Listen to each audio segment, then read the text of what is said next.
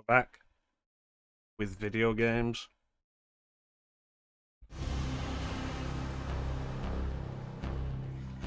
Thank you for the quote, Bane. Clem, thank you for the resub. 32 months. Very good. You can have a sound for that. Have a sound. Failure. There you go.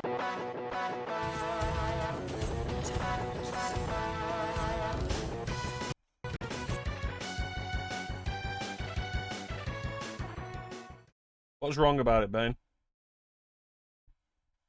Because just before I came in, I edited it slightly. As I do, because I'm a stickler for the quotes having the quotation marks and everything. And grammar and capitalization. You know how much easier all of this streaming business would be if I just did it. Honestly.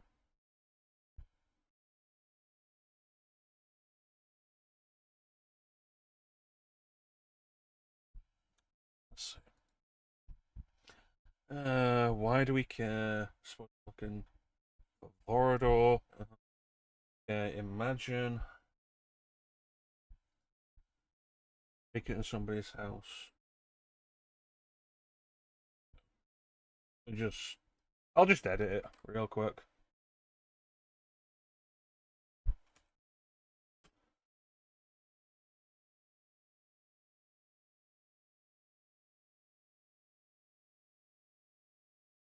There we go. Taken care of.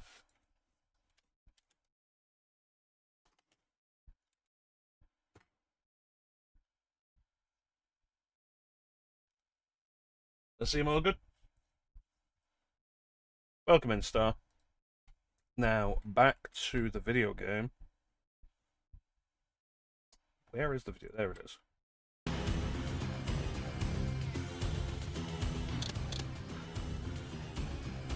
Kain doesn't become Robo-Kain in this game. He was going to become Robo-Kain in the proposed sequel that was never made. That we never got because Crystal Dynamics went on to make nothing but Tomb Raider for like 15 years and then made an Avengers game that nobody bought. I don't know what Crystal Dynamics is even making now.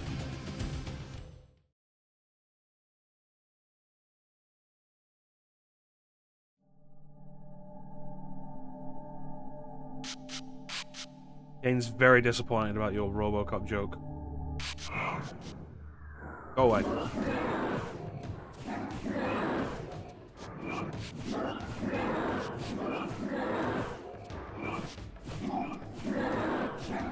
How is everybody doing today on this warmer than forecasted Sunday? Because the temperature says it's like 22 degrees and it doesn't fucking feel like it. But also, I love the, like, hold the bloodsuck button and then just move. It's like, ah.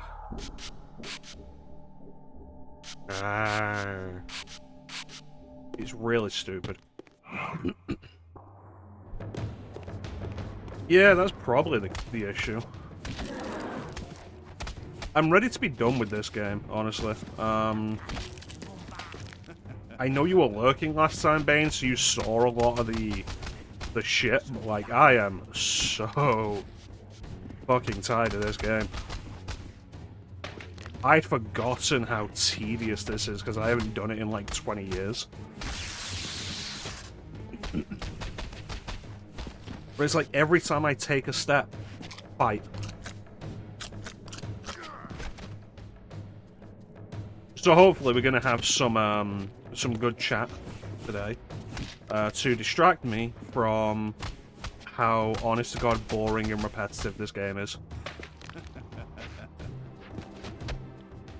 I was thinking about it earlier, like, am I likely to come back to Legacy of Kain series after we're done here? And it's like, you know what, I could do Blood Omen again. I would not be opposed to just playing Blood Omen again in my own time. Not this. It's absolutely the weakest in the series. But we always knew that to be the case.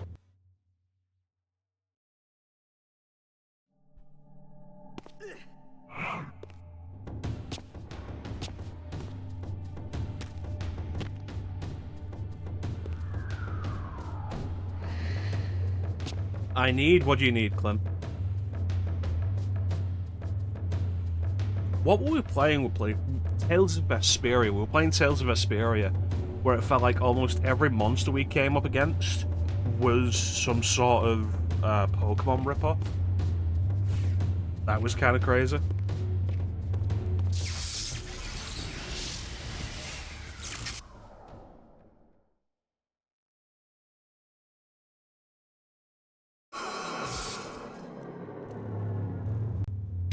This history, in part, I knew already. How, as the vampires began to die out, the Pillars summoned human guardians to fulfill their roles.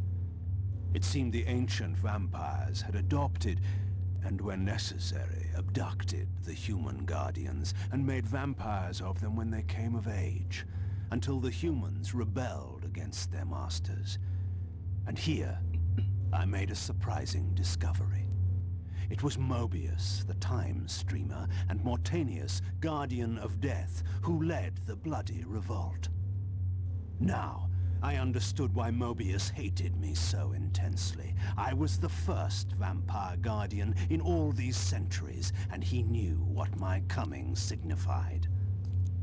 I mean, perhaps it's possible he hates you because you're a massively arrogant prick. Like, have we considered that? Like, Mobius is no saint, but you are also a massive prick, Kain.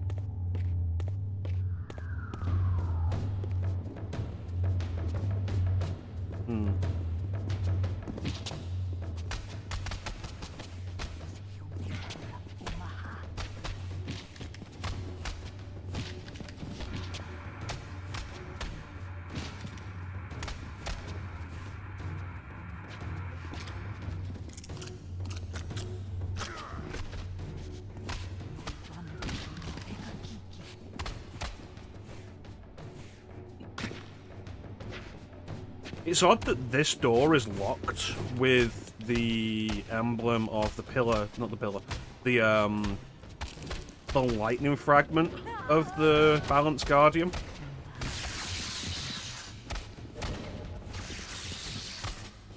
Because we couldn't have got here without that.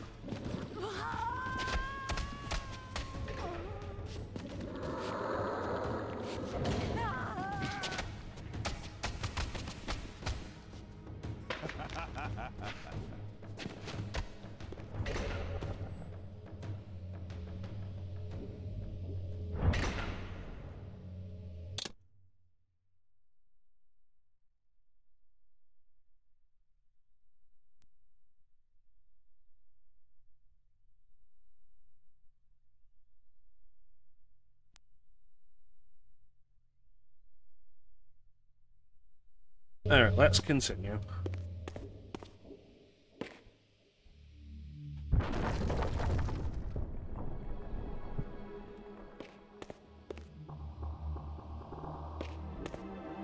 So I'm not actually sure what we're even going to do after this, when we finish this. My original plan was to do Paper Mario, mostly to spite Clem. Because Clem refuses to play it out of... I'm going to say jealousy. But I'm feeling like I don't want to play an RPG for a little while. So I'm not sure what we're going to do. Yeah, jealousy, like I said. The orb that once opened this portal had been destroyed. To power it, I would need to find a substitute. I think, like, you need to... Oh, the statue heard Kain monologuing. I think you need to, like, absolutely ignore aesthetics a lot of the time. A lot of video games look stupid. And choosing not to play a game just because it looks stupid is leading you to miss out on too many really good experiences.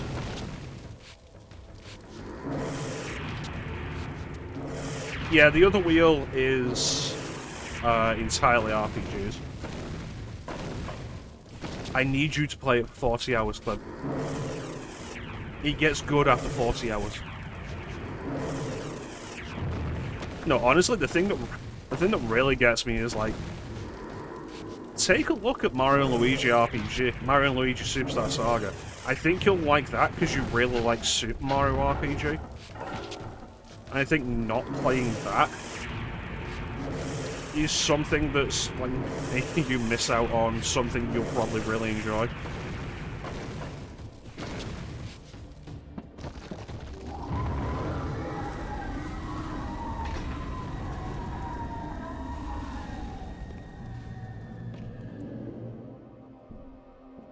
I'm gonna be real with you, like, right now. Yeah. Okay, first off, 40 hours, it's a joke. It's a joke based on the Final Fantasy 13 thing of it gets good 30 hours in. No, it didn't. But I'm gonna be real with you right now. I have not enjoyed a Mario RPG in particular since Bowser's Inside Story. And the Mario RPGs I've played all the way through are Mario & Luigi Partners in Time and Mario & Luigi's Bowser's Inside Story. I didn't enjoy Super Mario RPG. I didn't really enjoy Dream Team Brothers.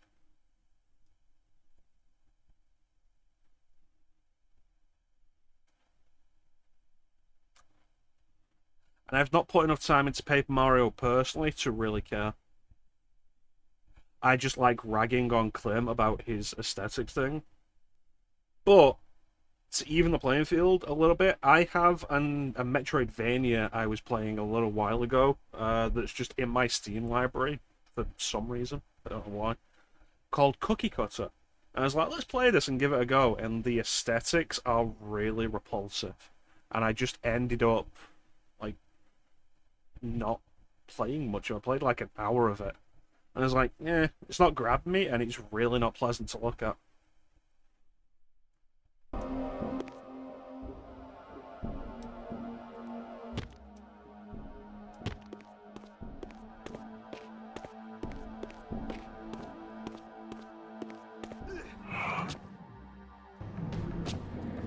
But. God damn it. We've accomplished nothing. No, if it actually bothered you, I wouldn't do it. You know me. It's part of our fun little game we play, where I say some stupid shit and act like I'm riling you up, and you act riled up, and we all have a good laugh. But no, like, as far as Mario RPGs go, I don't enjoy them a whole lot. And part of the intent of streaming Paper Mario is to try and push myself to enjoy them a little bit more. I think the writing's usually fantastic and a lot of fun. I think the battles often go on for way longer than they need to.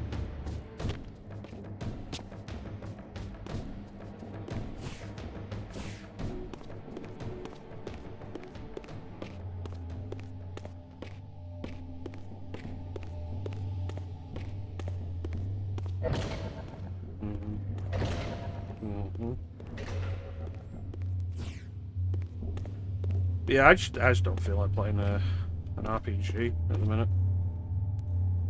I did come from it. Can I take this orb?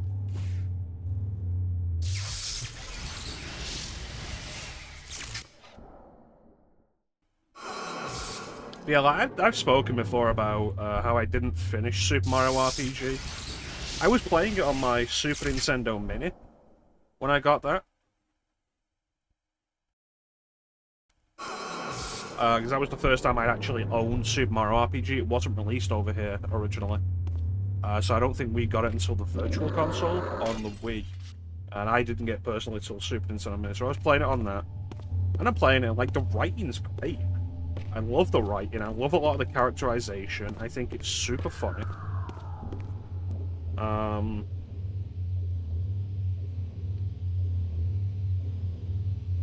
But the battles are just tedious and not fun. And the limited inventory was frustrating. And when I hit a point where I would have to have gone back like 30 minutes because I threw out the items that restore flower points. I threw all those items out of my inventory because I never used them.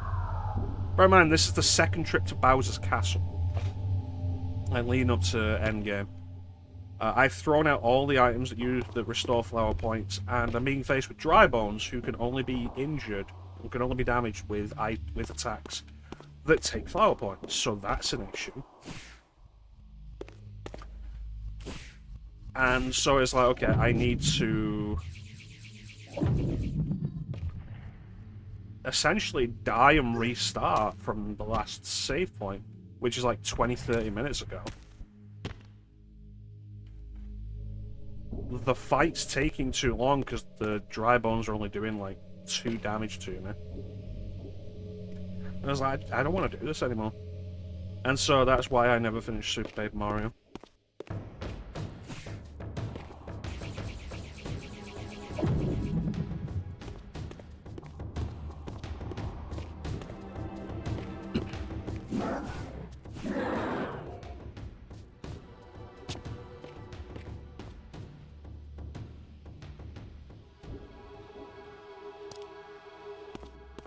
Yeah, I like personally, I like the visual aesthetics of Paper Mario. I think it's quite cool like that.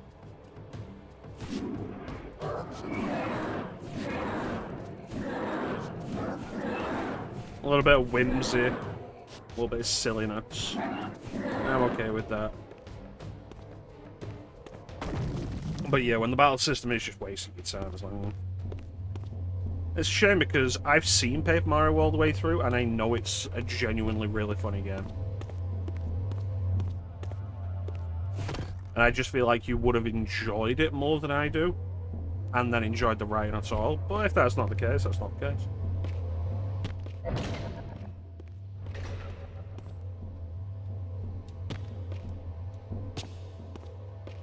It doesn't really matter anyway. But yeah, I'll get to Paper Mario eventually. I feel like doing it now. I was talking about it in Teak's stream yesterday. Like, I feel like I've not had a lot of luck with the RPGs I've been playing this year. Which is funny, because I've only done like 3 RPGs this year. We're over halfway through the year, and I've only done 3 RPGs. But 2 of the 3 RPGs were just the worst shit to go through for me. Like, Rebirth was a massive slog, and Tales of Vesperia just went on so long and I wasn't enjoying playing it.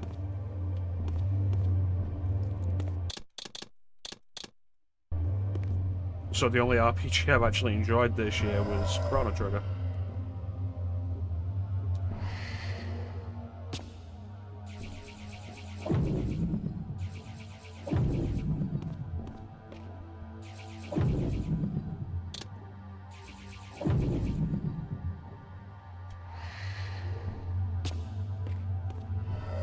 So like we'll come back to an RPG at some point, but I don't know what it'll be. Maybe Paper Mario.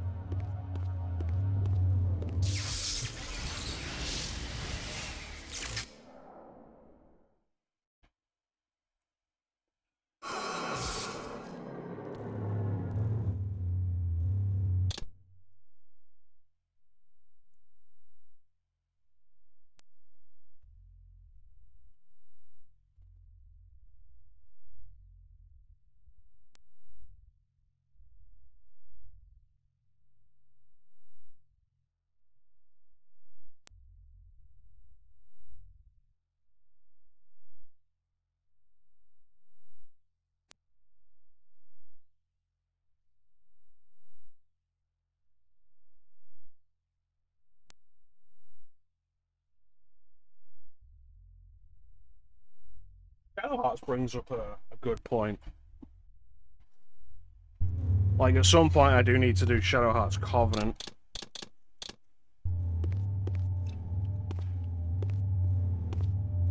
Which is supposed to be better than Shadow Hearts, and I did actually enjoy Shadow Hearts more than I expected to when we started that.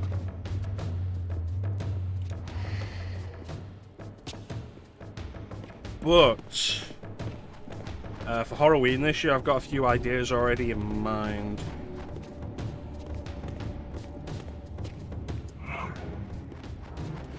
And I forget who I mentioned this to. I'm debating actually setting up a community challenge where you guys can put your points into, and if we get enough points within the time frame, then we'll do Rule of Rose, which I will also hate playing.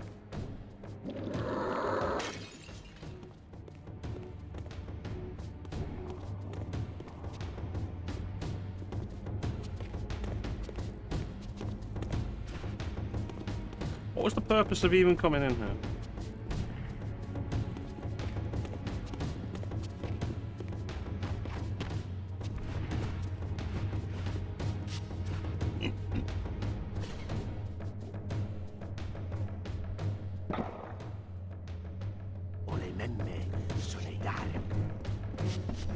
Great, so once again we have to deal with regular enemies and the statue nonsense.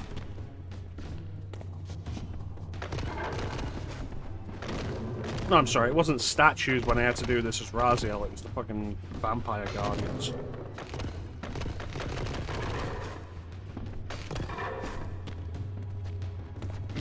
Yeah, you guys think you'd be into that Rule of Rose?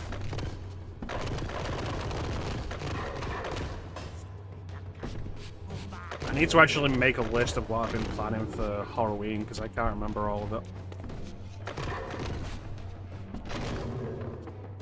I know I've been considering Visage, because I know Clem really liked that. And you guys haven't really gotten to see me play a game that's genuinely scared me. And so the possibility of Visage doing that, I think, could be fun for you.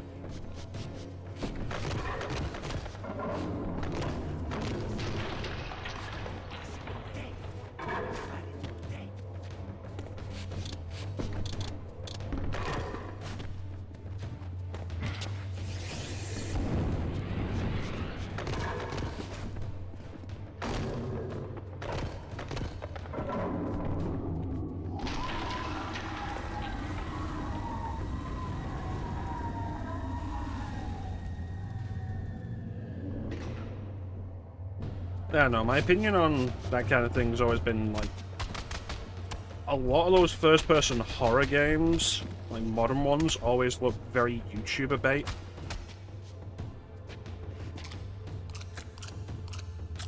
That's not really the kind of thing I want to delve into.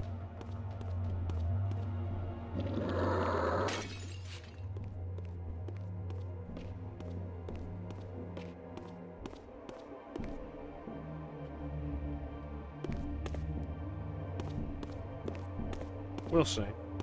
Now, Rule of Rose is a really interesting game, really interesting plotline. But Rule of Rose, in terms of actually playing it, is what you describe playing Silent Hill to be like, Clem. I want you to imagine that. Me playing Rule of Rose will be more painful for me than you playing Silent Hill 2 will be for you.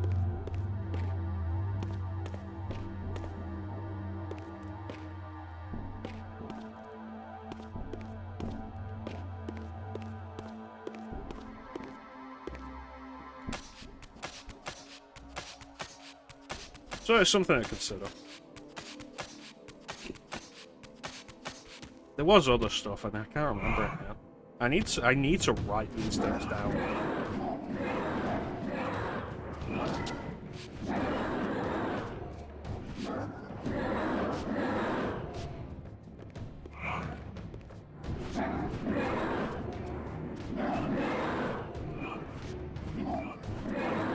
Yeah, and I want you to think about that. And think about what it means for me to play Rule of Rose.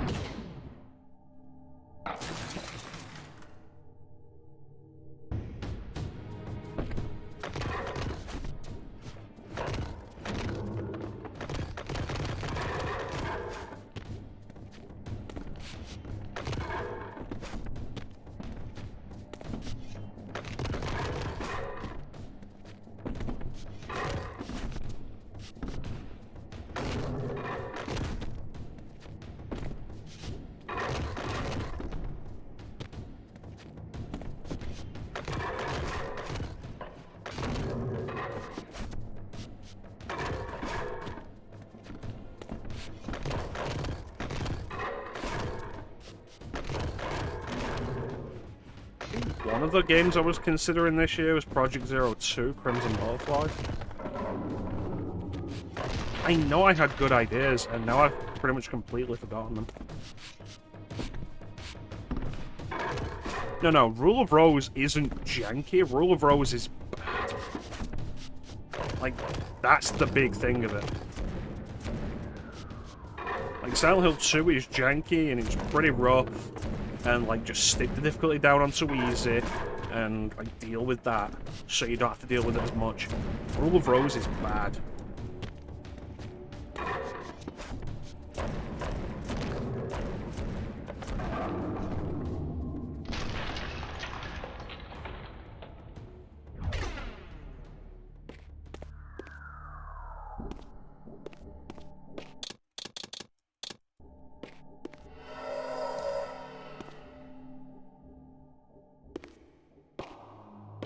Sense. But yeah, Project Zero 2, I think, would be a good one. I'm still really disappointed about Project Zero 1. But maybe I'll give that another shot, who knows? Maybe just, like, throw it on easy. I should look at the archive and see if I was actually playing it on easy the first time. Because that combat was just unbearable.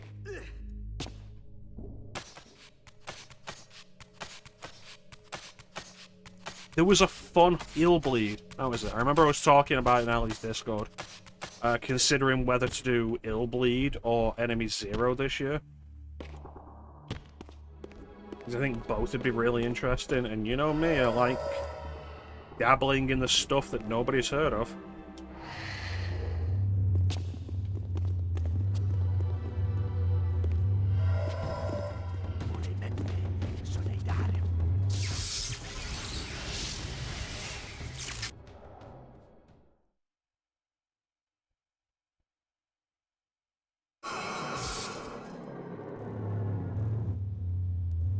I'm just generally curious about Enemy Zero as well, though.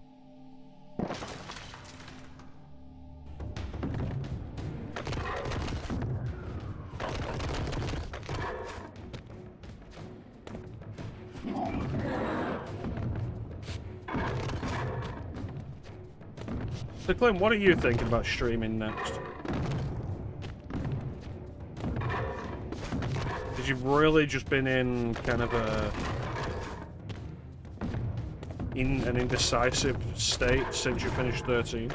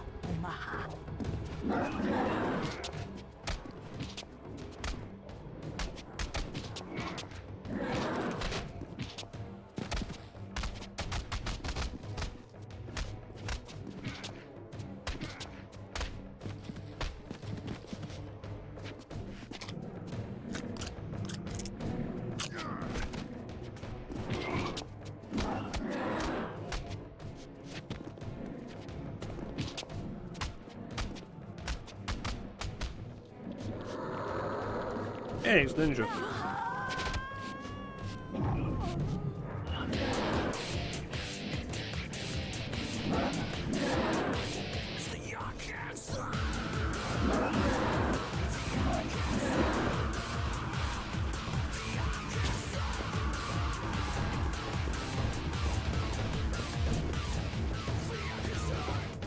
No, I didn't think you were delayed. I just thought you were ignoring me.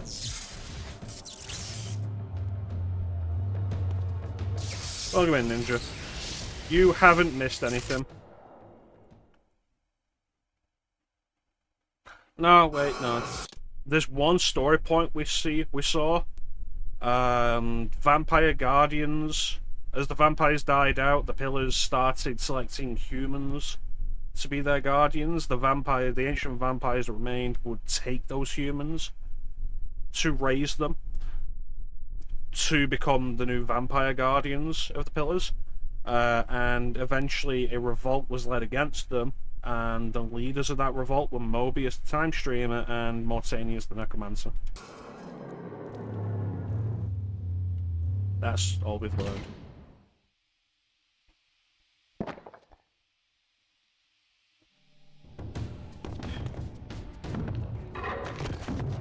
This is like in Code Veronica, where like when you get to Antarctica as crits, the game just keeps on doing like, oh no, zombies, and making out like it's a big threat. But imagine if the game did that for like 7 hours.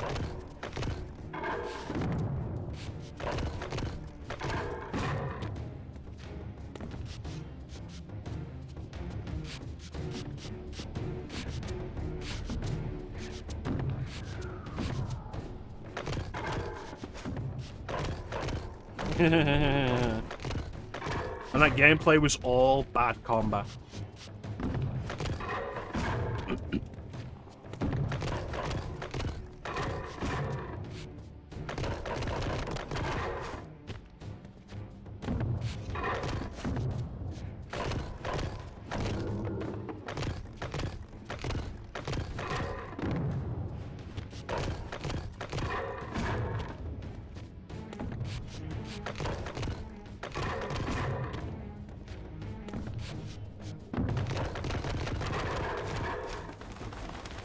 Oh, I ran out of health, I didn't even notice.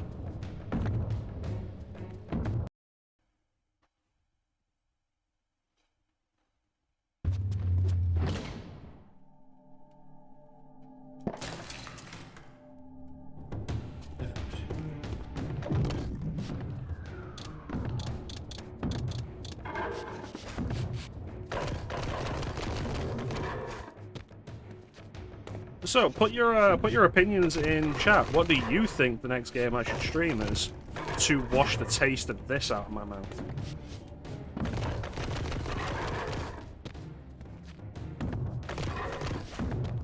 I feel like Bane said something interesting about a game to play yesterday, and I can't remember what it was. I really should write a lot of these things down. I want this man banned. I want his family banned. I want his dog banned.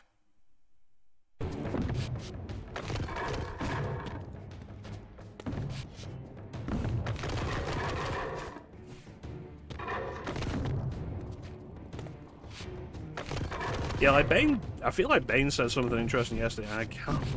We're gonna buy Clem a dog, and then we're gonna ban the dog. I feel like Bane said an interesting choice yesterday, and I can't remember what it was. And this is why I need to start writing shit down. Just have like a little notepad on hand for stream. Like, these are my stream thoughts.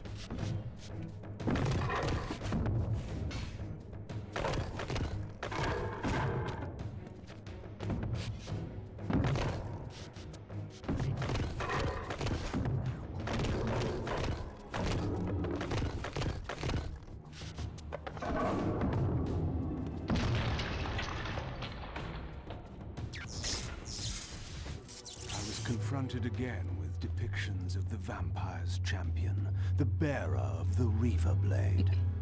And here too was his Hilden adversary, with blazing eyes brandishing a flaming sword. Two heroes locked in combat which only one would survive. But which one? These murals prophesied two possible outcomes. I didn't know what Mobius was trying to concoct, but this all seemed too convenient. Yep, super convenient, cool story.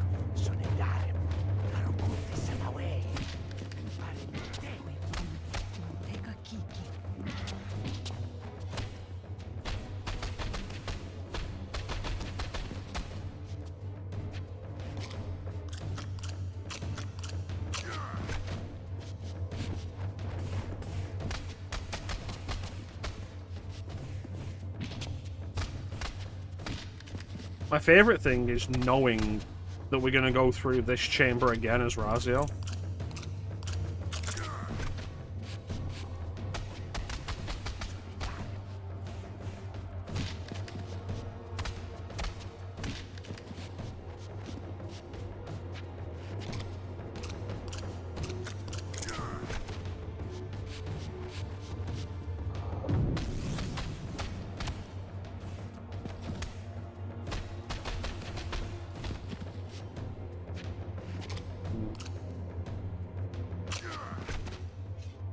You know what I actually was thinking about earlier? That I did actually want to run by you, Clem.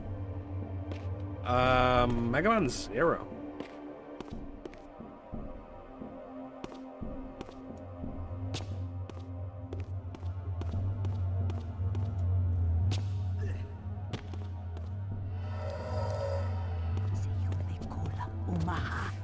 Why are you people fucking everywhere?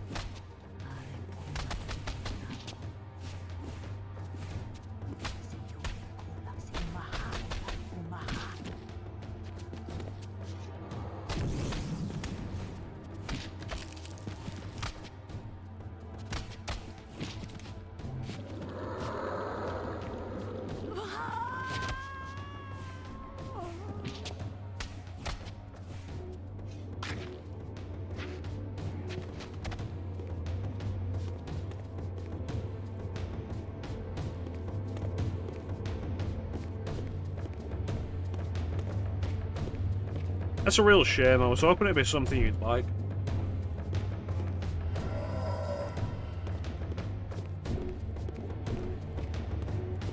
I think, like, once the checkpointing issue is dealt with, because I think the first game, it's renowned for its difficulty. I think the problem is the checkpointing. And if you play it on the fuck was that, Kain? If you play the ZX, the Zero ZX Legacy Collection, they do actually improve the checkpointing.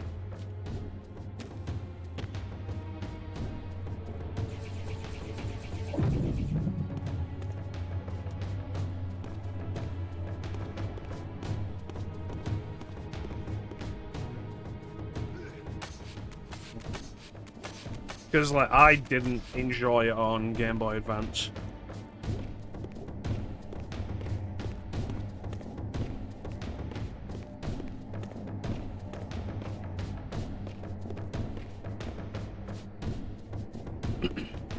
Yeah, I can definitely agree with that.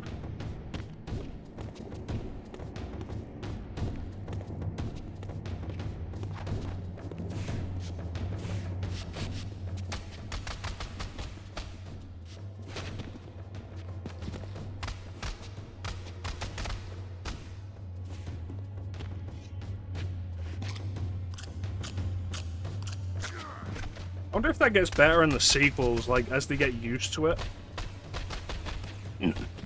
As they get used to this kind of game they want to develop. Because you see that happen a bunch. But I've not really played any of the Zero games past the first one. I know ZX was, like, really bullshit, but ZX Advent felt better balanced.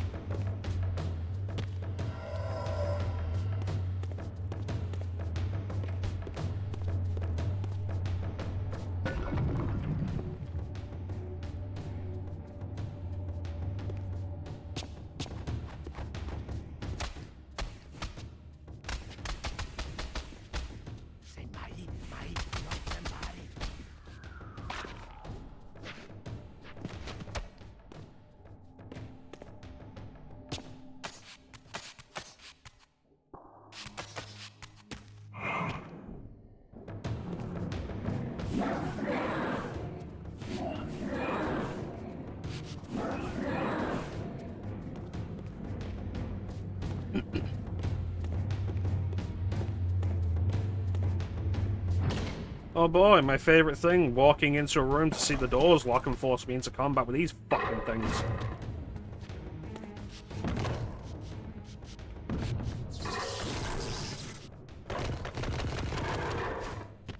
You did it? You did what?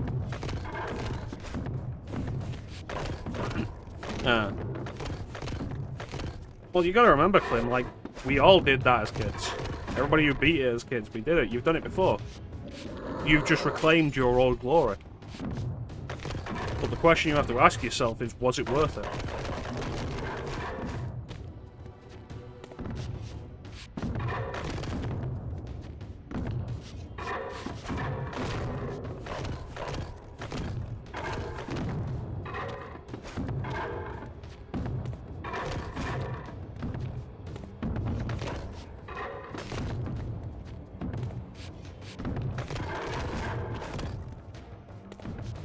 Ah, okay.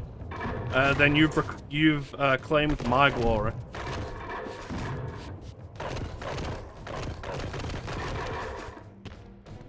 And I'm gonna tell you, like, it's not worth it. Like, it's cool that you know how to do it, and it will probably help you in randomizers now.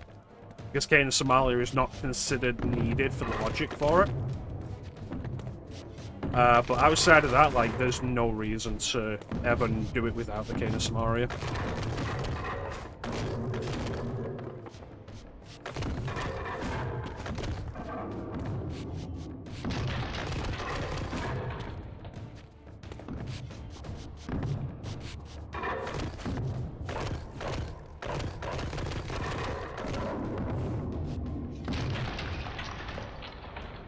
Yeah, the boss randomizer.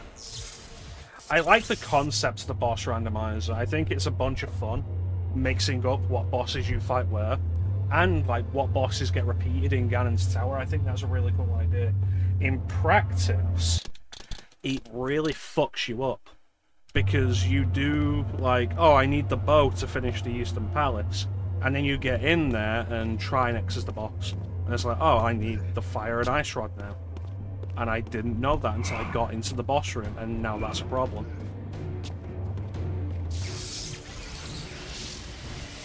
So it's cool in theory, in practice, it makes everything so much more painful.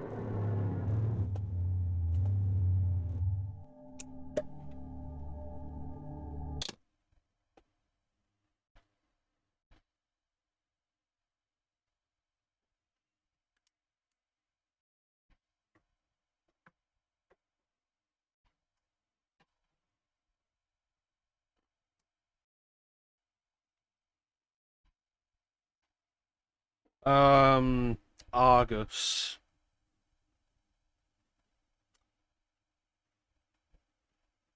I feel like you can kill him without Master Sword, but I can't remember how. But Cold Stare, yeah, absolutely.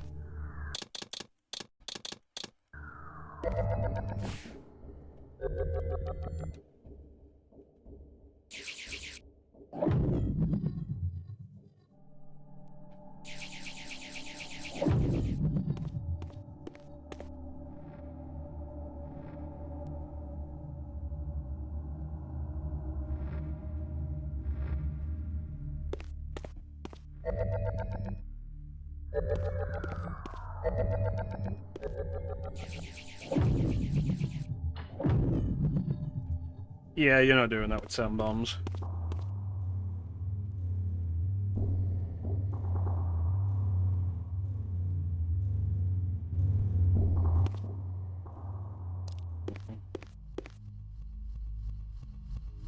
With this fourth and final fragment, the balance emblem was complete. I now had the means to unseal the mysterious chamber at the heart of the Citadel. Cool, what is the fourth piece? Time. That's a weird set of elements. Fire, lightning, okay, but dimension and time?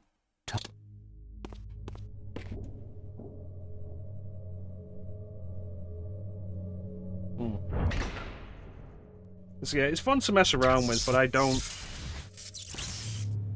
expect, I don't think it actually works out quite fun.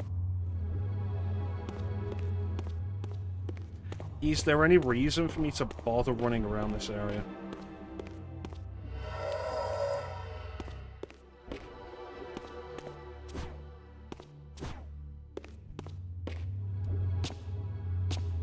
Right? It's like, it's such a weird combination of elements.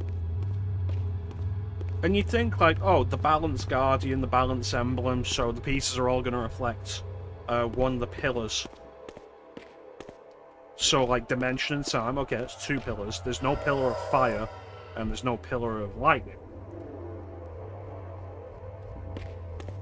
Like, conflict, maybe? For fire, like... I don't know, what was Azimuth, the... Was Azimuth the planar? I can't remember what a bunch of the other pillars were.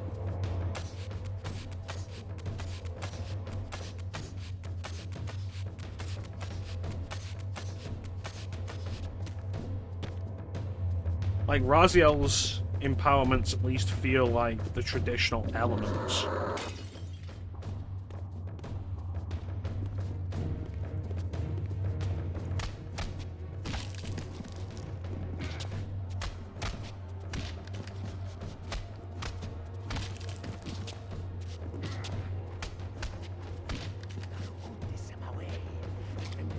There's no reason for me to fight any of these guys.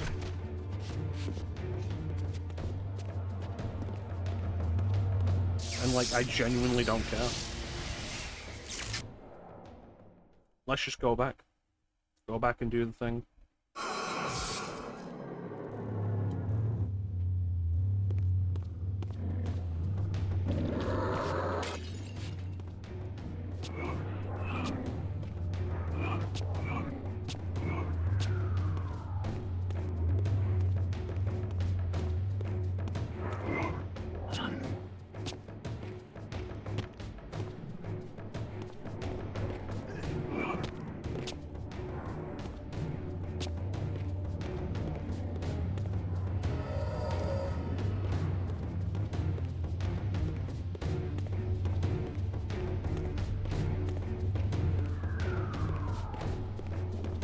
There it is.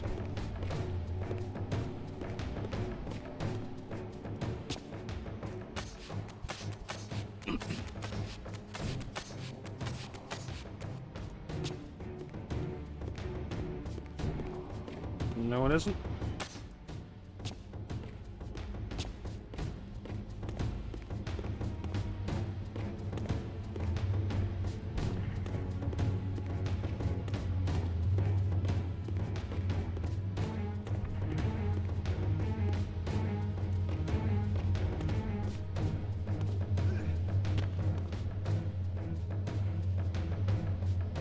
Came in through there.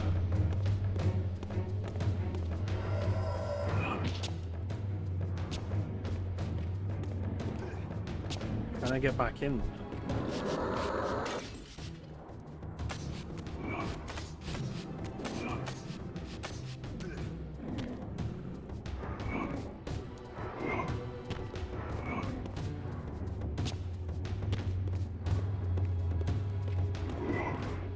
I hate this camera.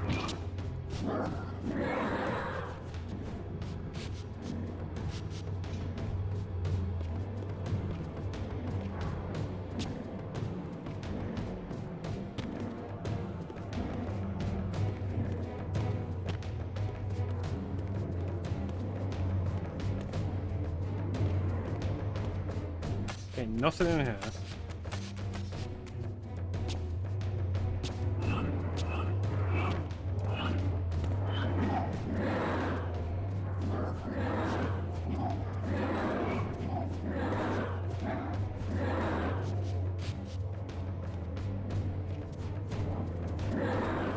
But as far as I can tell, there's not a way to go.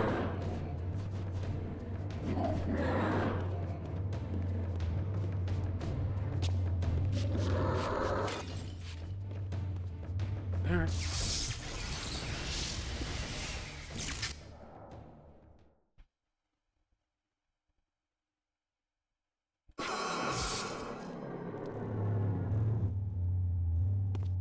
And think about the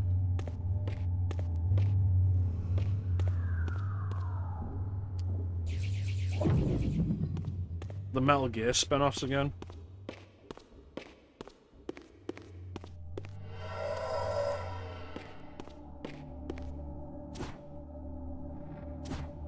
Why don't you work?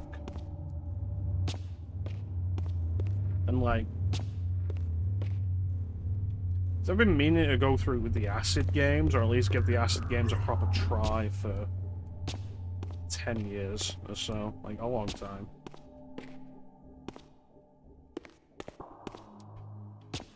Ghost Bay belong Game Boy Color. One I really want to go through.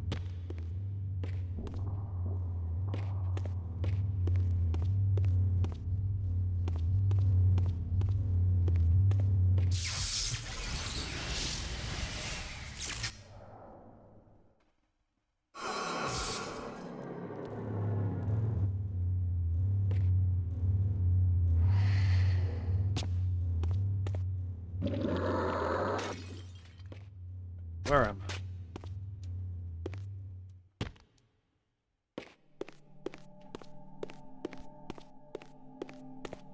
Right, so it should be over here.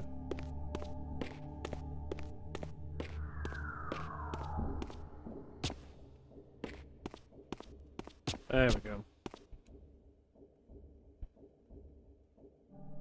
Let's finally see what's inside here. This door that's required the majority of the game to open.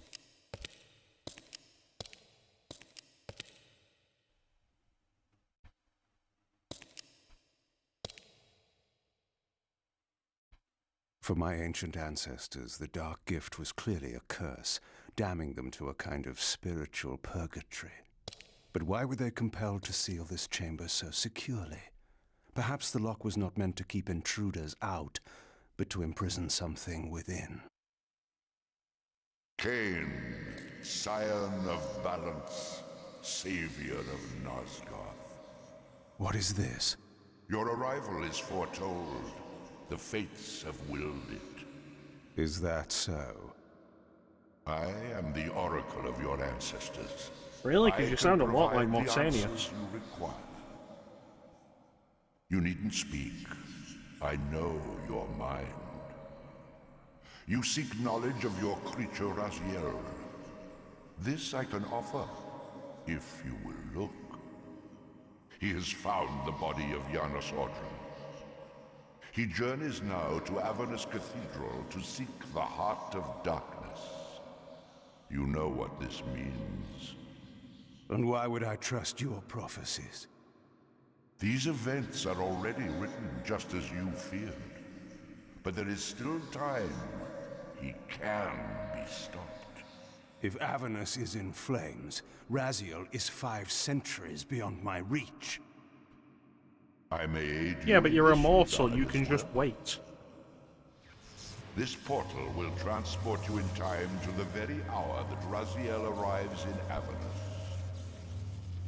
This task is yours to carry out, since it was you who made him what he is. When you are ready, you may pass through. I knew, of course, that this oracle was not to be trusted. But in the end, what choice did I have? You could wait 500 years?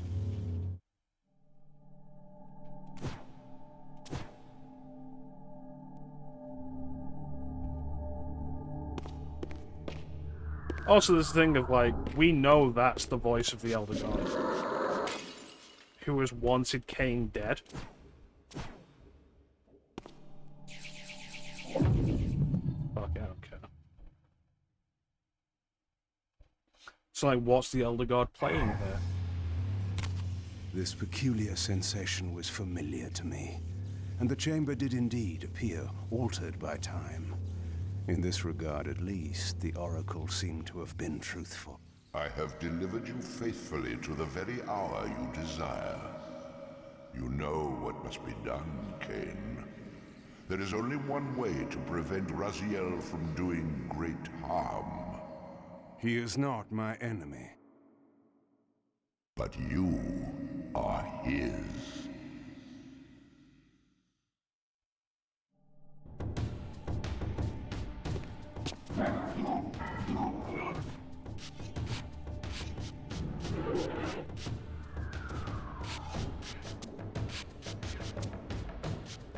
You know, If you're not going to come over and fight, I'm not going to chase you. From this vantage point, I could see the city of Avernus in flames. The Oracle had indeed brought me to the time it promised. It might also be true then that Raziel was already there, seeking the heart of darkness. If so, he had to be stopped. I could not allow Janus to be raised. You remember the last words Kain said in Soul Reaper 2, Janus Ordra must not be resurrected. Or revived, I forget what the specifics were.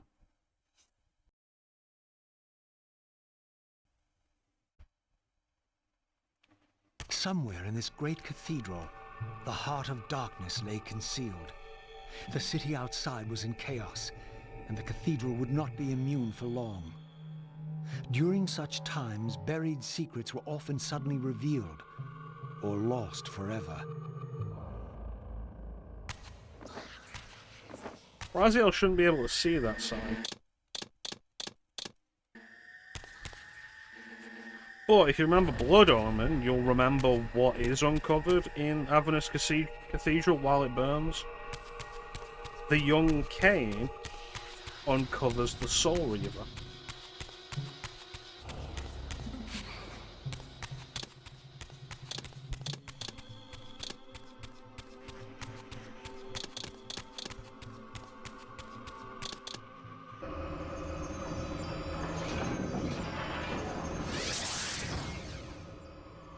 Really? Immediately we're going back to the Vampire Citadel?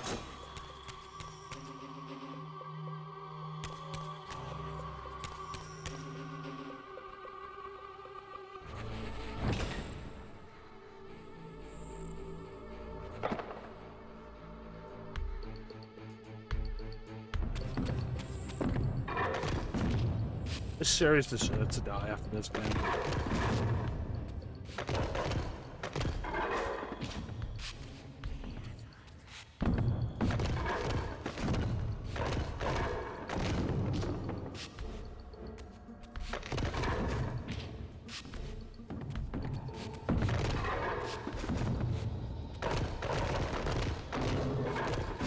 And we know when we win, the other two are just going to come to life and we'll have to deal with them as well.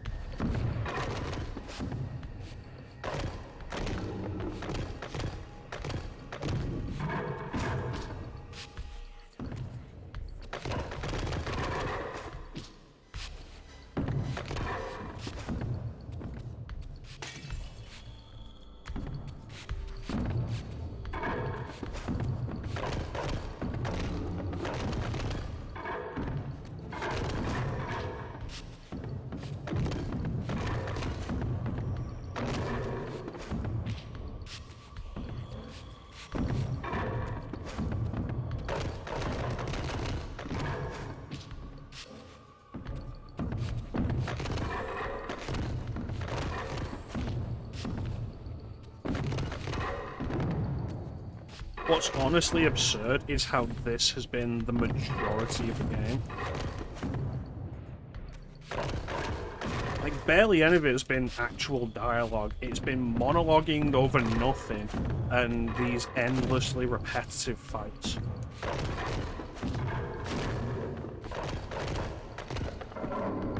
Like, I remember Defiance having more story than this, and clearly I was wrong.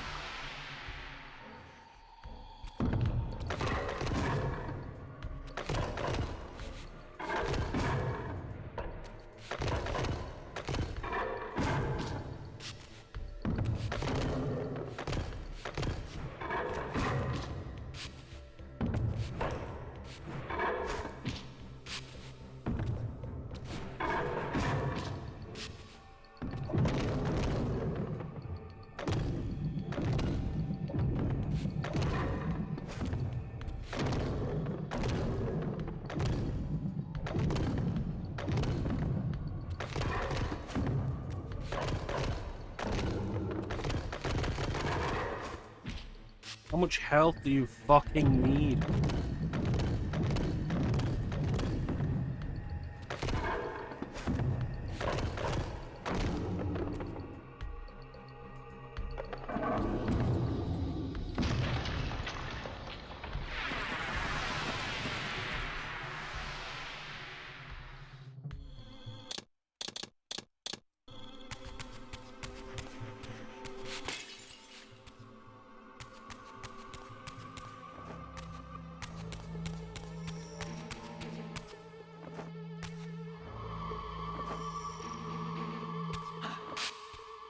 I love how in this platforming, the only option I have is to jump in the direction and hope that I'm going to land on it, because the perspective is so awful that I cannot possibly control it.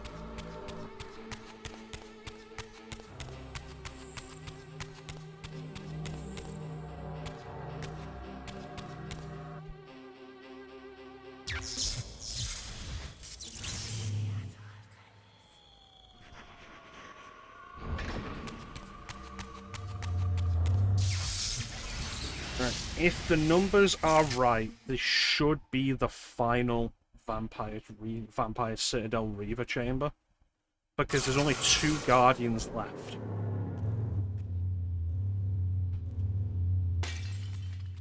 I had seen this symbol throughout these ruins. I should have realized what it was they worshipped. Now there was no question, for this scene depicted the ancient vampires' torment and despair as their curse cast them from the wheel of fate. So this was the god whose abandonment had driven them to madness and suicide. Finally, I understood. It was not the bloodthirst, but their immortality that was the true nature of their enemy's curse. The wisest, strongest, most noble race, gulled by the voice of that old parasite. But I had seen him, and whatever he was no god. So that's actually an interesting revelation. The curse that the Hilden struck the vampires with wasn't actually the bloodthirst, it was immortality. And because they were a deeply religious race that suddenly couldn't fulfill the nature of their religion, it drove them to suicide. Like, that's genuinely an interesting twist.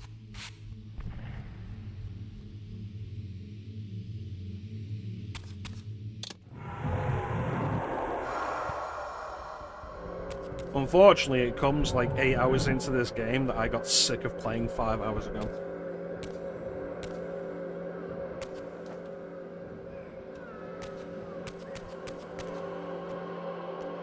All upon the wheel are blessed. Rejoice in the turning of the wheel. It does turn, though we cannot see it. Your wheel is a lie. You will turn the wheel. Come. Die.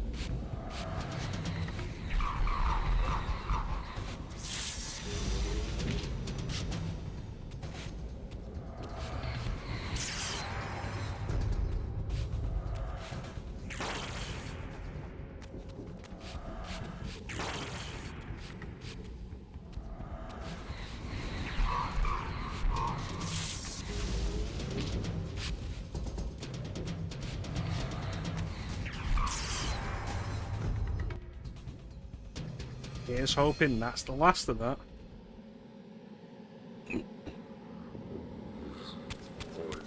But there's still some sort of barrier around it.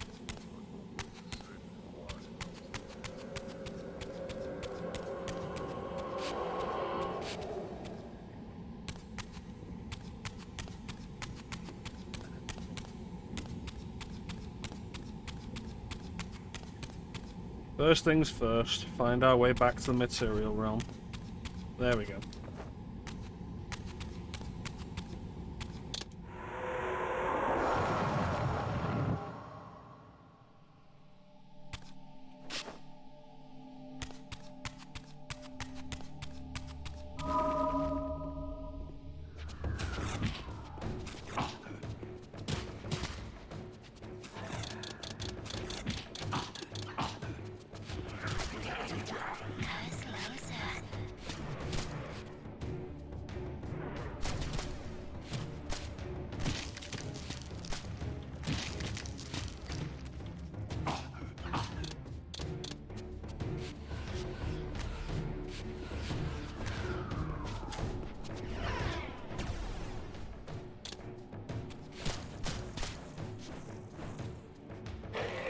I feel like none of these Reaver spells have actually been any real use.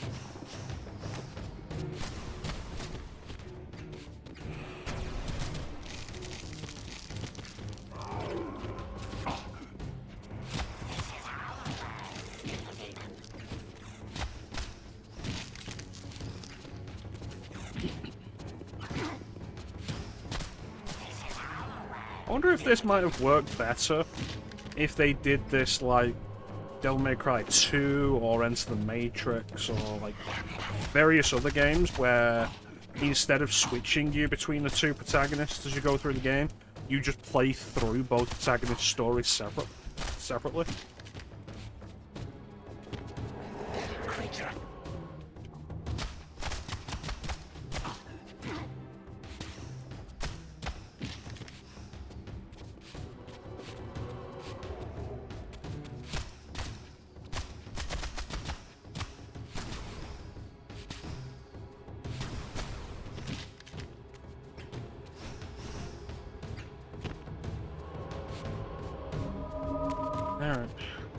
This spirit vessel was shielded by layers of occult energy.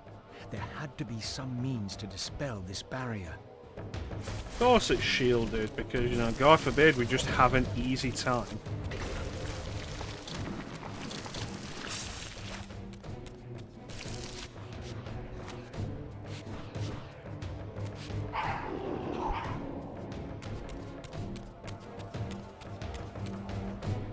I feel like a smart development of this would have had Kain and Raziel go through these chambers maybe in opposite order. But we've just been through this one as Kain. And now immediately after we're going through it as Raziel.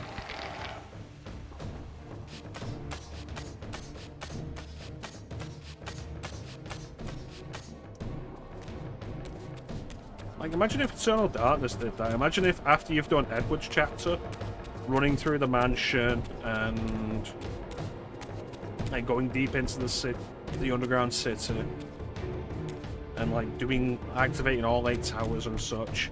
And imagine if immediately after that you had Alex's chapter where you do the same thing again but longer.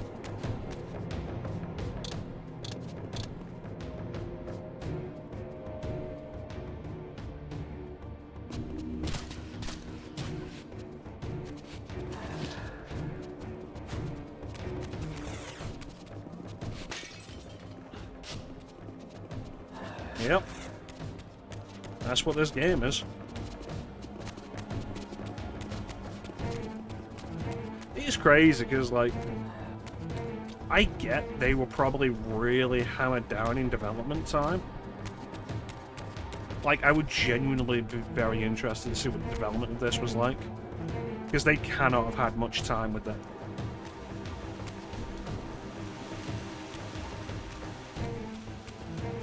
But nobody could have thought this was a good idea.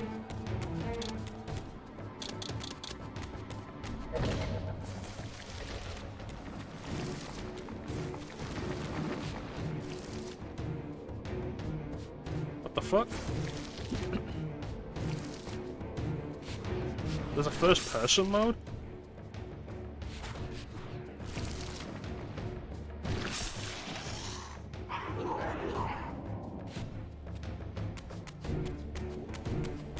Okay, keep going round in the same way, so I know how many doors I've been through.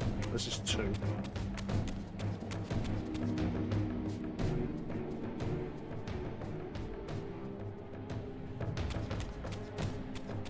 And then I remember from Kain that there was a 3rd one.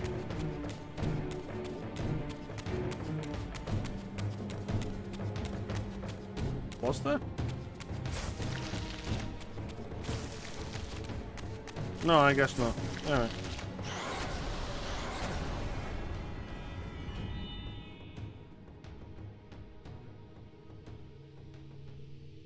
As the Reaver absorbed the souls of the original Energy and Time Guardians, it was imbued with the elemental power of Earth with which their principles were aligned.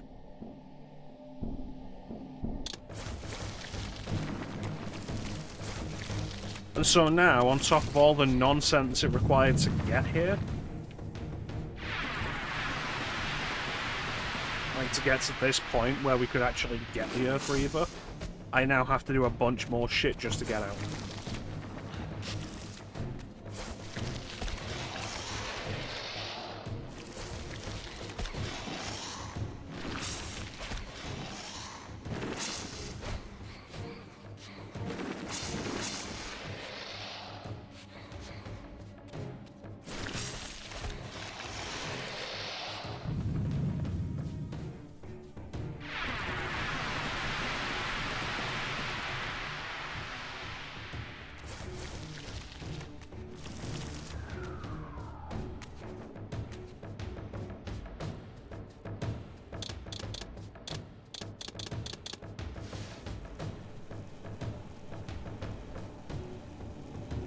Yeah, let's go and light 6 torches because, you know, that's fun gameplay.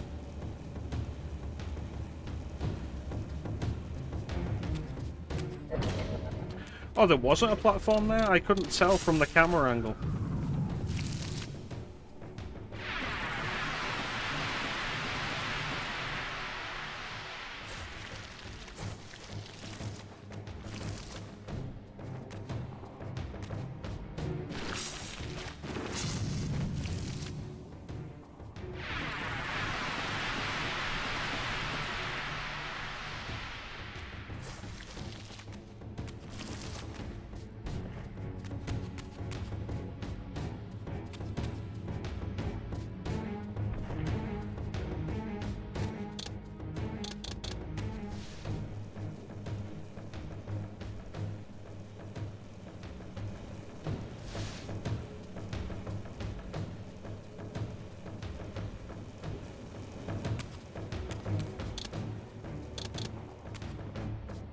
Oh, thank fucking Christ.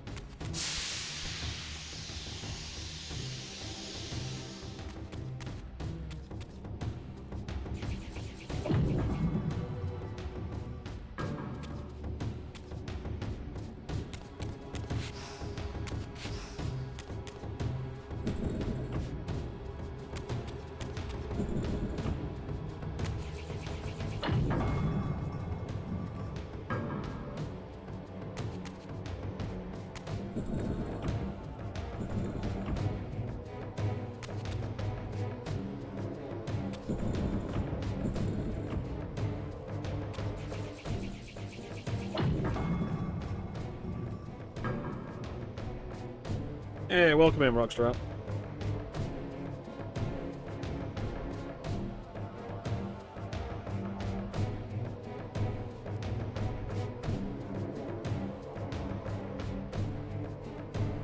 Yeah, I wanted to call it Chronobot, but it was already taken.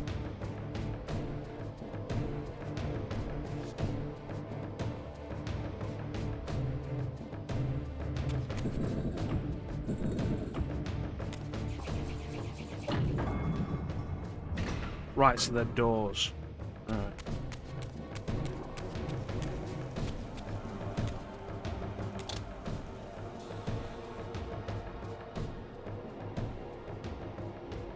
Okay, so one more.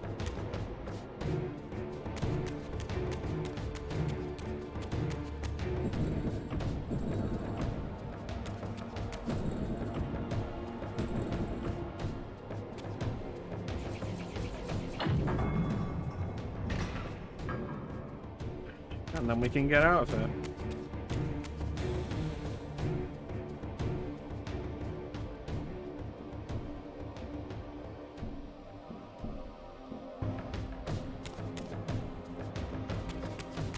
Alright, let's go. I don't remember which way I came in.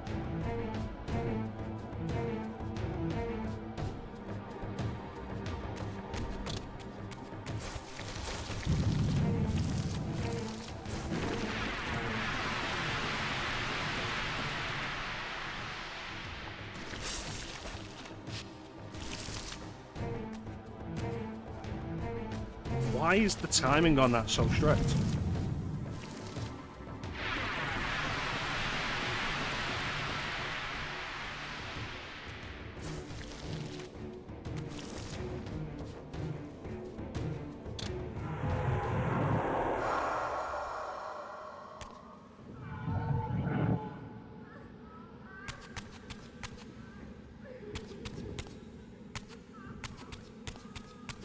I think this was the right way.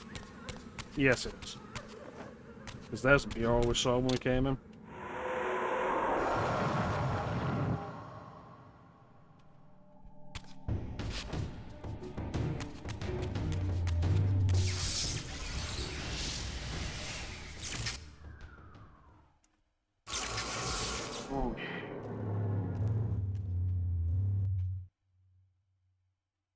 The worst part is knowing that it's not going to be the last Reaver imbuement chamber, because we saw one of those doors in Vorador's mansion that requires the Earth Reaver.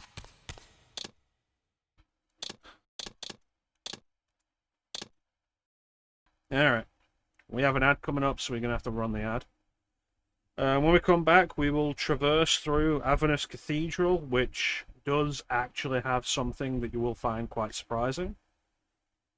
So does it sound? Die, monster! Yeah, pretty much. Pretty much. So don't go anywhere. We will be right back.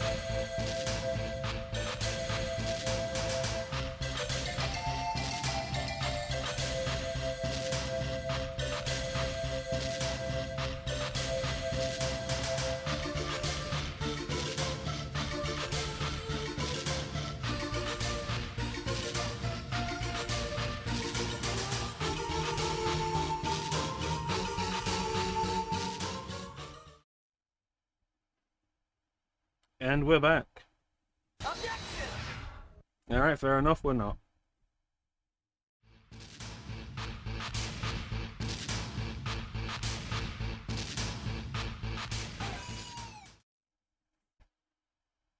Alright, we're back.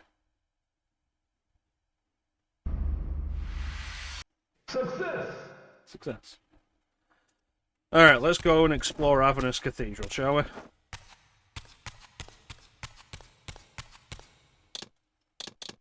Water.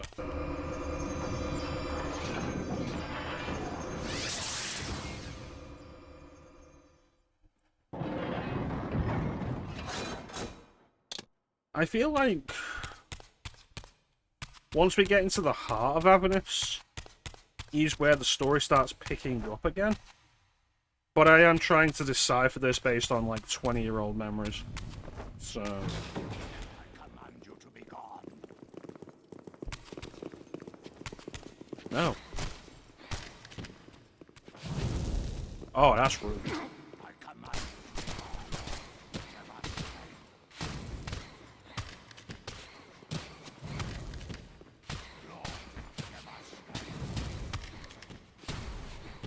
I think the worst thing about how the Soul Reaver works in this game is how in, like, previous games, the Soul Reaver was, like,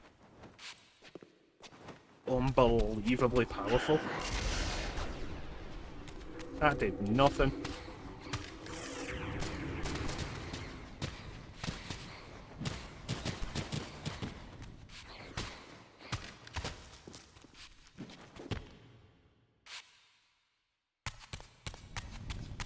Where did the other two go?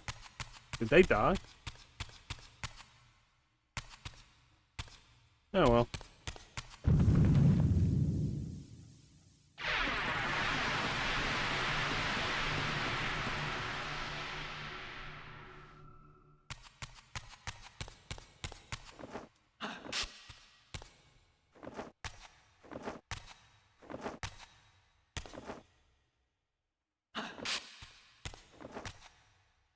Boy, the camera could have been better about that one.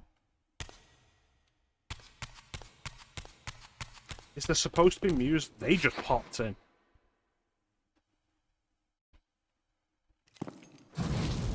Yay, health upgrade.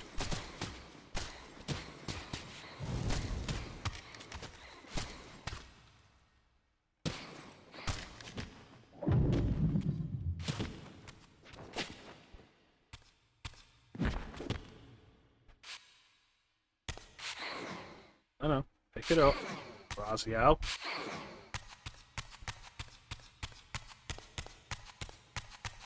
Pick it up. That's better.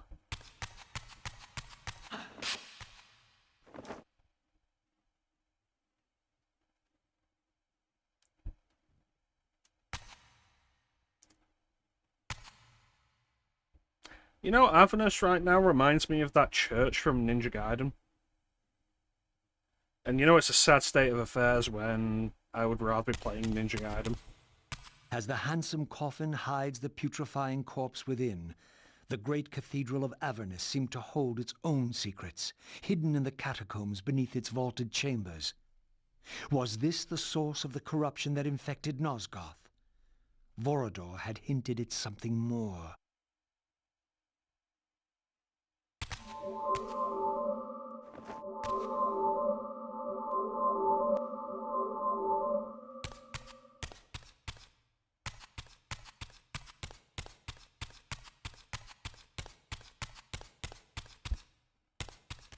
History is written by the victors. Beneath the vaults of Avernus, I discovered scenes that told a familiar story, but from a very different point of view. This was the work of the enemy race, and revealed what the vampire histories had conveniently omitted. How the noble vampires, god-ridden and righteous, had started the wars that would destroy both races, victor and vanquished alike. Their adversaries opposed the vampires' god, and refused to submit to the wheel of fate. For this, they were banished.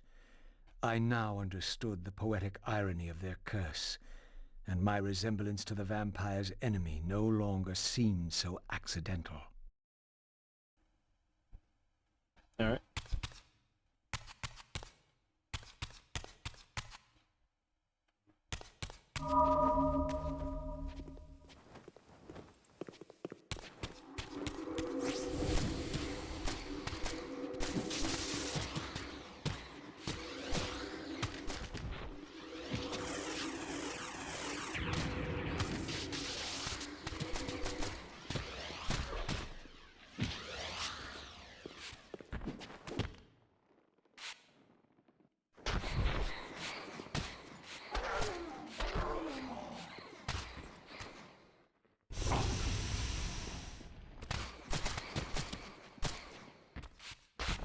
They spend all this time saying how Raziel looks like the Hilden and could potentially be the Hilden champion, but he really doesn't look like the Hilden. He looks much closer to the ancient vampires.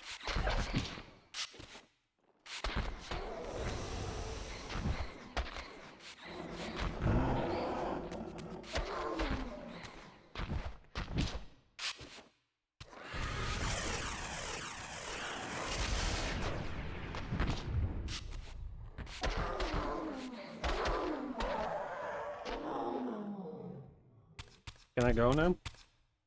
Should there be music playing? I feel like there should be music playing.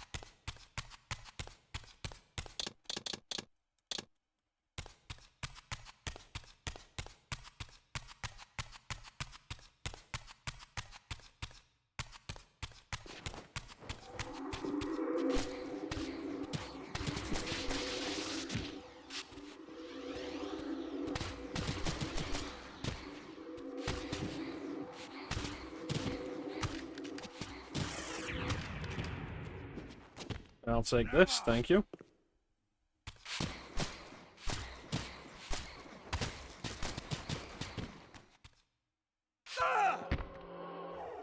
I think when we hit the next checkpoint, we'll restart the game, we'll reload the game. The banished race foretold a hero who would deliver them from their oppressors and destroy the shackles of the vampire's tyrannous god, the same hero that bore the flaming sword.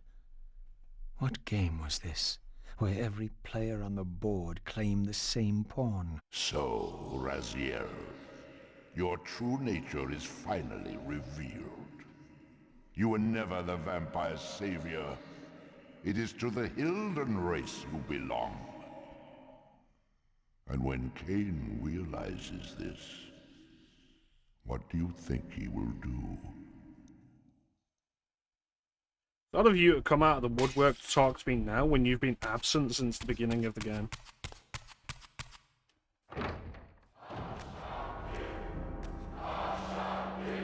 There's the music. Great Hashagik, we hear you. We offer this sacrifice upon the altar of the world. In the depths of Avernus Cathedral, I stumbled upon a bloody ritual. Was this the source of the corruption that had overtaken the city? May this blood nourish you for all eternity. The wrath of Hashagik has once more been averted. Depart now as ever in his service. Real quick, important note to make. That is Mortanius.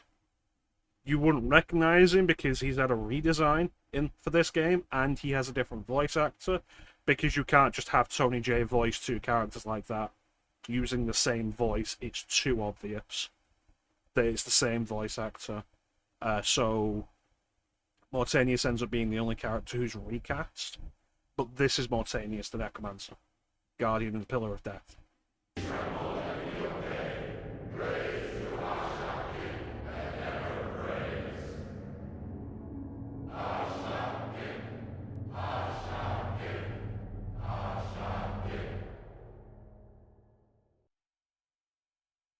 What was it that these deluded humans worshipped with such fervor?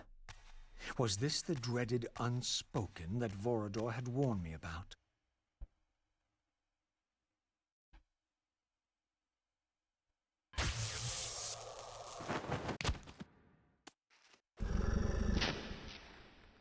so-called god inhabited this hideous pit. I was about to meet it.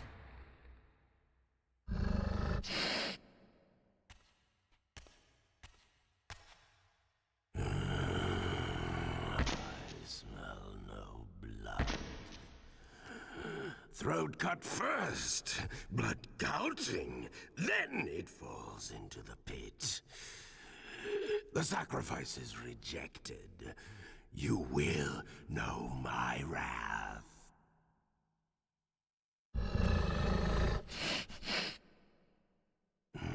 Not possible.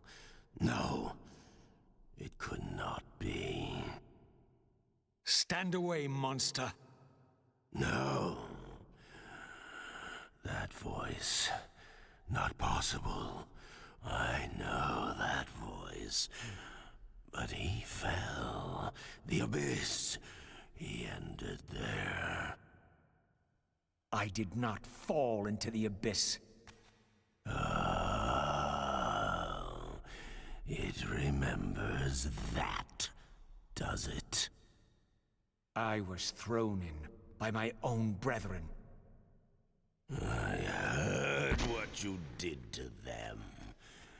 And now, you have found me at last. Terrell. Terrell. Yes, that was my name then. The others were grotesque, but... Yes, I am changed. I have become a god. Greater than you ever were, Raziel.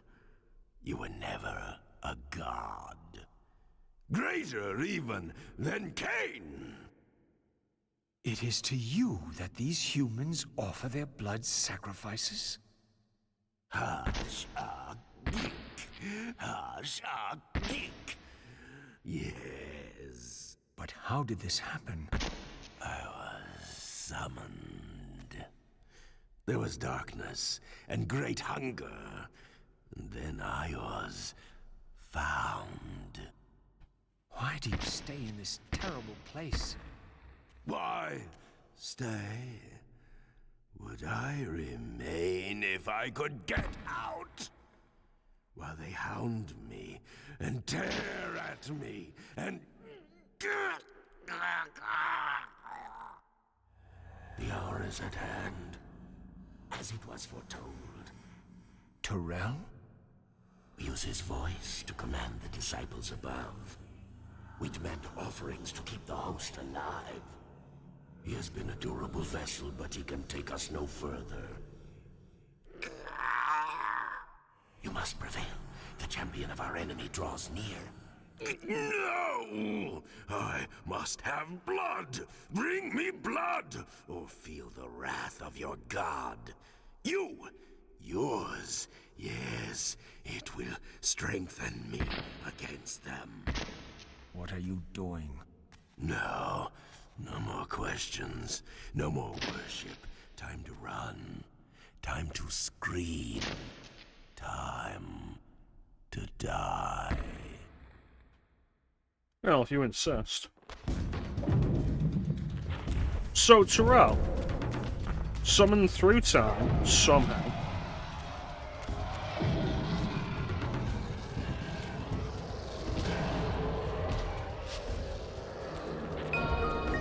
I hate it.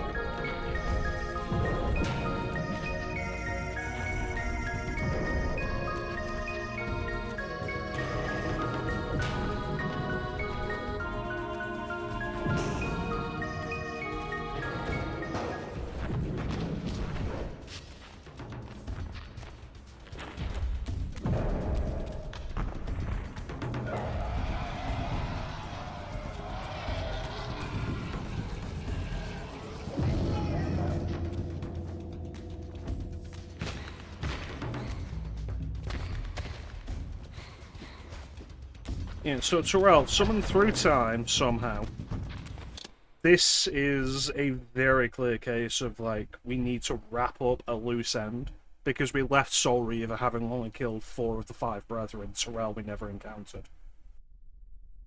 he was intended to be encountered before they had to cut like the last third of the game for time. So now Tyrell is here. Referred to as Hashak-Gik, which is a name that you can hear in the original Blood Omen. It's a footnote. The people in Avernus worship this creature called a Hashak-Gik. And that's all we ever learn of it. We never hear anything more. We never encounter the creature, and now here we are with this.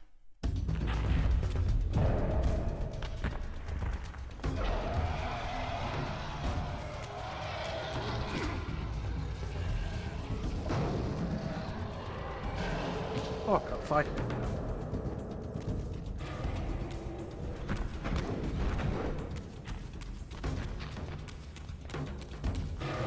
Pretty much.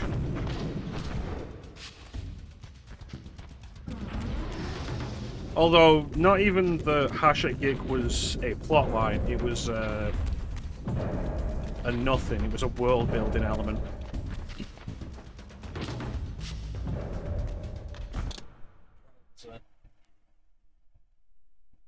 Hey, welcome to the stream, First Transit. Thank you so much for the follow.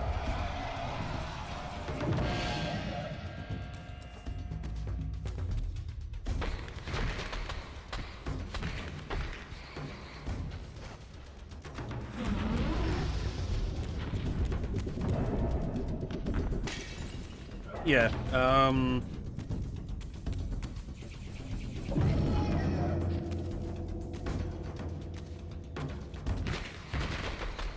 so essentially, like, salvaging the Tyrell idea. The idea itself isn't awful, there's just not any build-up or precedent to it, is the big issue.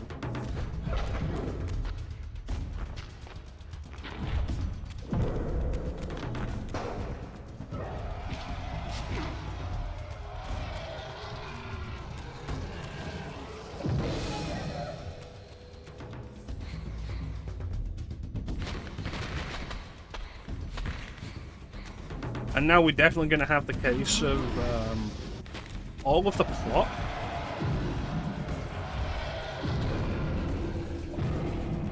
Fucking camera.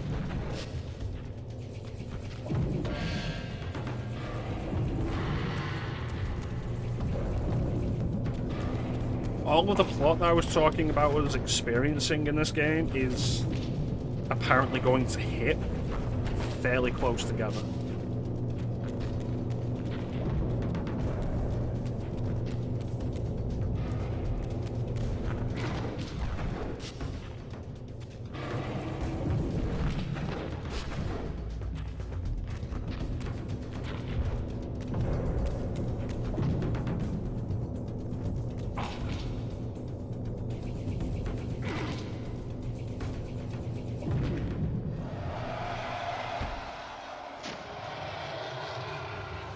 Yeah, we start getting, like, actual plot now. I didn't realize how much of the game was just the repetitive, over and over, basic combat. Go, speed your endeavor.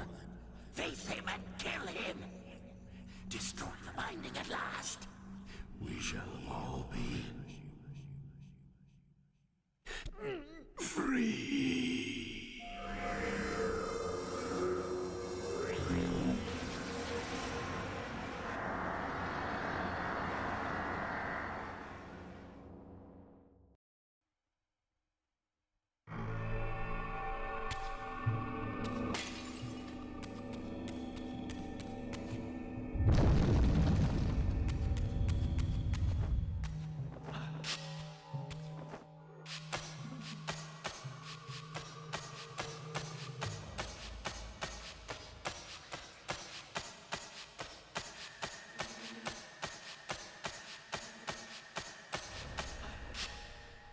Come to me, my undead son.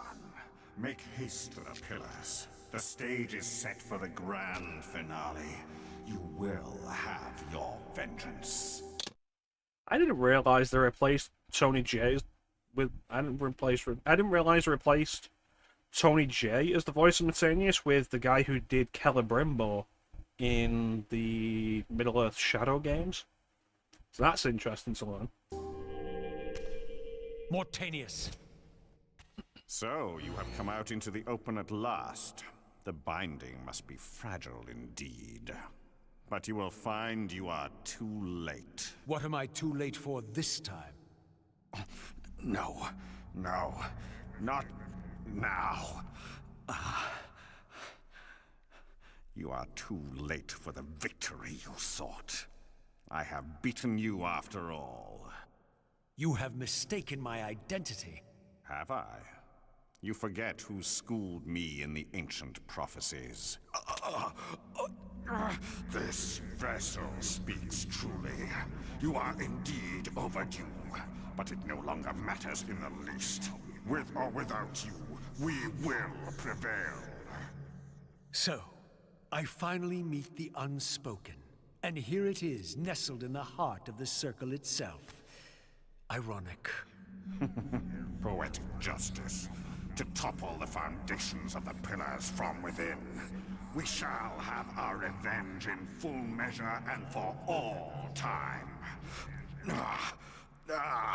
This one has little strength left.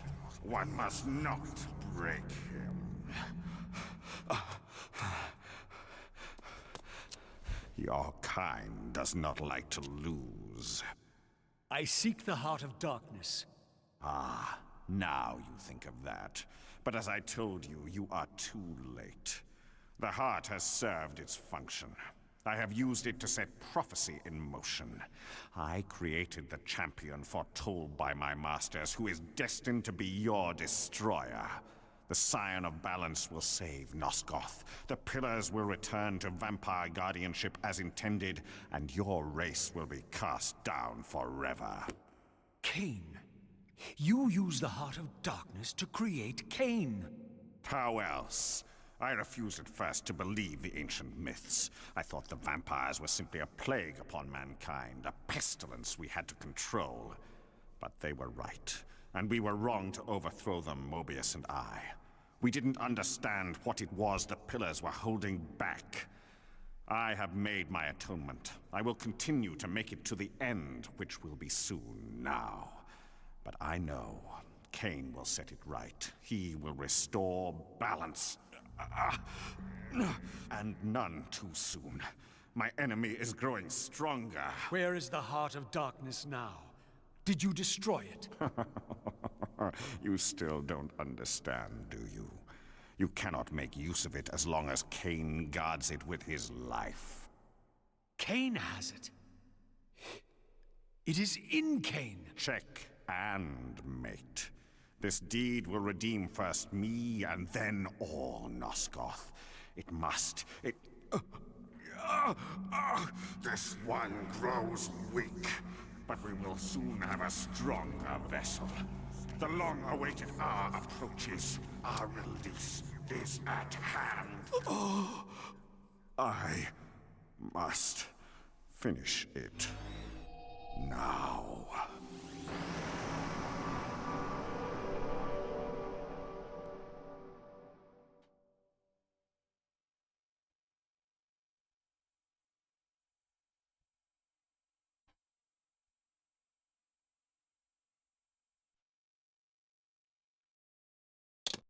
Welcome in, Off-World Devil.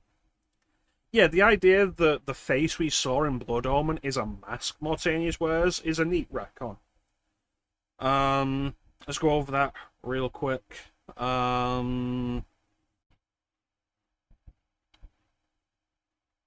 So, the Heart of Darkness is in Kain. Let's line up the timelines real quick. Mortanius just summoned Kain to the Pillars. Kain has just killed Mobius. And this is Blood Omen 1's timeline. Blood Omen Kain has just killed Mobius, and now Mortanius summons him to the Pillars to face down the final Guardians, where Mortanius will kill Azamith the Planar, leaving Mortanius as the final Guardian. where he is then overcome by the Unspoken and transformed into the monster Kain fights the final boss. Mortanius's plan will not work because Mobius's machinations have made so that Kain is the last vampire in Nosgoth. Kain is offered the choice to sacrifice himself and restore the pillars, which means no vampires are left and the Hilden win, or to damn the pillars, which means the pillars are broken and the Hilden win.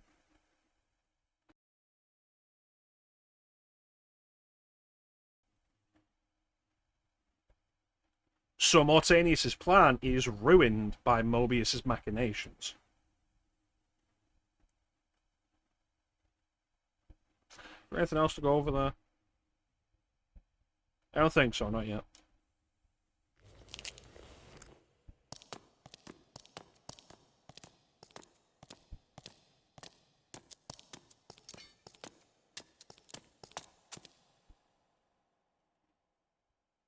Kain, why is this no surprise? Because our destinies run together, Raziel, like two rivers that have met and can never be distinct again. At your every fatal turn, you'll find me. And the free will you said was mine. What has become of that? You still have it. And that has everything to do with my presence here now. It was your machinations that set my destiny in motion. The coin you tossed has struck the earth. Now you must abide by its outcome. The coin is still turning, Raziel. To reach the resolution we both can live with, that will best serve our futures, Janos Audron must not be raised. Because you do not wish it? Is my free will to be exercised only when it accords with your whim? There is much more at stake in this than you know. Yes, and it is Janos who has the answers I desire. You must trust me, Raziel. Our intentions, for Nosgoth, for our futures, are not so diverse. I must trust you. Or... I've not come here to threaten you, Raziel. Then you maybe say put that the sword while away. you hold in your hand the instrument of my doom? I saved you from the Reaver once. I have no intention of imprisoning you within the blade. At least not until the moment it serves your plans to do so. You are not the only one at risk. I may carry the instrument of your destruction, but I too have taken a chance in coming here. Or haven't you realized? You bear the only weapon that can kill me. Then you know what I am, and who you are. I believe I do. And still you think you can move me about like your pawn? Think again, Kain. Take heed, Raziel. Why? If we are who we are, then are we not destined to fight to the death to decide the fate of Nosgoth? Don't be a fool! I will not fight you! And that will be the prophesied hero's battle? I win because you will not fight me? The mighty Kain, scion of balance, would-be savior of Nosgoth, surrenders before the final battle even begins! Very well. If this will make you see reason.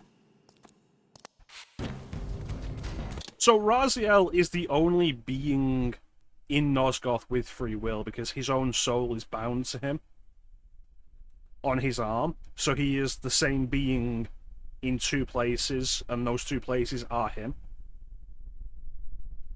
And yet, it turns out that his free will doesn't mean a whole lot because he is a fucking idiot.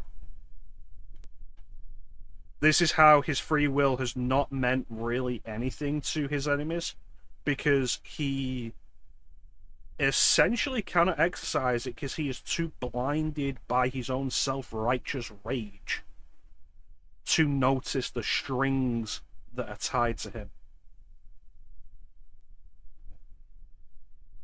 Because he's an idiot.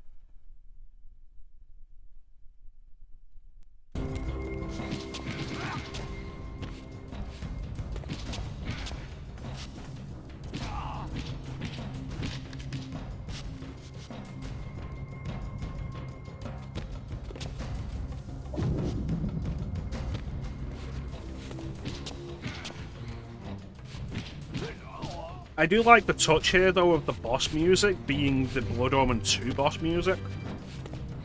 But that's because I like Blood Omen 2.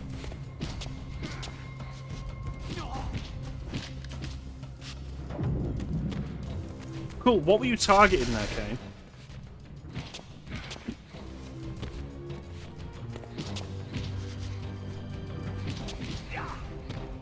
Damn, it's trash.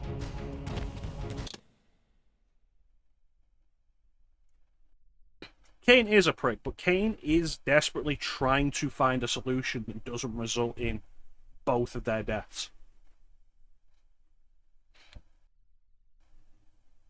Because ultimately, Kain is the only person who is not trying to manipulate him.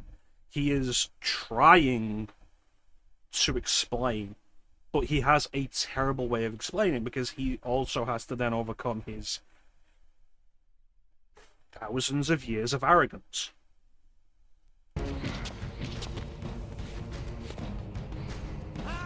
And Raziel is blind to that because of his rage over Kain's killing of him.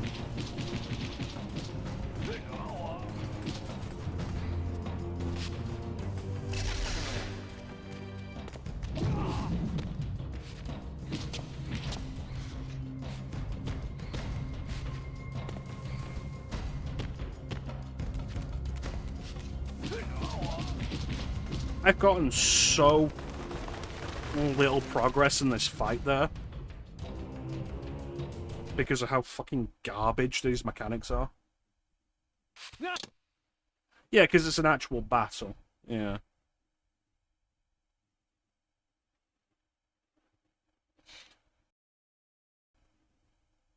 It's an interesting quote, Seek, though it doesn't apply to this. Does it? No, I'm thinking from Kain's perspective. You're thinking from Raziel's, yes.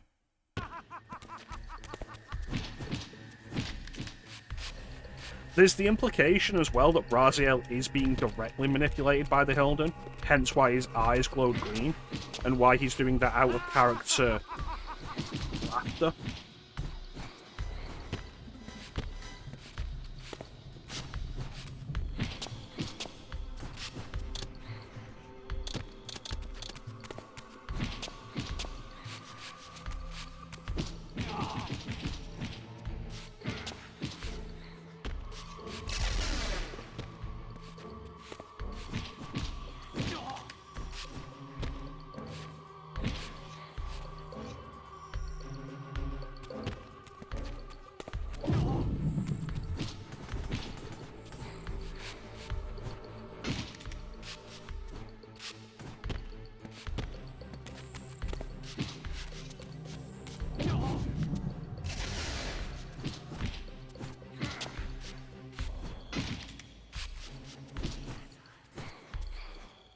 Okay, let's go somewhere where I can actually fucking see.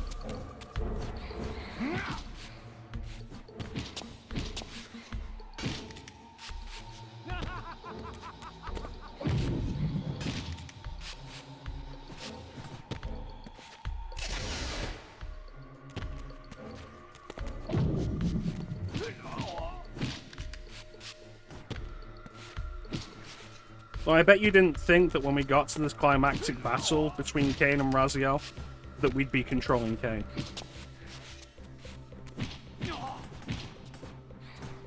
Okay, why did a bunch of those hits not actually hit? That should have ended the fight. Don't fucking bullshit me with this.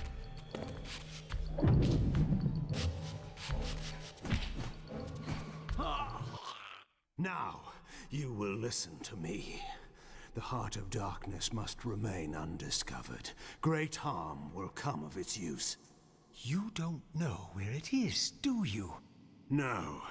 You never looked for it. It doesn't matter, Raziel. Listen That was to a me. close one. I was You getting must very understand frustrated. that every creature is bound to one predestined path. We are all shackled. To the wheel of fate. Believe me, I know that even better than you do.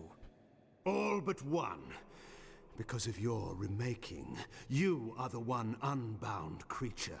The one among us all that truly has free will. You have a choice, Raziel. which I'm sure I must make at your direction. Your pawn has reached the end of the board, Kain, and now my powers may even surpass yours. How ironic if the creature that you made should prove your own undoing. Now, we finish this, once and for all.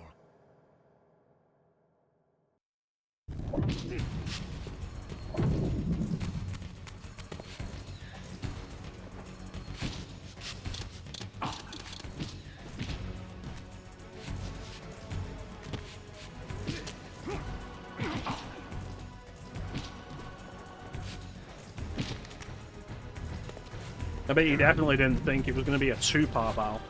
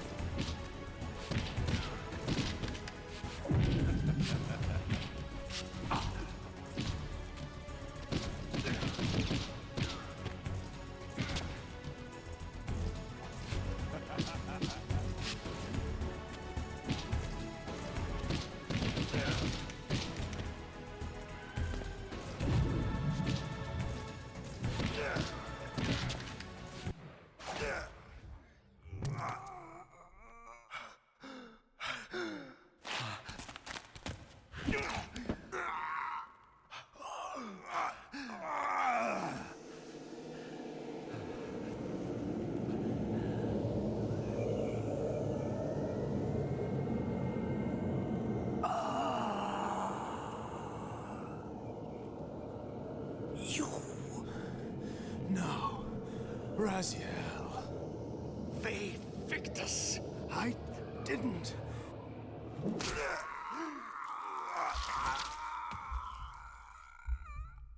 Woe to the conquered! I have found the heart of darkness, and you go to oblivion.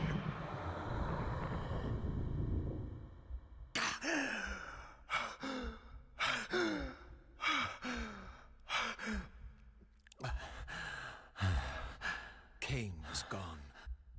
The madness of this place had somehow fueled my rage, and as it subsided, I felt no elation, no sense of victory.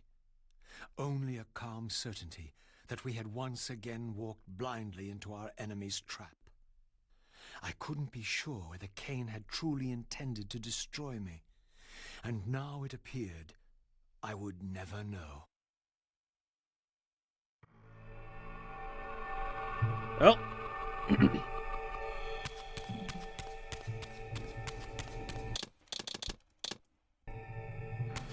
No! No! Yep, Kain is dead. And now we return to Vorador's mansion to revive Janos Audron. In my absence, the estate had been overrun by Mobius' Welcome in, soldiers. First Transit.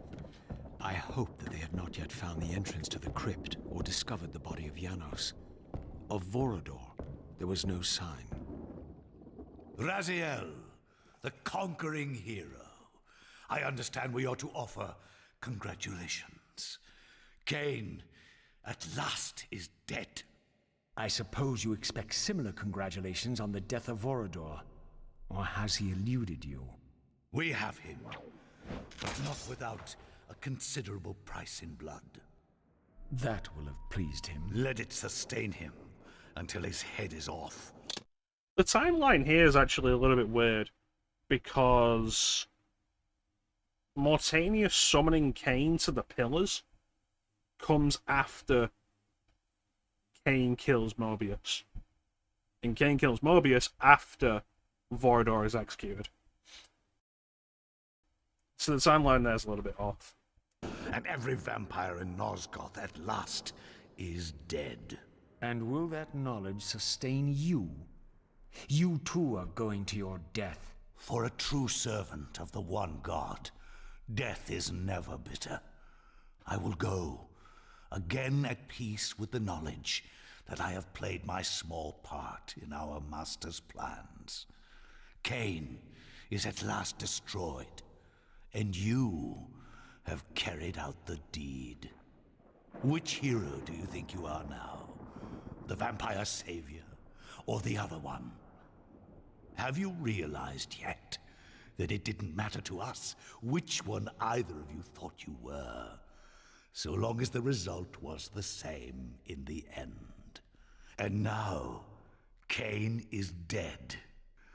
Really, I cannot thank you enough. So, this has all been arranged every step of the way. And Kain thought I truly had free will. Oh, but you do. And there's the greatest triumph of all. To have compelled the one player who could choose into doing exactly what we required. Well done, faithful servant. And now, I have an execution to see to. Yep, good work, Raziel.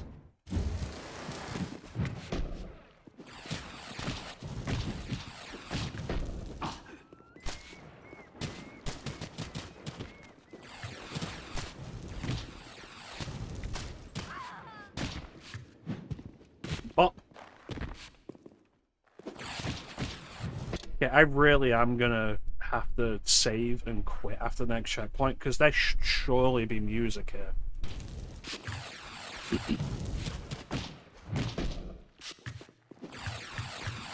I feel like it's all just glitched. And it's odd, because there was music during the fight, the Kain fight and the Raziel fight.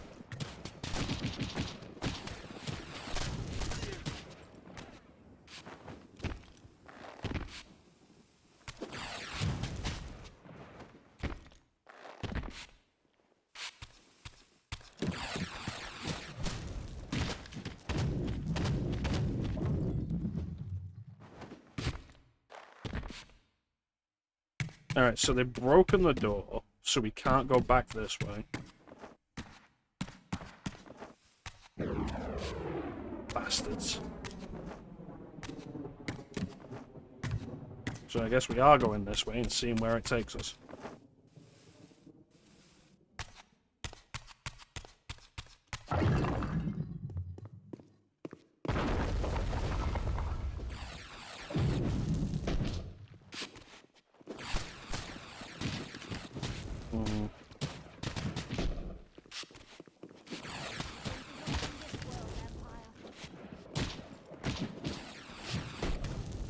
The question that you have left now in this regard is, now that Kain's finally dead, what purpose does the Elder God have for Raziel?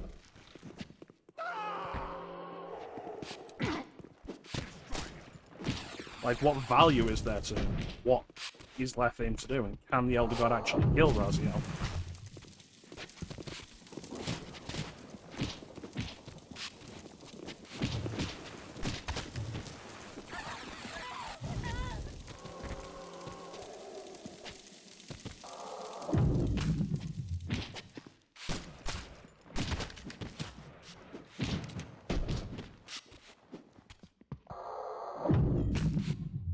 Come here. You know, you look like you want to be on fire again.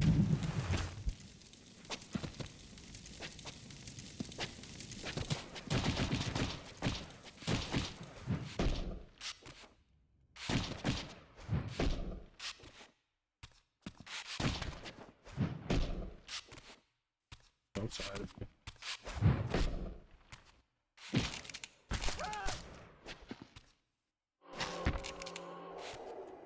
Alright.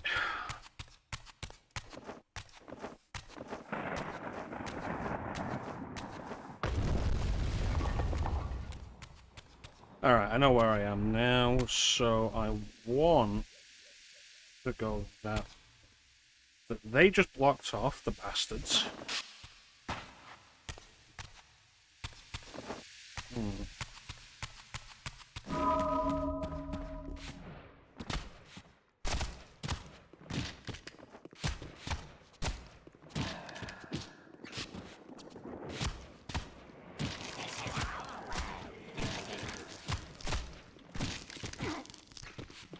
I think the biggest question we end up with, though, is because of the retconning done since the original intention with Soul Reaver,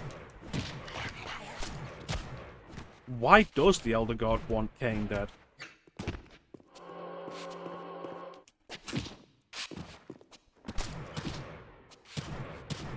Because in Soul Reaver, it was specifically for the sake of continuing to turn the Wheel of Fate, because Kain's... what's the word? Kain's raising of vampires was upsetting and removing souls from the Wheel of Fate, meaning that there was less there. It was going to eventually turn in that regard. Plus, as long as Kain is alive, Nosgoth cannot be restored. But with the changes made to the Elder God's personality in Soul Reaver 2 and Defiance, it ends up being like that can't be the actual reason, because it doesn't match up anymore. So what is the reason?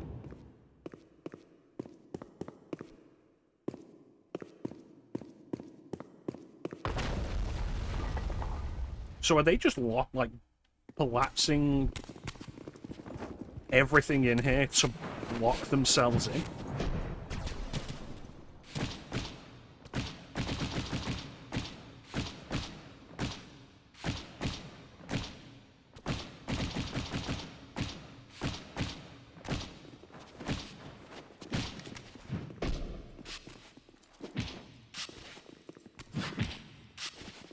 Not seen a checkpoint for a while.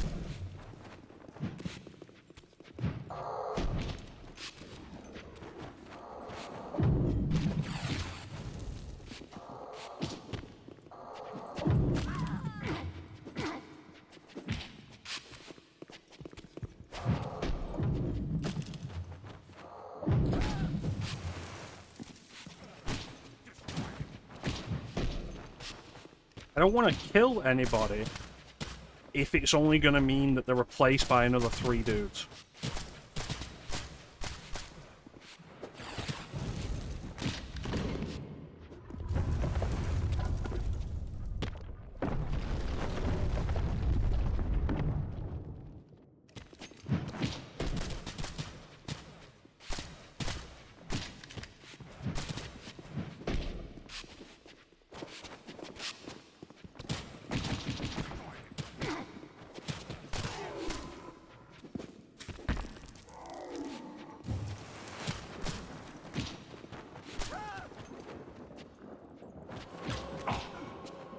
Give me that.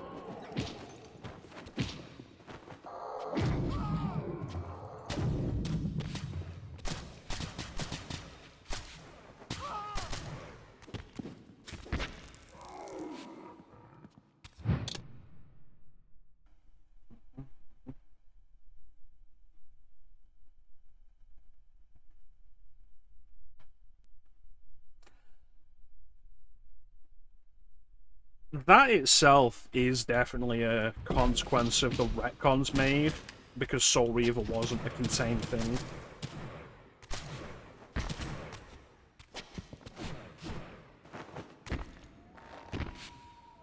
Because there's the thing in Soul Reaver of vampire souls don't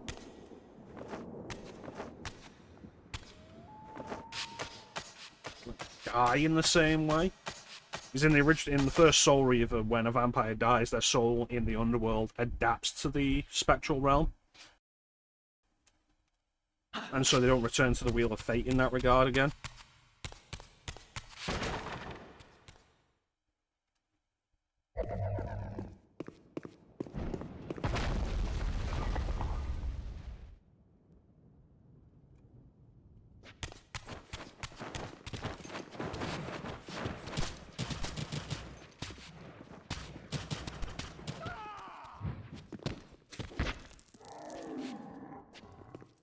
Not seen a checkpoint since we left Avanos. Yeah, they become the wraiths.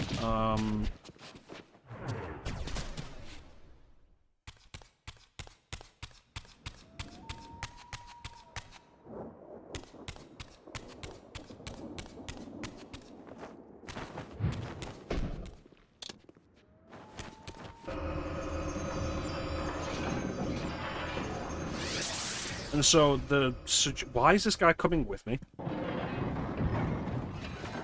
What the fuck?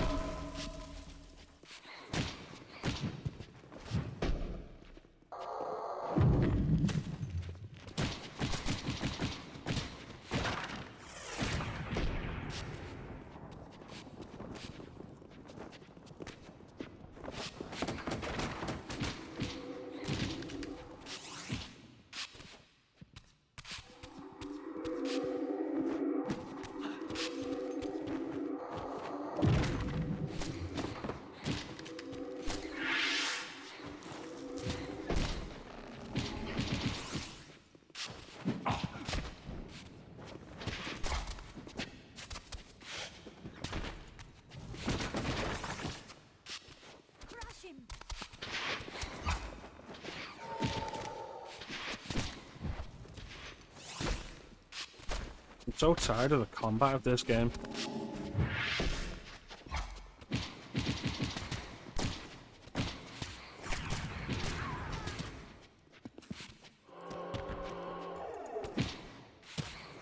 What was I saying? Yeah. So, like, it becomes one of the biggest questions you can end up with, like, post Soul Reaver 2. Like, why the death of the vampires means so much. Especially when Defiance comes along and makes it clear that the vampires used to worship the Elder God until they were made immortal, at which point the loss of connection to the Elder God was why they killed themselves. Ultimately why the vampire race died out.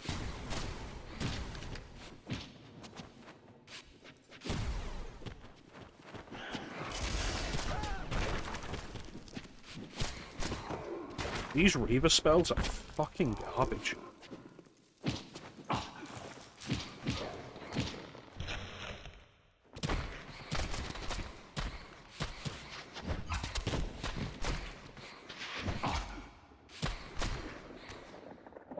That's 2 enemies that have gotten stuck in the floor in this fight.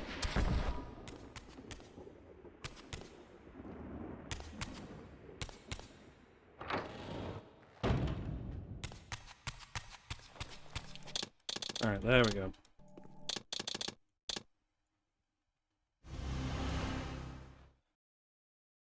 Let's try this again. Maybe there's supposed to be some music. Maybe it's a PC version issue. Maybe it's a compatibility issue on modern hardware. There you go, music.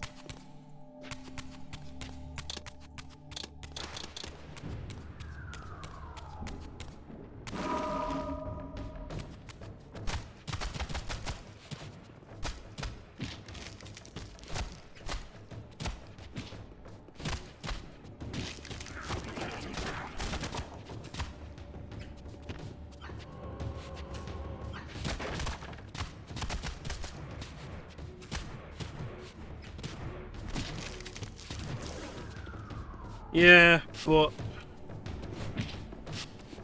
it's better than just having dead silence.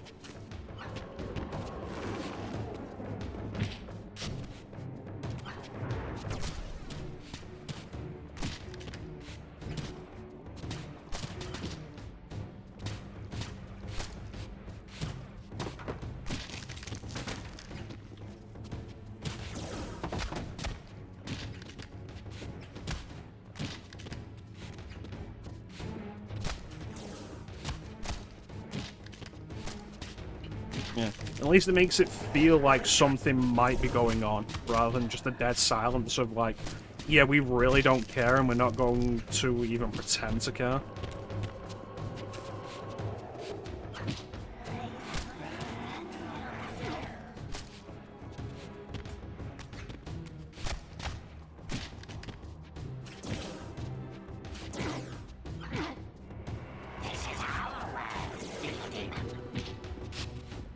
It's fun how beating Terrell upgraded my telekinesis powers, and they don't work on these guys at all. Oh, now they do. Wow. This fucking game.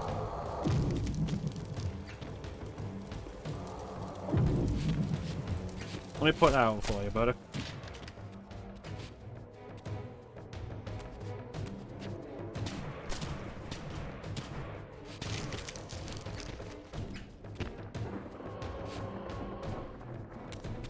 I think one of my favorite things about streaming has been like, oh yeah, I remember loving this game in my childhood, and then I go back to it and it's like, no, this game is absolute fucking garbage. And it's happened so many times. We have an ad coming up though, so we should run it now before we get back to Janos Audron.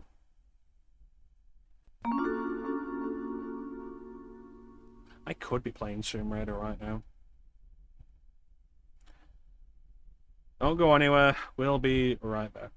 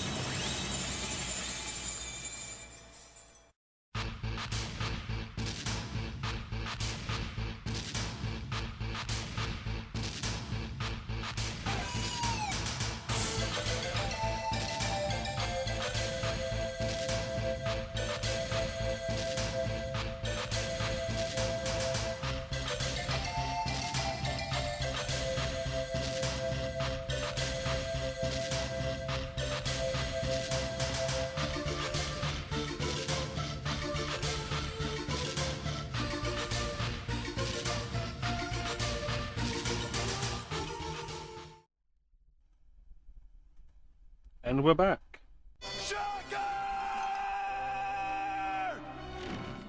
Yes. I feel like, Teak, you need to stop hating on Prince of Persia: The Sands of Time. It's not a bad game. It wasn't a bad game when it came out. The combat isn't good, but it's something people were more accepting of at the time because everything else about it was so new and amazing. And even the acrobatic aspect of the combat was new and amazing. People loved that, and it's still a good game, just with rough combat. Stop ragging on Prince of Persia.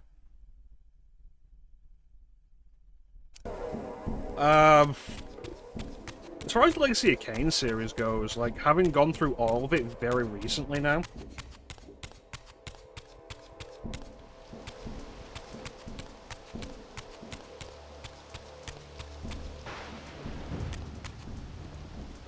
great voice acting, yes. Solid enough stories for the most part. I think Soul Reaver 1 aged better than I expected. I found Soul Reaver 1 very entertaining. Blood Omen, as I had expected, had aged, like, really good. Like, aged the best.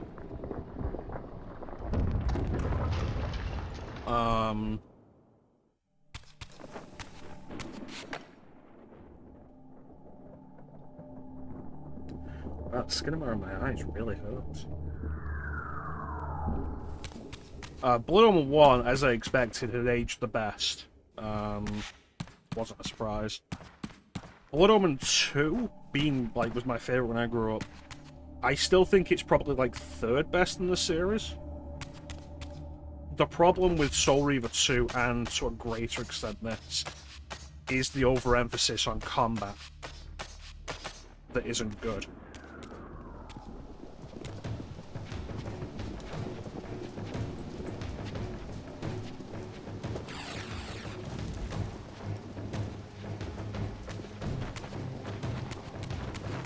Yeah, the combat's not great in the original Sands of Time. Like, I'm never going to dispute that. And it does go on way too long, as I said.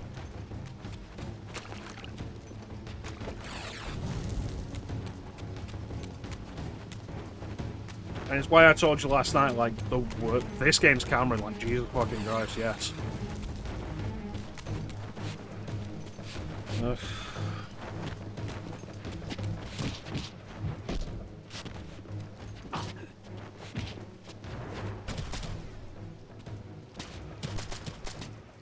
And it's why I said, like, when you get to the elevator, you'll know that's it. That's the worst of it, and it won't get any worse than that.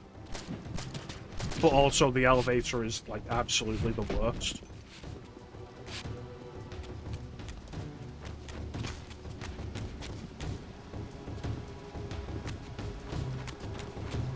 And I do still think that, Warrior Within does a lot better with all of that. So I do think you would probably enjoy Warrior Within more.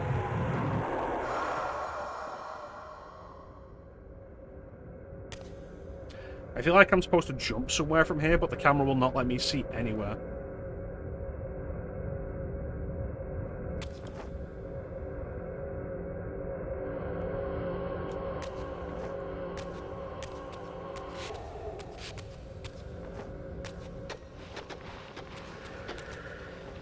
Stuff like, The Simpsons Hit and Run, which everybody still looks upon as like, oh yeah, it's the best Simpsons game, it's so good. We were robbed of a sequel. And it's like, I went through that game for Let's Play, and let me tell you, that game isn't good. That game is rough. And repetitive. Kinda boring.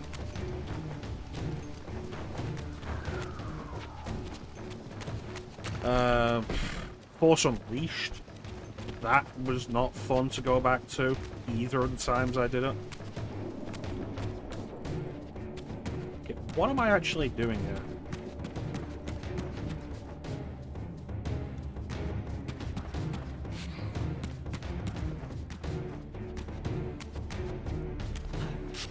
You think this would have actually led to something?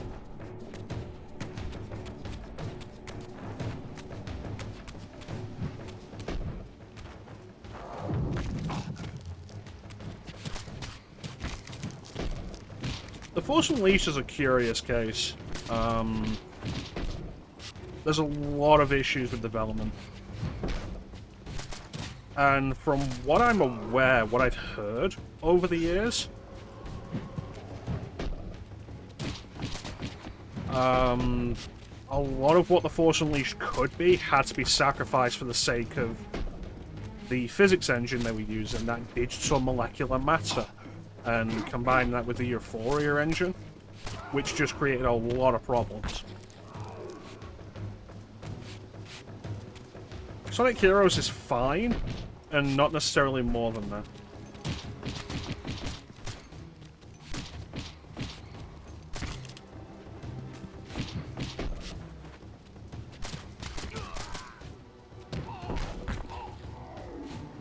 Like, it's not great, it's fine. But 3D Sonic still hasn't done better than Sonic Adventure, which itself, like, wasn't amazing. It had good ideas, but it's what is now a traditional case of Sonic Team not actually ironing out any flaws.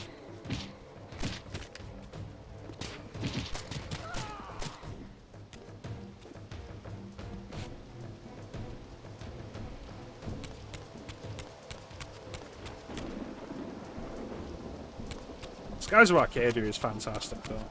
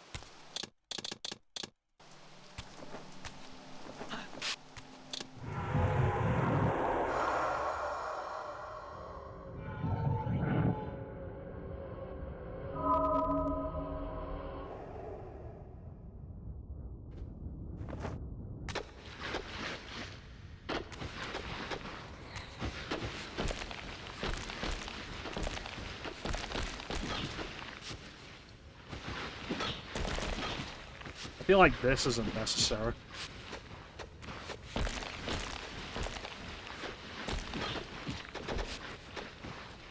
And they don't even have the courtesy to leave souls behind.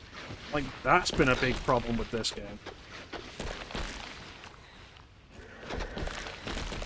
Like, so many of the most bullshit enemies you fight, when they die, don't give you any option of recovering your health.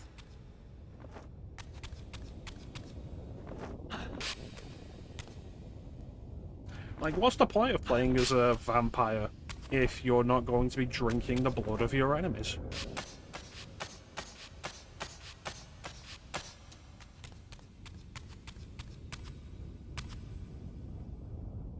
That's where I came from. Where am I going?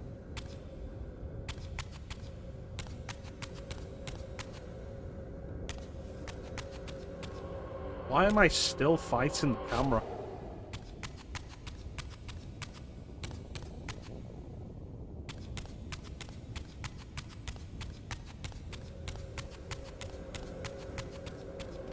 Fucking...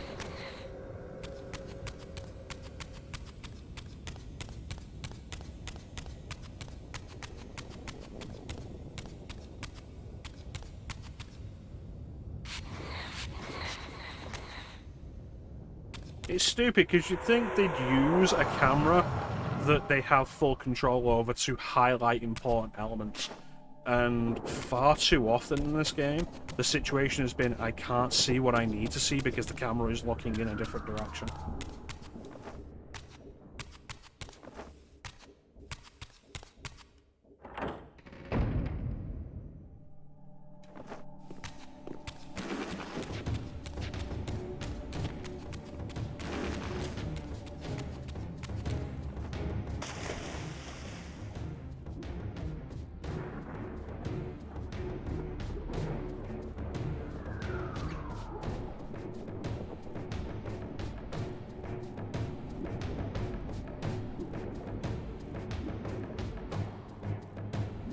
Why is it harder to see underwater than it is in the spectral realm?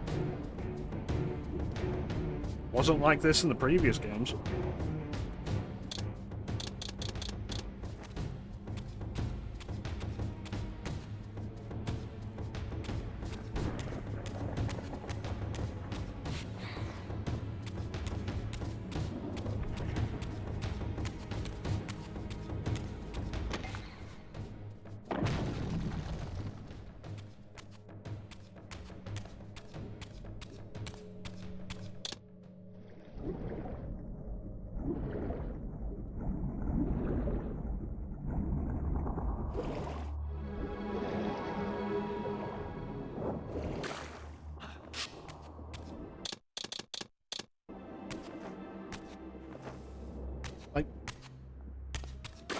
I think it's honestly one of the oddest design choices of this game.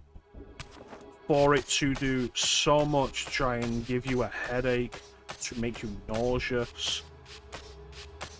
It's like when Ninja and I were discussing in an earlier session, the way the camera moves when you adjust it in any sense, like this.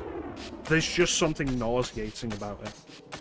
Underwater, the vision, like, really strains your eyes. The spectral realm, the blur filter over it, is really uncomfortable on the eyes.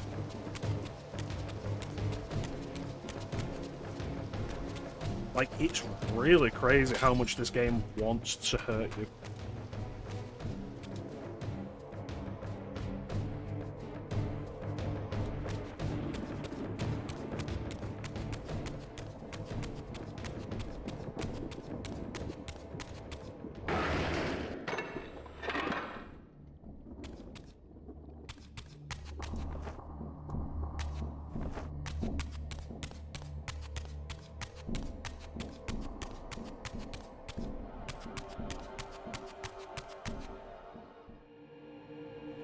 Right, don't ask me where I was keeping the heart. At so high a cost. My blood offering for the answers I sought from this enigmatic corpse.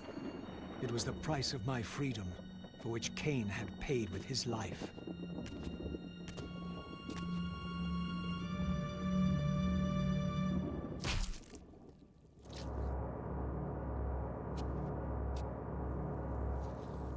Had I journeyed so far and forsaken so much, only to have it end like this?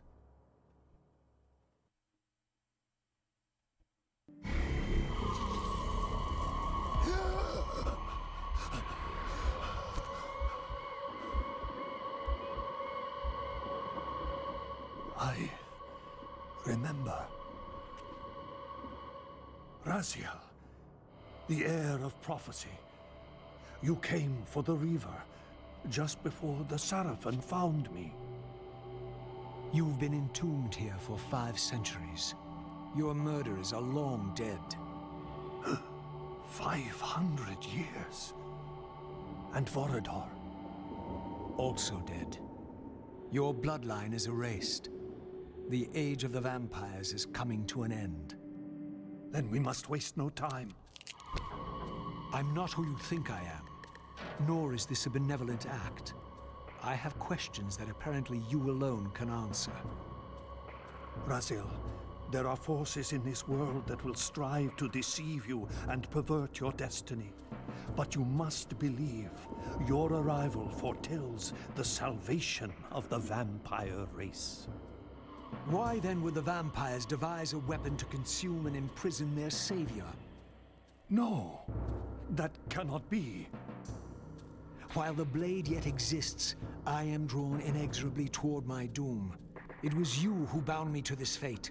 Only you can release me. Raziel, you have been misled. You are ordained by prophecy to wield the Reaver. And so I do, though not quite as you'd envisioned. Redeemer and Destroyer. Is it possible? Did I misread all the signs? It seems your destiny is more labyrinthian than I had imagined. You must trust me, Raziel. We may have very little time. I will convey you to the place where your answers lie.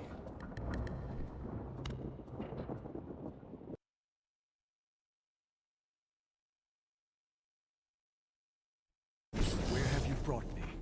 We are within the ancient citadel of the vampire race, long ago defiled and abandoned.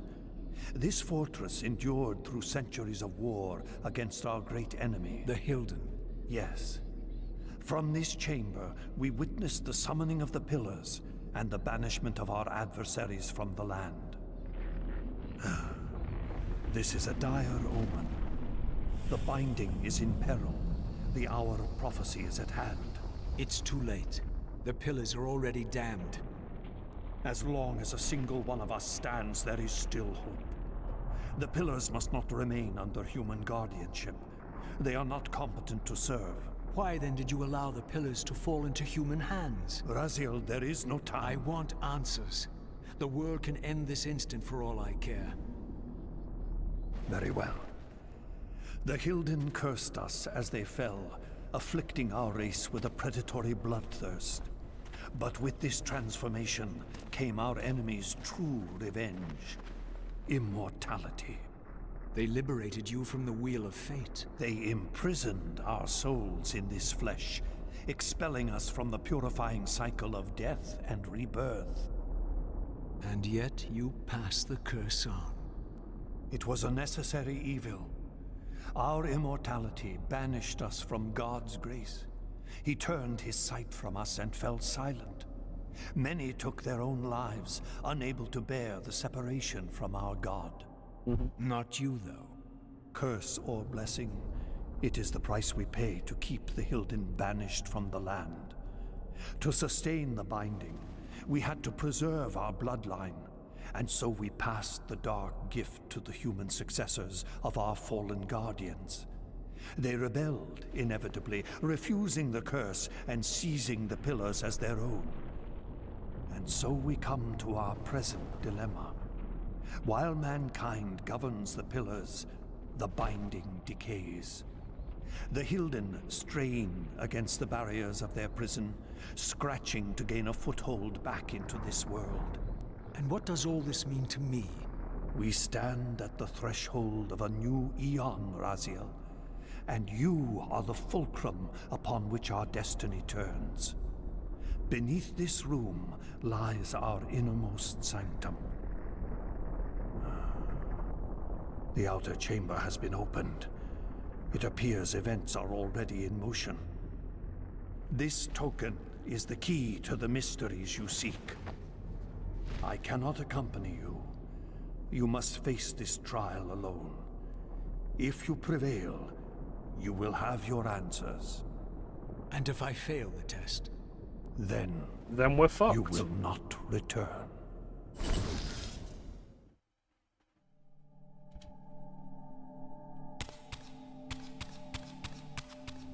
Of course, we know what happens with the pillars. Kain returns, witnesses Mortanius kill Azimuth the Planar before transforming into the Unspoken.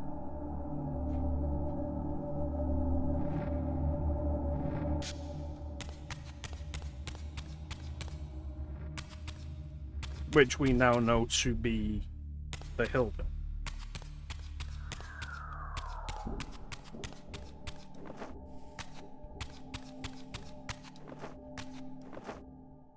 And following Kain's defeat of the Hilden, he is offered the choice by Ariel to sacrifice himself to restore the pillars, or to damn the pillars.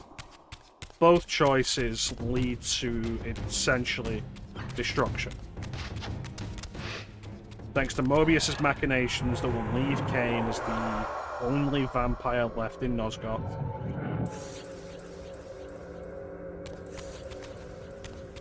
And with the vampires gone, the Hilden will be free to return. New human guardians will arise, and they won't be strong enough to fight off the Hilden. The binding will break, and the pillars will fall, and the Hilden will return. Or Kain refuses the sacrifice, the binding breaks, the pillars fall, and the Hilden return.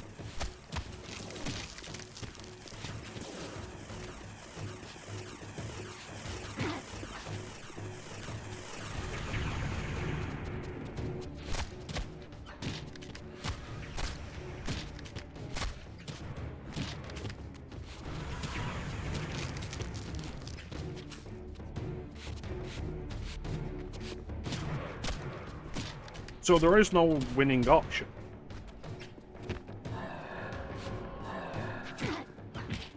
It's what Kain meant when he spoke about the coin landing on either side. Heads, the vampires die out and the Hilden win. Tails, the pillars fall and the Hilden win.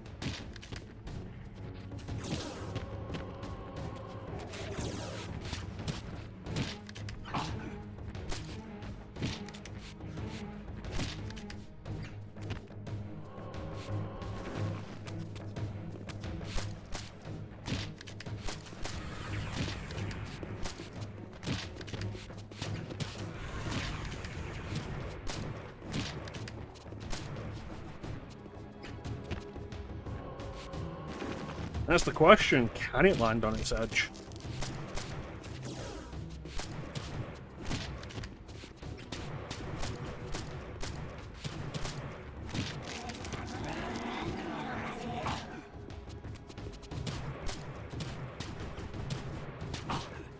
And suppose it does, Kain is still ultimately corrupted. The Unspoken's machinations that resulted in the murder of Ariel back at the very beginning of Blood Omen, which led Naprapta to go insane and to infect the rest of the circle with that insanity.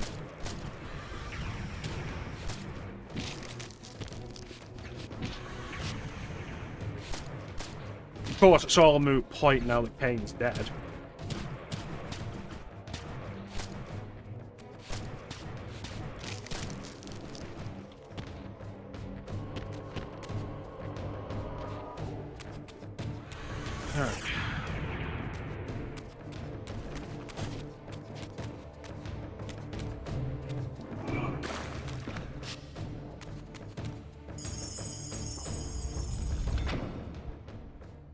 Whether Kain's plan could have worked, the possibility of him truly taking his place as the sign of balance, who knows?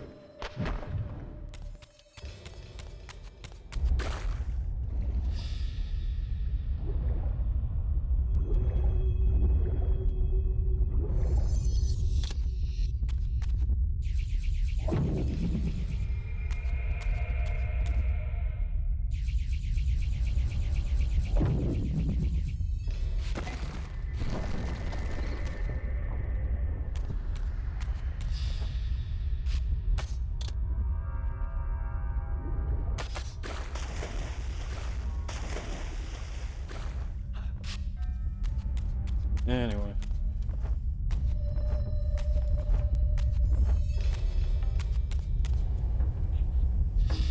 Of course, there is a difference now. With Kain dead and the Heart of Darkness restored to Janos, there is still a vampire that lives besides Kain.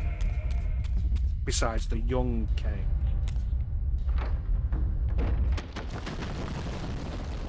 I should have known I'd find you here.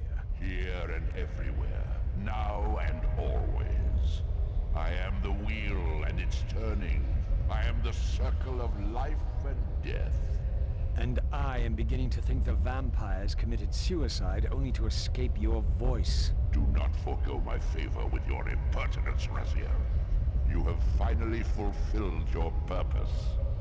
I am pleased. What are you trying to obliterate here, then? What is it about me that has you so afraid? Your fate is trivial, Raziel. It was Kain's destiny that mattered all along.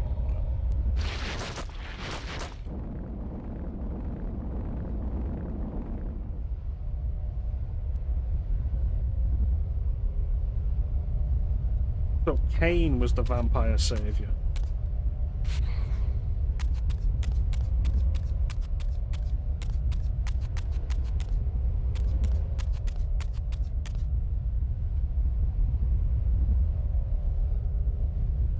My master seemed keen to extinguish the purifying fire of the Spirit Forge. Perhaps the Reaver would loosen his grip.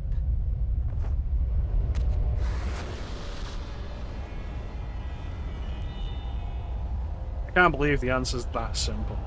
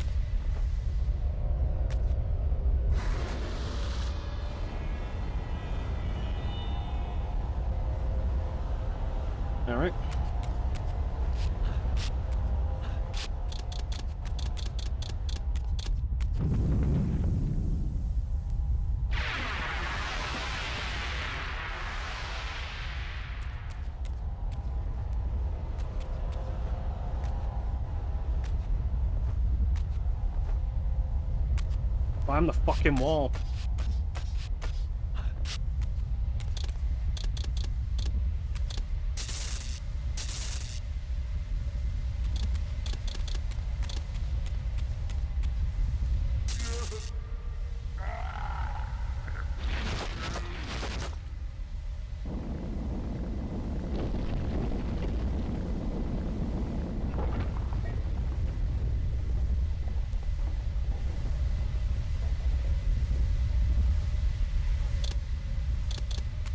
Last one.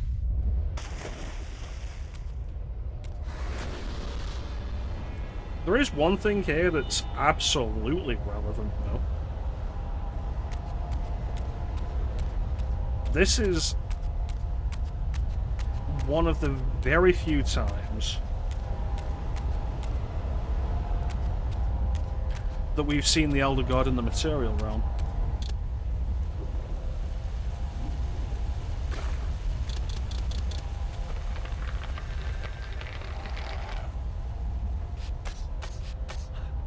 One of two locations.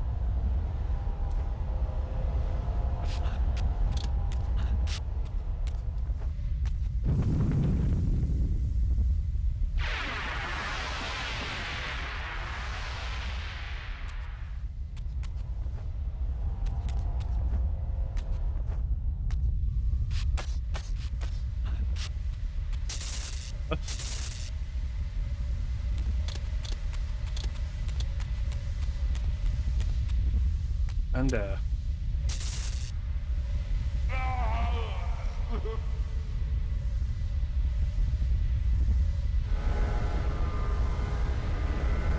I not do it in time? Let's find out. Get out of my way.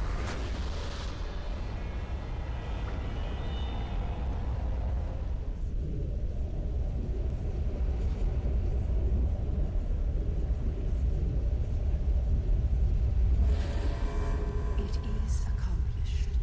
The Forge summons the spirit of every Balance Guardian to itself for this final purpose. Ariel? You? Yes, Raziel. Yet I am much more than I was. The veil is lifted from my sight. My spirit, united with the souls of my predecessors, is drawn here now for the final baptism of the blade. To restore balance, the sword must be rendered pure by spirit. Release me, Raziel. The Soul Reaver has the power. Release us all. For this we were called.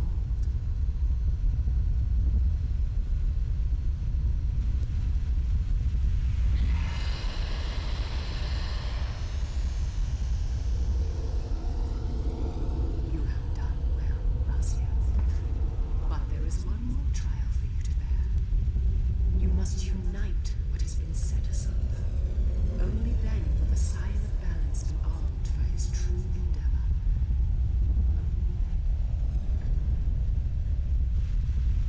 The Reaver now blazed with purifying flame. But far from being enlightened, I found myself entangled in an even greater web of mysteries. What had Janos expected me to learn? And what of Ariel's cryptic message? If the sword was endowed for the Scion of Balance, for Kain, and he was now dead, what hope remained? I needed to find Janos, and soon. I dreaded to think what these ominous rumblings might portend.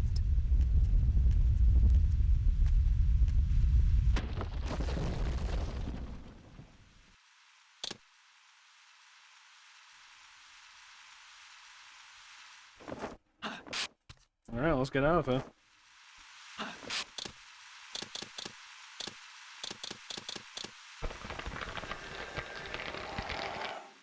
I mean, we could always give it to the younger version of Scion of Balance that exists within this time.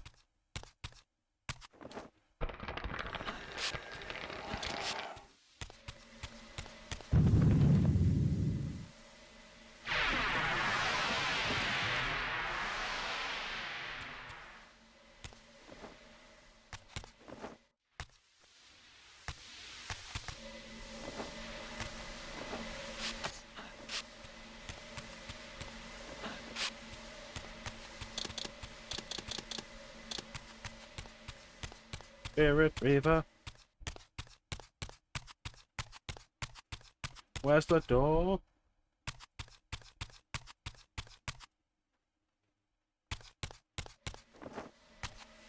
I've gotten stuck on so many walls. Oh, there it is.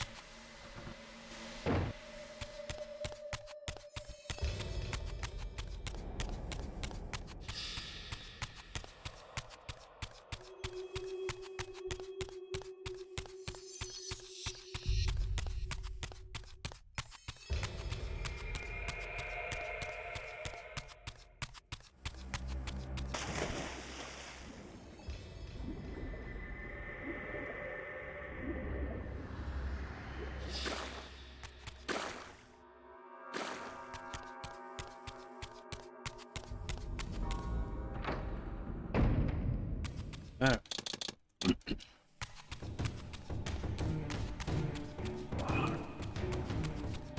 Not dealing with any of you fuckers.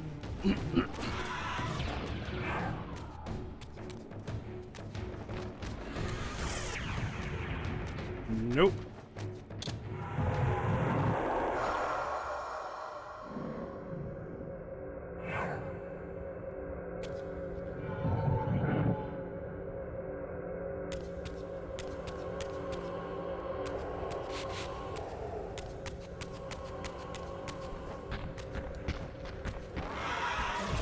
Don't mind me, boys.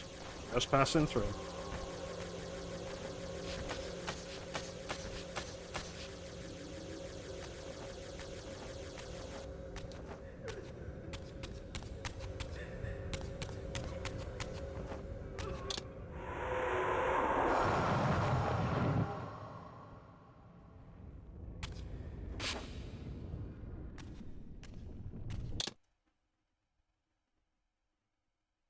How much of the game do we have left?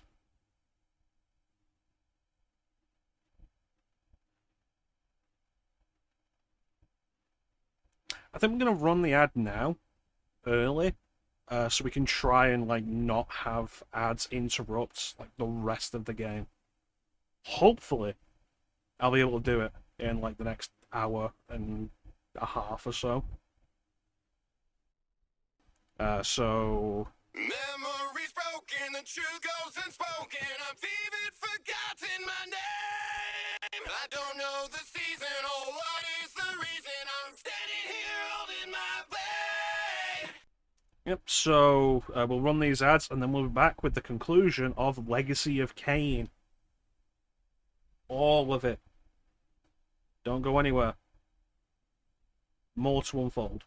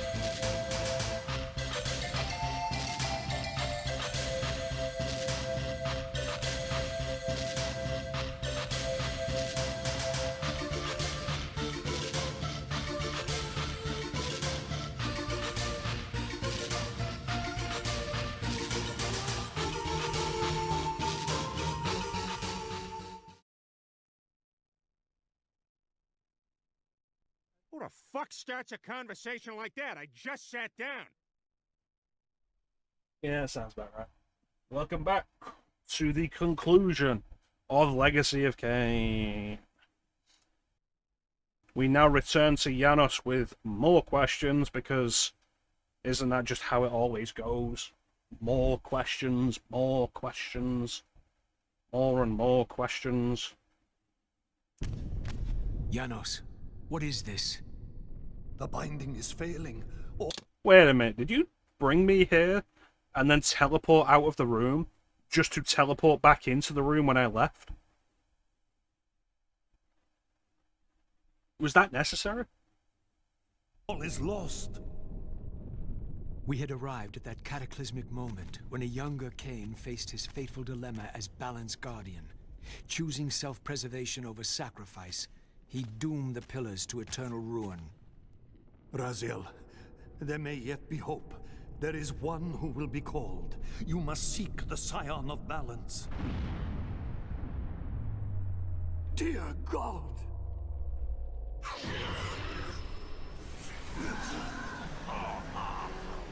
Wow.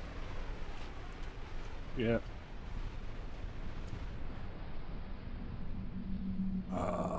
Raziel, we meet again. You have played your part flawlessly. It is gratifying to attain both freedom and vengeance in a single stroke. No! You cannot! This one is strong. Good. My next move requires a more durable host. Mortals are such fragile vessels. Willing or not, you have provided the instrument of our victory. I wouldn't celebrate just yet. You pathetic creature. You haven't got a clue. The seduction of the Circle and possession of Mortanius, Ariel's murder, the corruption and collapse of the Pillars, all orchestrated as a prelude to this moment. We sought an incorruptible vessel, and you provided one. We required the blood of our ancient enemy, and you delivered Janos Audron, having first been lured to the heart of darkness. Best of all, you murdered the Scion of Balance to get it. We've already won. Raziel, you must not allow them to carry out their plan. Kill me, and you end it now. Suicidal like the rest of them. Know your place, Raziel. The true hero plays his role and then steps aside.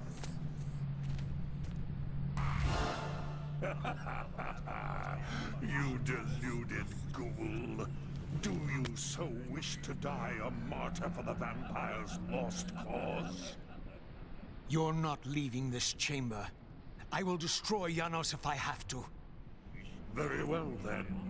I'll indulge you.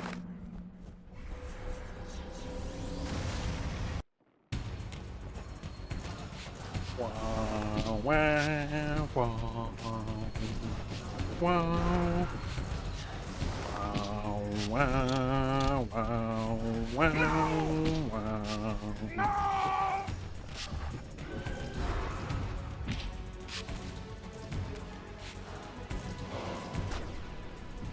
Well, that did nothing.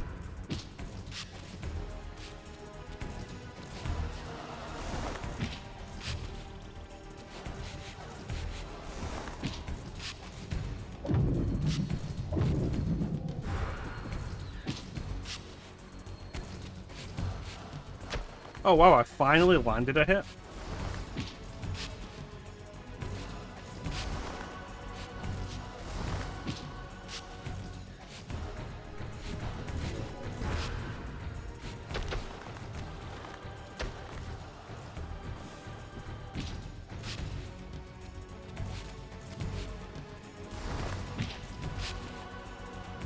This is absolutely going to end up being a retry.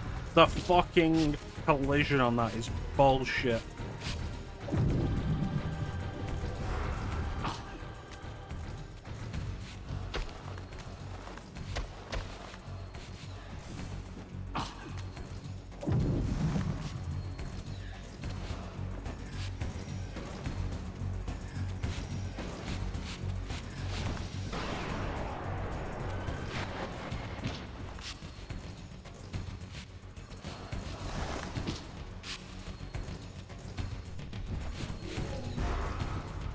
Remember how in Soul Reaver and Soul Reaver 2, enemies like this just couldn't win against Raziel because destroy the material body, and he just goes back to the spectral realm where time passes at a much slower rate?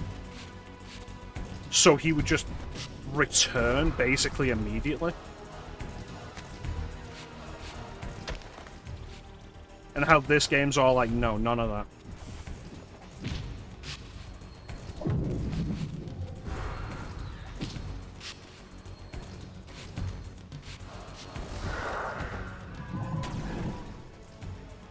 What the fuck was that?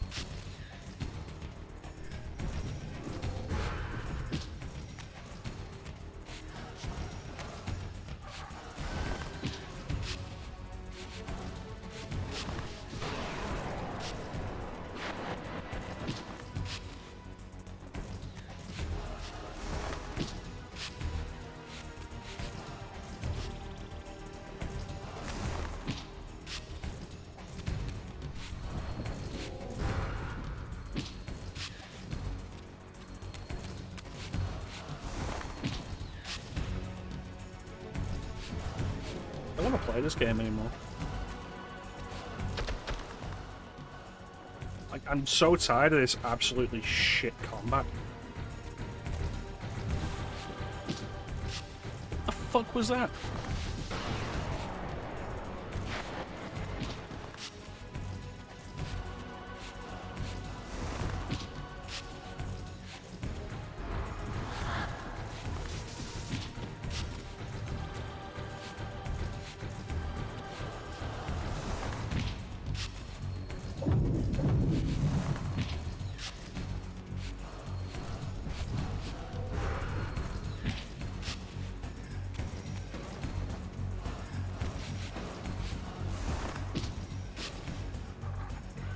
It's amazing how I've gained, like, the ultimate power of the Reaver and I feel fucking worthless, weaker than ever.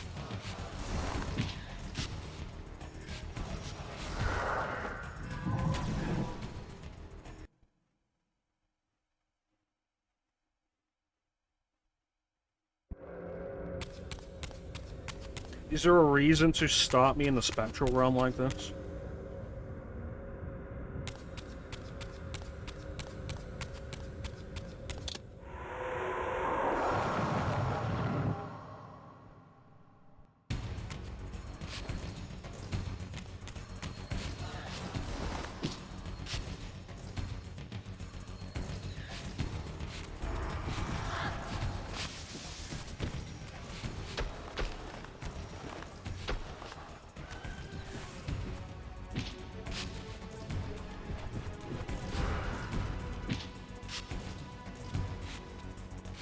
Something that I possibly could have dodged if I could see the fuck. Of course, with how wide the hitbox on it is, probably not.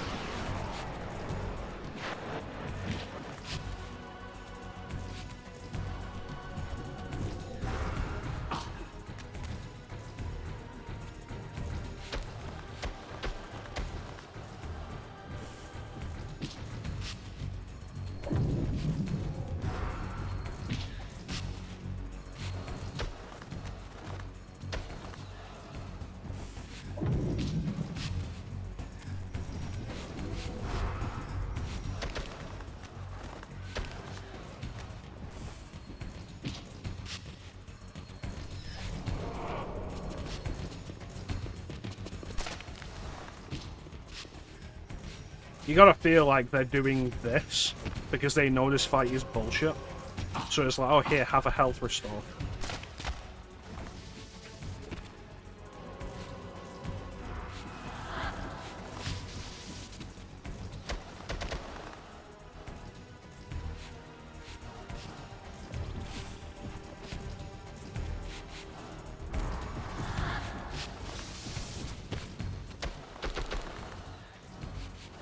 Why does that stop doing damage after the third hit?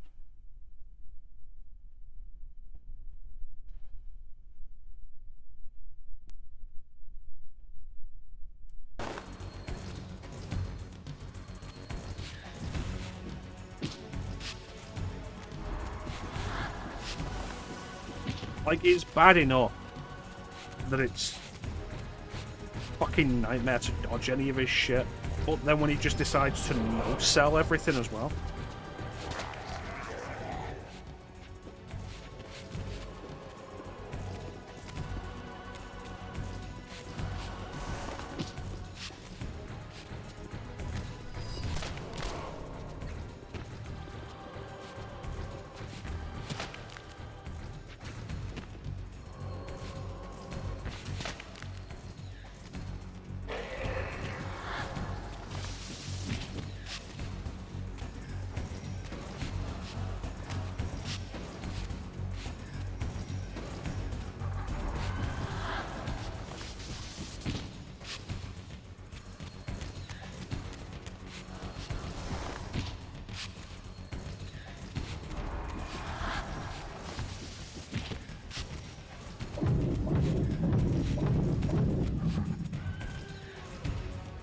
Telekinesis is auto-target.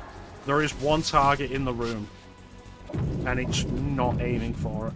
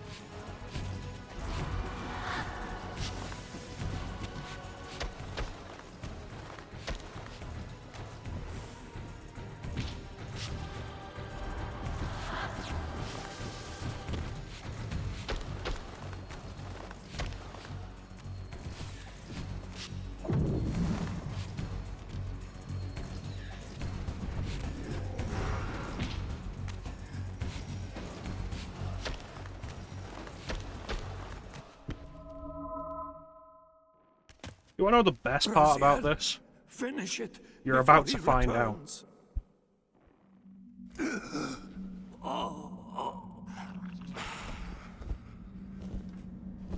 You should have listened to me.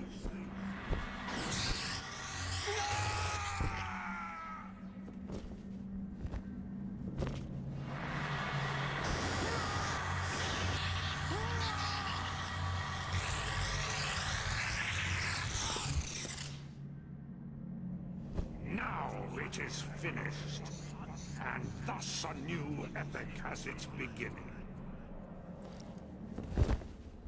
What's that? The Hilden Lord won, and Yanis's and Raziel's body was destroyed anyway? Wow. Do you see? However far you stray, you will always return to me. Surrender, Raziel. Never! Your efforts are wasted, Raziel. That weapon you bear, however endowed, remains only a wraith blade. It cannot touch me. I will not be your prisoner. You have no choice. Your task is fulfilled. Kain has been cleared from the board, and this chamber made ready for my more malleable servants. There is nothing more for you to do. I refuse to bend my will. It has always been my will you satisfy, never your own. You Parasitic fraud. You are forced to imprison me because I possess free will. You possess nothing. As you are undying, your soul cannot be returned to the wheel. But it may console you to abide here in eternity with me. Mobius, my good servant, I call you to the place of our first meeting. Return to me here.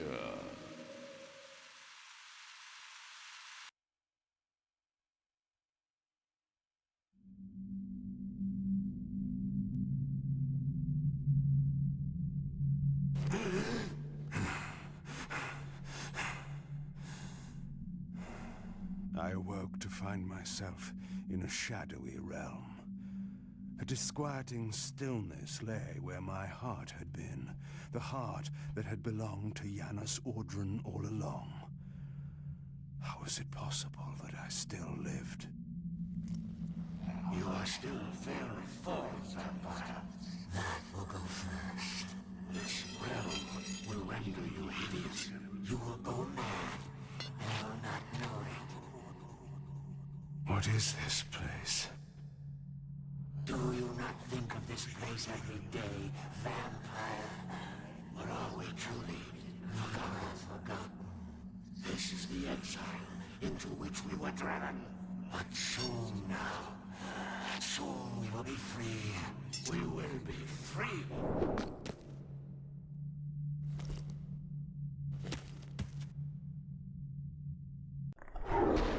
So Kain isn't dead.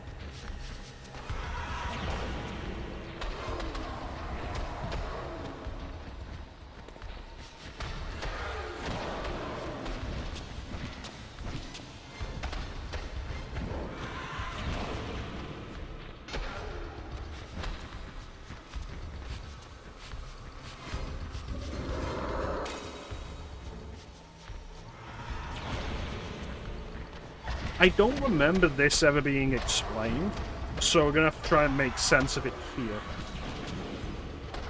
When Raziel pulled the heart from Kain's chest, he threw him through a portal.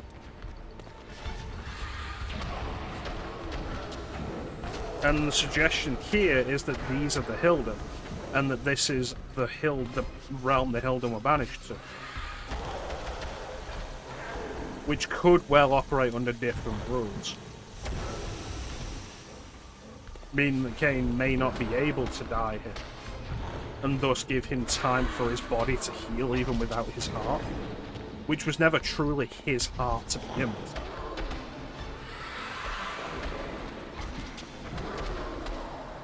Because Mortanius couldn't create a vampire. He used Janos' heart to do it, but it was never truly Kain's heart. So Janos' heart bestows vampirism onto Kain.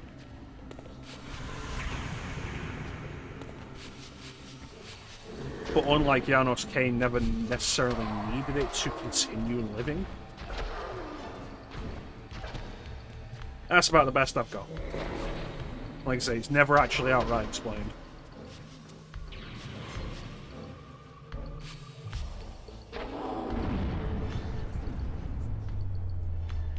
Yeah, that's not an explanation.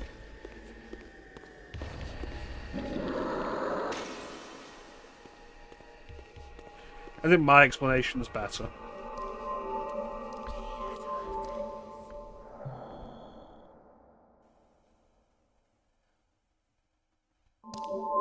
I felt strongly drawn, compelled even, not to linger here, but to go to the vampire citadel at once.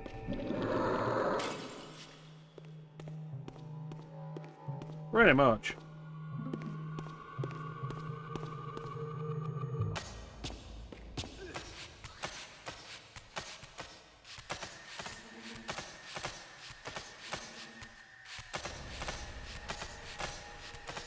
Yeah, it could be down to the portal. It could be down to Kain, after having become a vampire, not needing Janos' heart. Because Kain wasn't made a vampire in the traditional sense.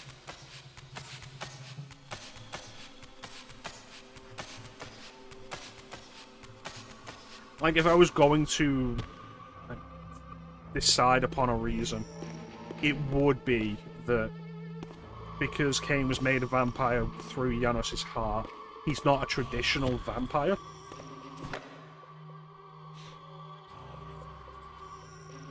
And once the heart had served its purpose in turning him into a vampire, he never needed it after that. Yeah, it would seem likely, though we couldn't necessarily know. It's entirely reasonable that Mortanius would have replaced Kain's heart with Janos's. But as I say, no real explanation.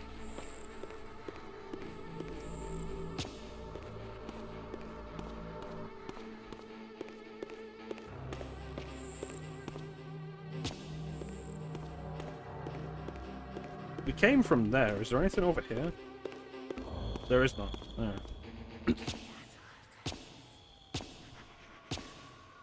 Alright, take a shot every time we're forced into a battle that we don't want to do on the way out. Pretty much, yeah.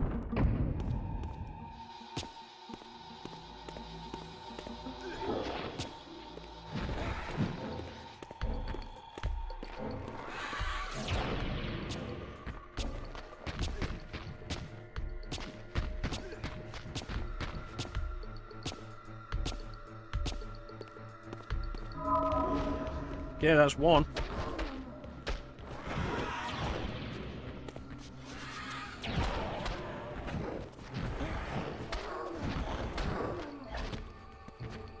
Was I ever good at this combat? Like, when it gets to this point? I don't know.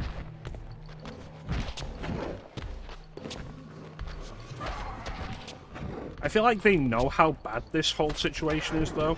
Because notice how many blood pots have been scattered around nearby. There were two in the place where Kain woke up. There's one here.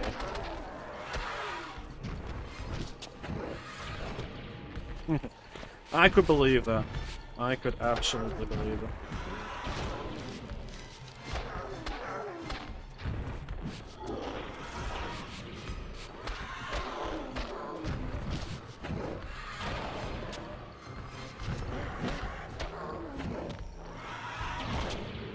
I'm trying.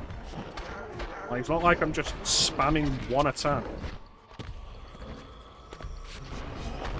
It's also frustrating that like so many of their attacks just throw you across the room.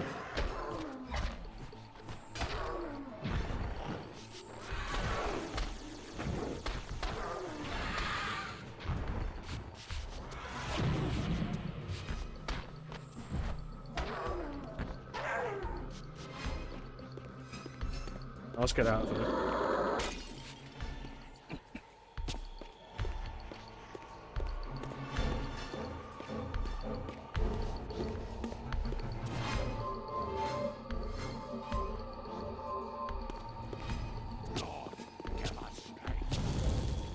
Fuck off.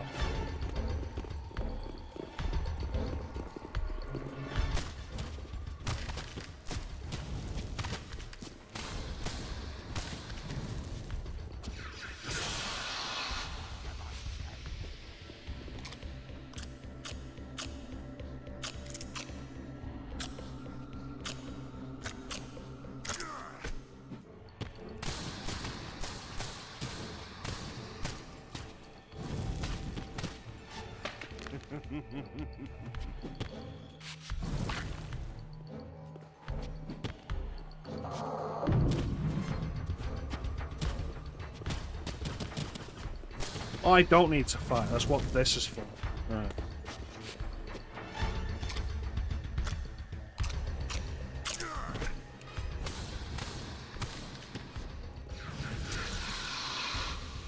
Later, fuckers.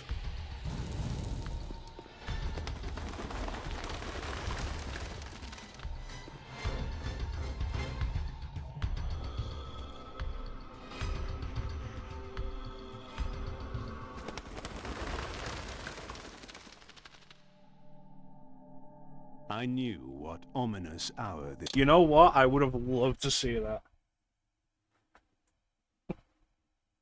And Kain has to kill Sorrel instead of Raziel. was in Nosgoth's history. For here was the event that had shaped my entire existence. I had cast my fate, refusing the sacrifice, damning the pillars, and founding my doomed empire upon their ruins. I would raise the Salafan priests to be my closest lieutenants, and would one day cast the strongest of them, my servant Raziel, into the abyss, dealing one last hand to play against fate. But in the end, had it made any difference?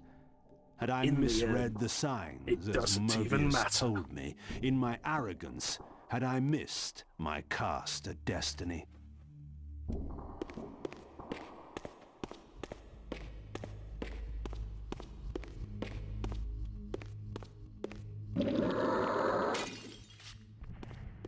I don't know where to go now, but down to that room that was locked before that Raziel opened.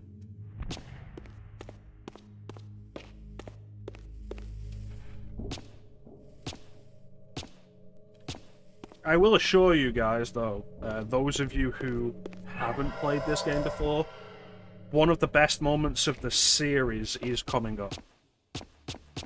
Also, for fuck's sake, why can't Kain walk downstairs?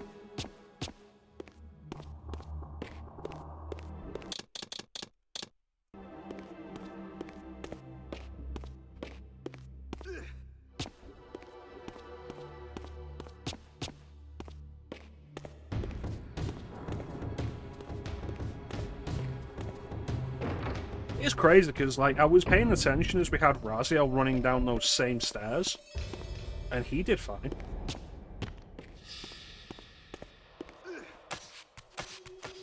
Just Kain.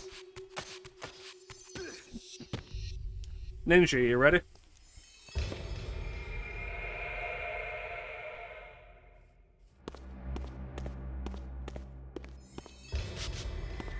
Are you ready, Ninja?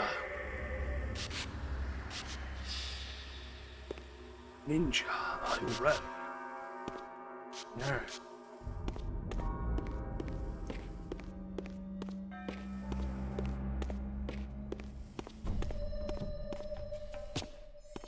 You'll love this.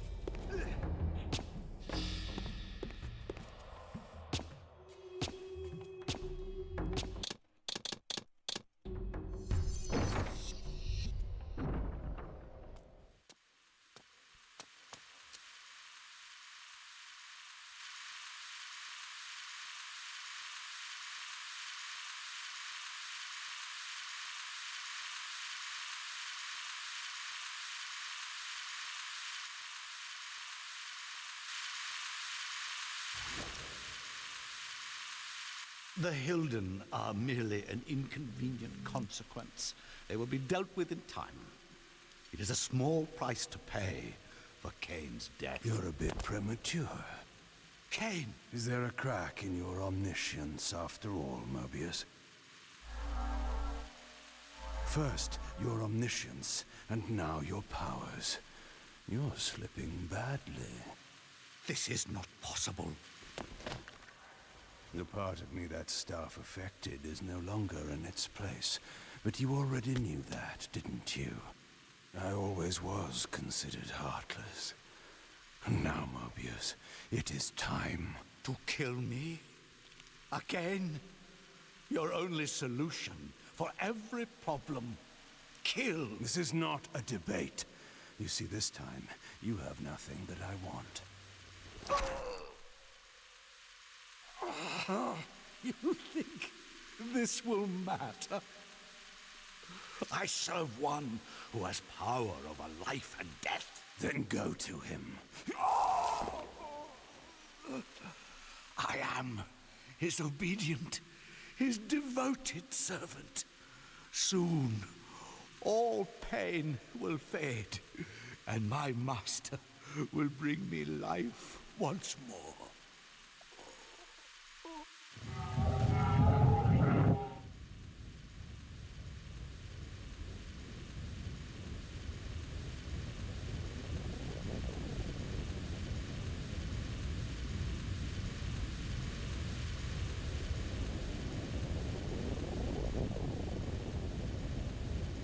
Master, my apologies.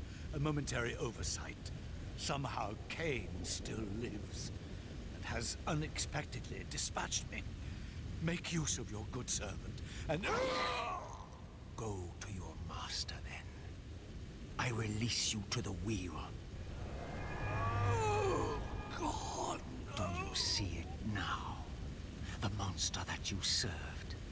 Is this what you imagined when you worshipped it? No!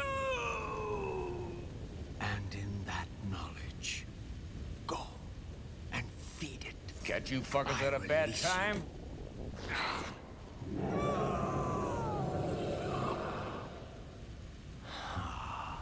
Boy, if that ain't satisfying. Your petty actions are irrelevant, Raziel. Mobius was a good servant, but he was of no further use. His long life had run its course. You see, even when you rebel, you are doing my will. Perhaps. But something has changed, hasn't it? You didn't foresee Kain's return. You have both traced your paths along the wheel. This is where the journey ends. You haven't the means to kill either one of us. Ah, but you can be stopped. And you will come to understand how oblivion can be a mercy. You and Kain will spend eternity buried here together, praying for the merciful release of a death that will never come. But I was armed with newfound knowledge, and it burned within me.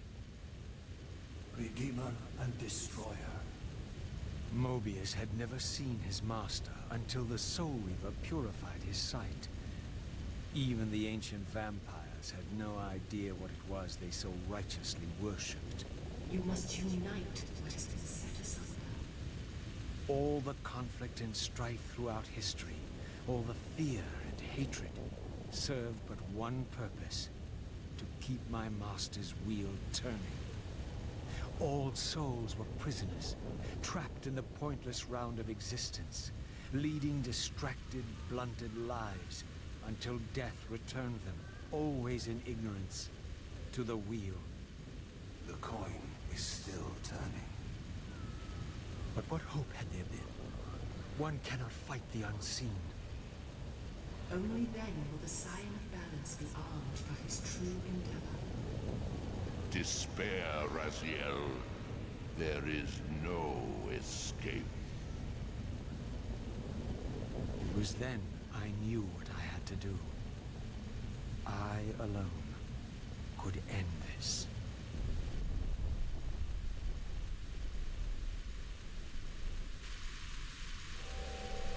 Kain. Do you so enjoy death? Yes. Raziel. No! Yes. This is how... No! Raziel! The Soul Reaver, pure of all corruption. This is what it is for. This is what I am for. The two become one. Both Soul Reavers together. And the Scion of Balance is healed. And I am not your enemy, not your destroyer. I am, as before, your right hand, your sword. No, Raziel. This can't be the way. And now you will see the true enemy. Raziel. And it was then I saw. So, I am revealed to you at last. What in hell? I am the origin of life, the devourer of death. I am the hub of the wheel, the purifying cycle to which all souls must be drawn. Had I condemned Raziel to this nightmare when I cast him into the abyss?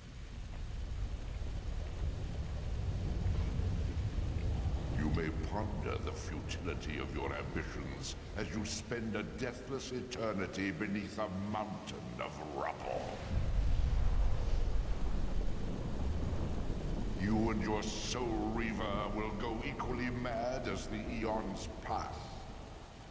The citadel of the apostates will become your living tomb. Your words are heartening. Fuck you. For you would not fear us unless we could truly do you harm. No! You are nothing! False god. This is the end. The final turn of your wheel. Never escape.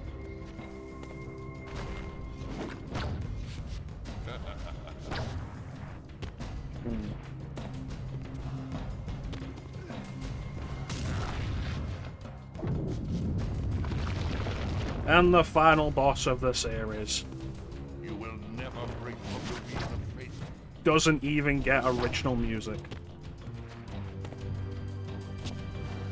You will never break from the wheel of fate.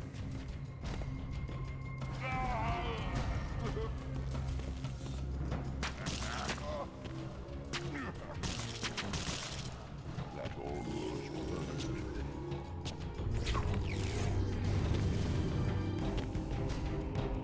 It's honestly kind of an interesting twist at the end that Raziel has the answers instead of Kain.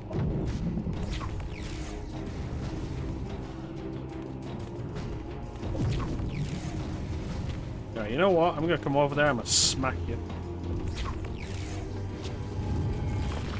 Yeah, that's right.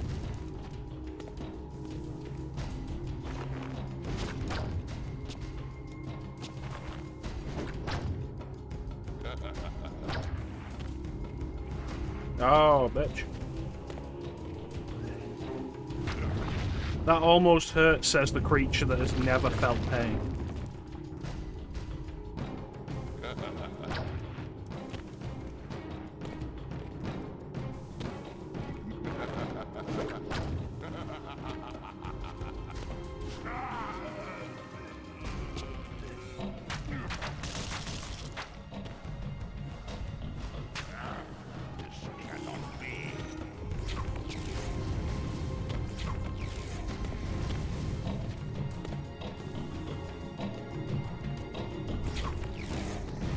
We have a thing, actually, for the Reaver.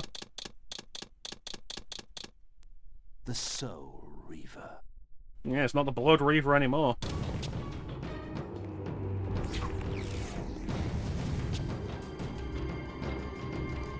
Don't mind me.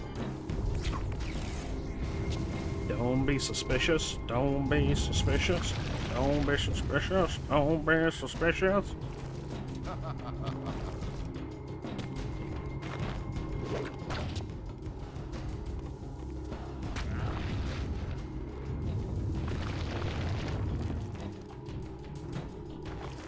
Your sacrifice has been made in vain, Raziel.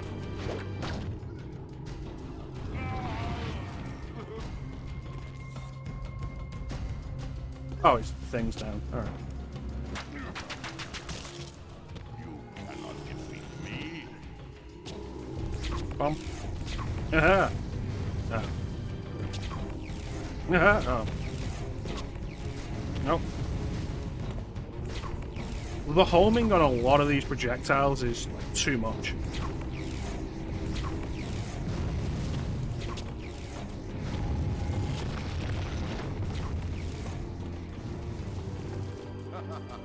Yeah, we're getting close.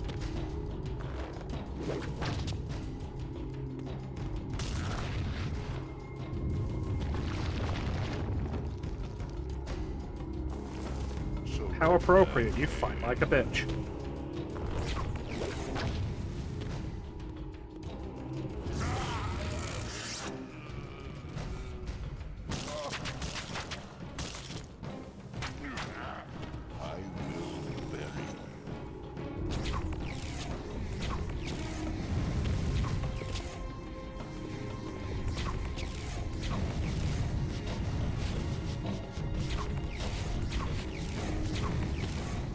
Yeah, we're about to die.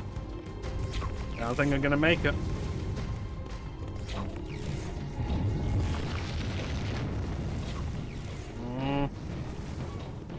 Nope. Damn it. It's okay, I've got this next one. I'm going to do it again, and this time I'm going to win.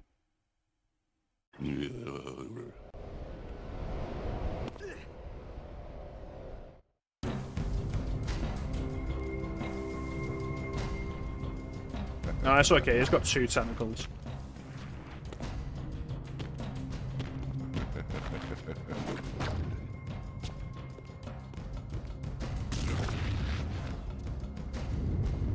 So, one thing I do appreciate, like, let's actually give a minor compliment to the game for a second.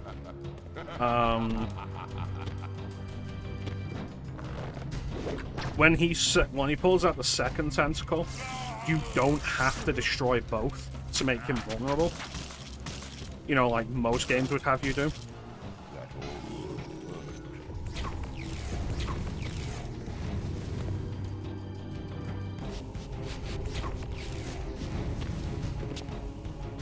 Those are so inconsistent to dodge.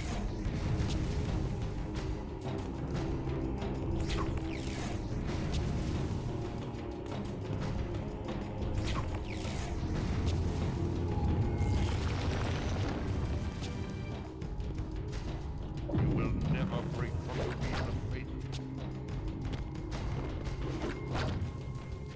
You will never defeat me, Kain.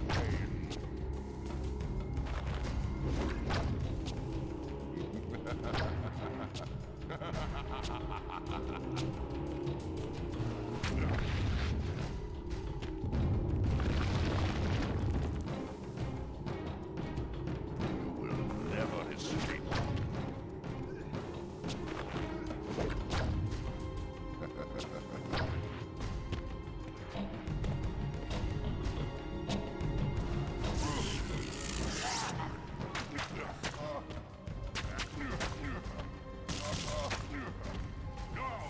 Yeah, I should stop doing that one combo attack, because it clearly does so much less damage than just hitting the guy with the regular 3-hit. Like, look at the difference there in health.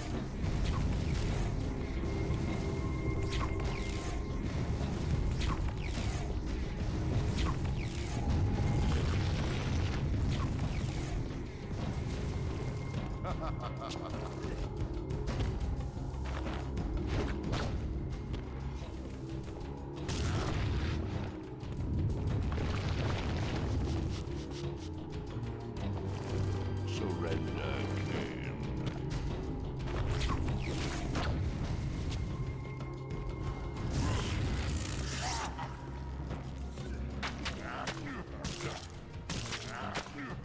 I will bury you.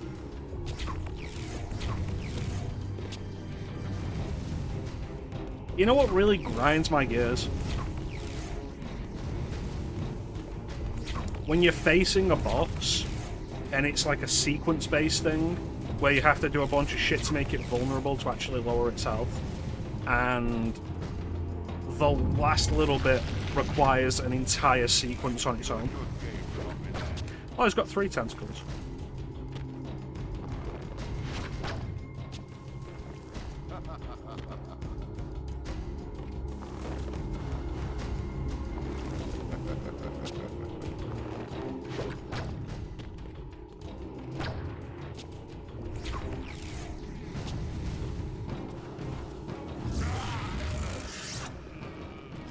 Oh, look who's dead.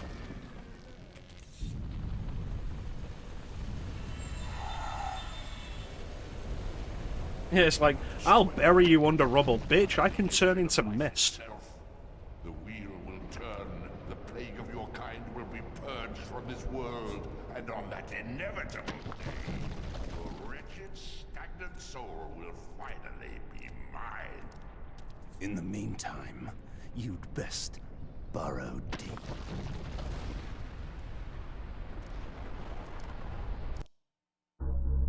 Now at last, the masks had fallen away. The strings of the puppets had become visible, and the hands of the Prime Mover exposed.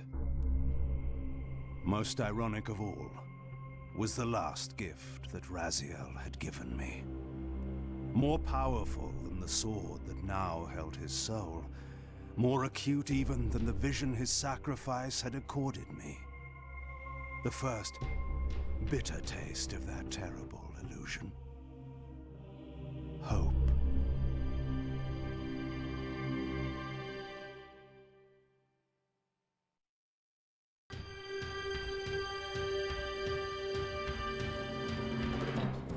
And that's the end of Legacy of Kain.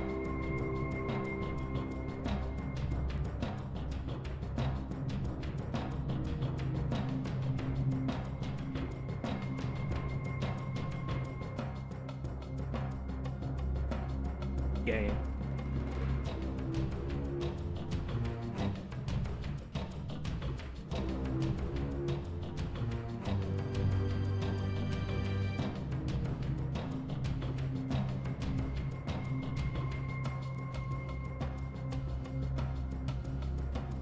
It's disappointing how much of this game is just endless repetition of the same boring nonsense.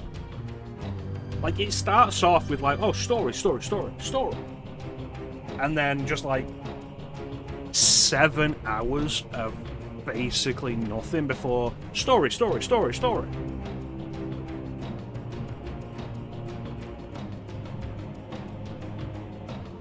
Imagine how much they could have actually finished of the story if they bothered to put more story in. But that's it, that's all of Legacy of Kain.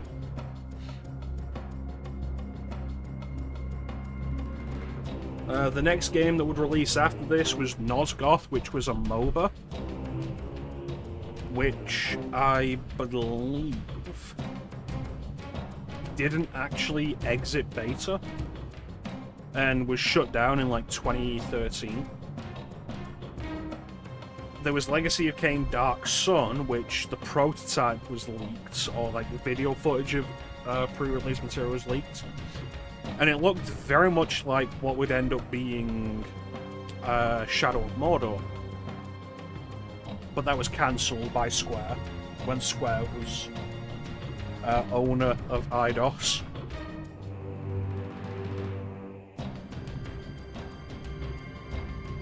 But even if Dead Sun had come out, it was going to be a separate thing, set like post Soul Reaver in the timeline.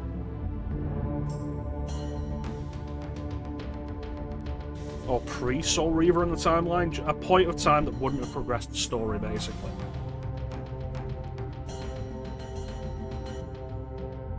And last year, they announced a Kickstarter for a new story thing, like a new expansion to the story, which is a prequel to Soul Reaver that leads into Soul Reaver.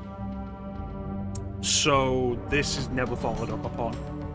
Crystal Dynamics still owns the series and has done nothing with it. There was a sequel in development, Legacy of Kain Dark Prophecy, that never happened. I believe it was being developed by an external team. Like, it wasn't actually Crystal Dynamics developing it. But I think the most that came out of that was concept art. We don't know any details about the story or anything, where the story would have gone.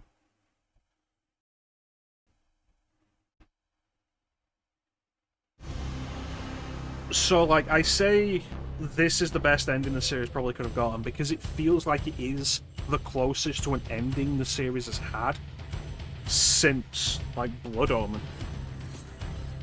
Lingering plot threads, Janos disappeared with the Hilden Lord possessing him. That's wrapped up in Blood Omen 2. That's why we find Janos there. And the Sarafan Lord is the Hilden Lord who is possessing Janos. Vorador being alive in Blood Omen 2 was supposed to be explained in this game and wasn't. The explanation I've heard was at some point Kain was supposed to resurrect him or revive him, possibly step in and save him, the older Kain. not the Blood Omen era Kain. I believe Uma was also intended to appear in this game at some point as a human, but that was cut. But that is Legacy of Kain, all of it.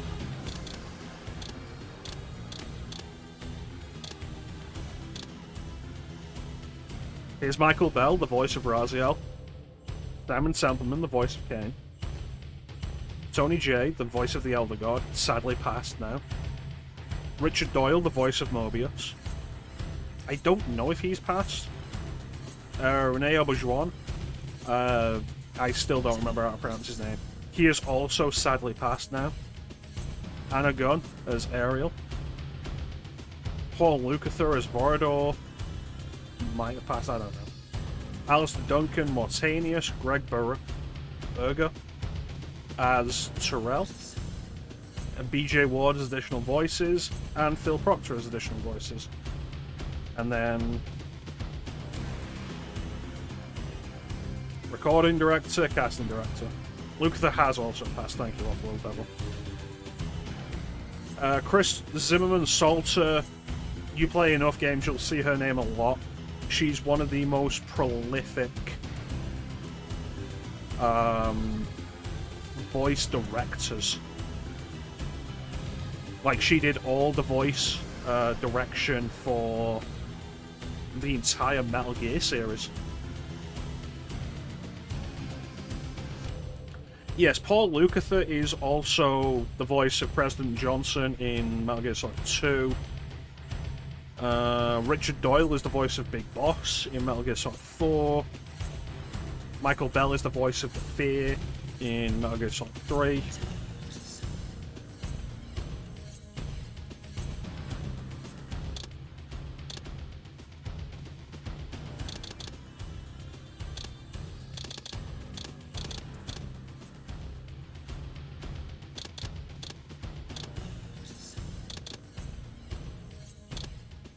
But where is the outtakes?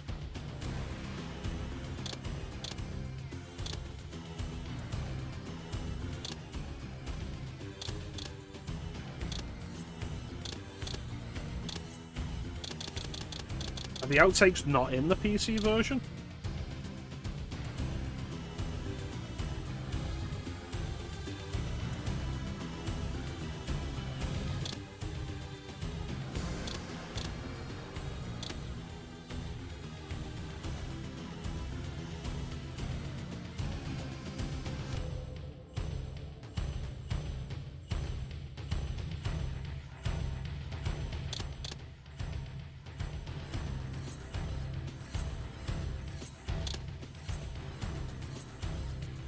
That's odd. Well, I guess we're pulling up YouTube. Because we're ending on the outtakes.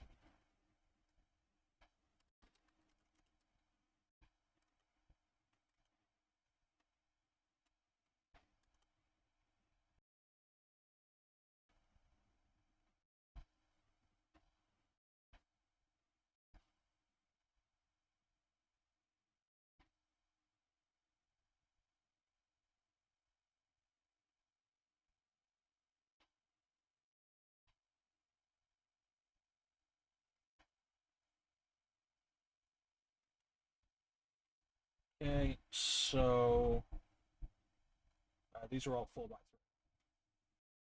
So we go to the 4x3 screen.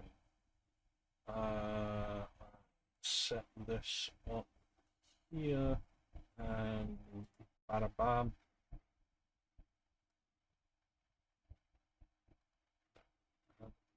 Filter, does that do it?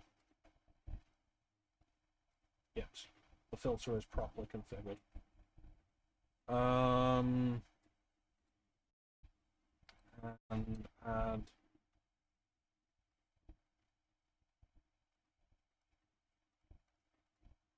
the audio.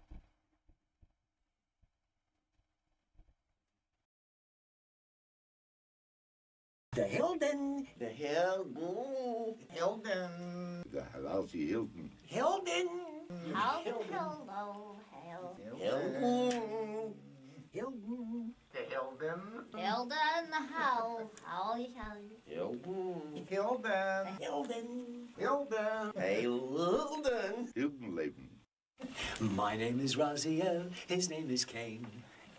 We are together once again. But I will never forgive him for ripping off my wings. Never. Never. I'll miss your wings.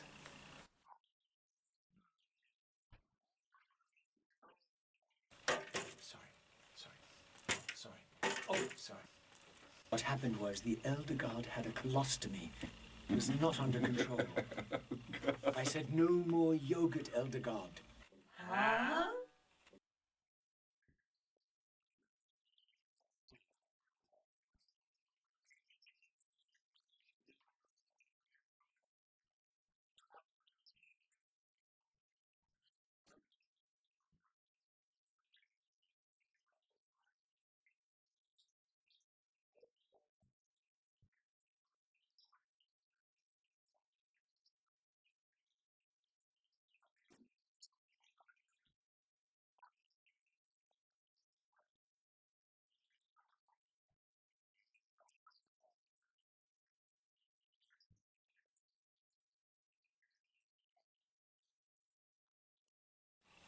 Where is the... So, this isn't like just the outtakes. This is all the voice recording material, the same as we watched with Soul Reaver 2. I think it's worth going through, in the same way that we went through with Soul Reaver 2. So, enjoy. This is supposed to be on the game. It's included in the PS2 and Xbox versions. I don't know why it's not in the PC version. The heart of darkness now. Did you destroy it? Oh, you still don't understand, do you? You cannot make use of it as long as Kain guards it with his life. Kain has it. It is in Kain. Check and mate. This deed will redeem first me and then all Nosgoth. It must. This one grows weak, but we will soon have a stronger vessel. The long-awaited hour approaches. Our release is at hand.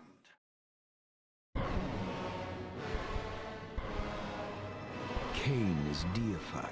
I don't know why the Soul Reaver intro is included in this. We will just skip this because we've seen it. And if you want to see it, you can see it at high quality.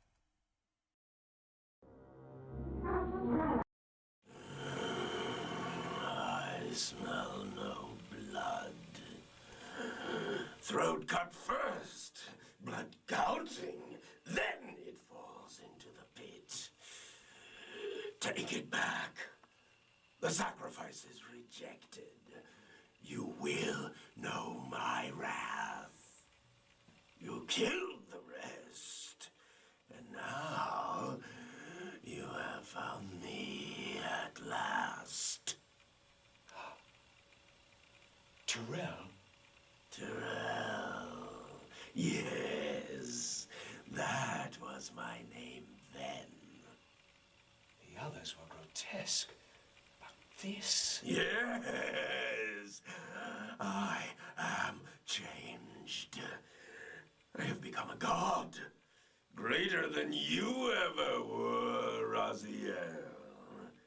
You were never a god, greater even than Kain. No! I must have blood. Bring me blood, or feel the wrath of your god. Yours, yes, it will strengthen me against them. What are you doing? No more questions, no more worship. Time to run, time to scream, time to die.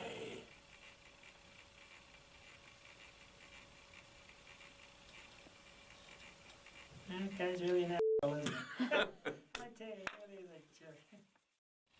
I still think Tony should be doing this in costume, but Yeah, well, I did. It's very hard for me, but I'll try. I'll try. False God, you have reached the end, the final turn of your wheel. So what? Well, nothing personal. We will root Pretty you good. up from Not this bad world. at all for somebody who's just in the business last year. Before I'm finished. And you're so cold. I've only begun to seek you out. Seek you out. Go hide and be afraid. I will For I root shall you up. root you up from this world, for I'm finished, and your so-called wheel of destiny will shatter upon my sword. There's tough. I've only begun to seek you out. So go hide and be afraid, for I shall root you up from this world before I'm finished. And your so-called wheel of destiny will shatter upon my sword. Like a bubble ball. Oh, yeah. You know.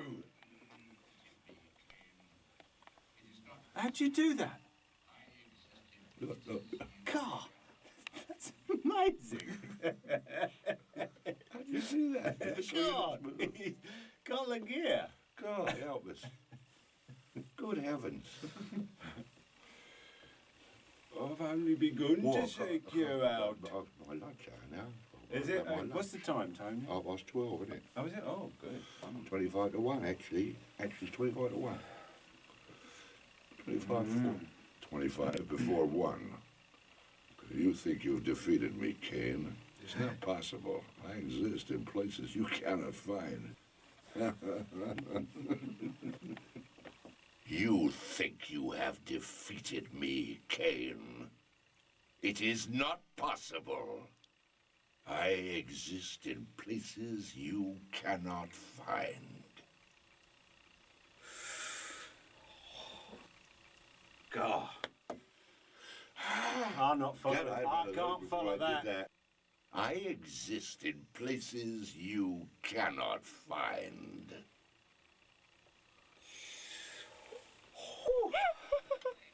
God.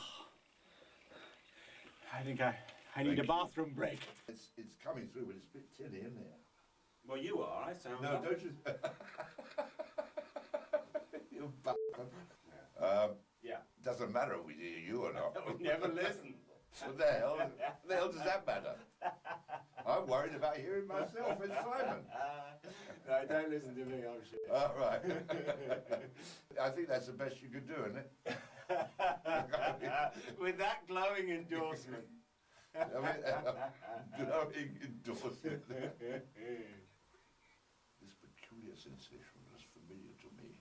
That's because it's my line. If I'm running in for it. Yeah, okay. She's warming it up. Thank you. Thank you. What can I do with Right, the next one? right. Let's go then. All right. I've got to alter my voice now. I'm not funny, Tony. I'm not funny. You are. Yeah, You don't know it. You are. You are. You don't know it. That's the point. It's the secret. You are funny. The secret of my comedy is it's not funny.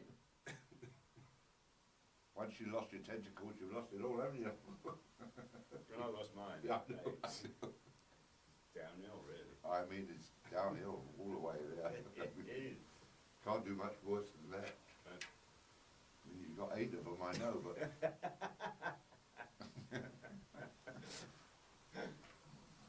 Don't grow back. They don't. No.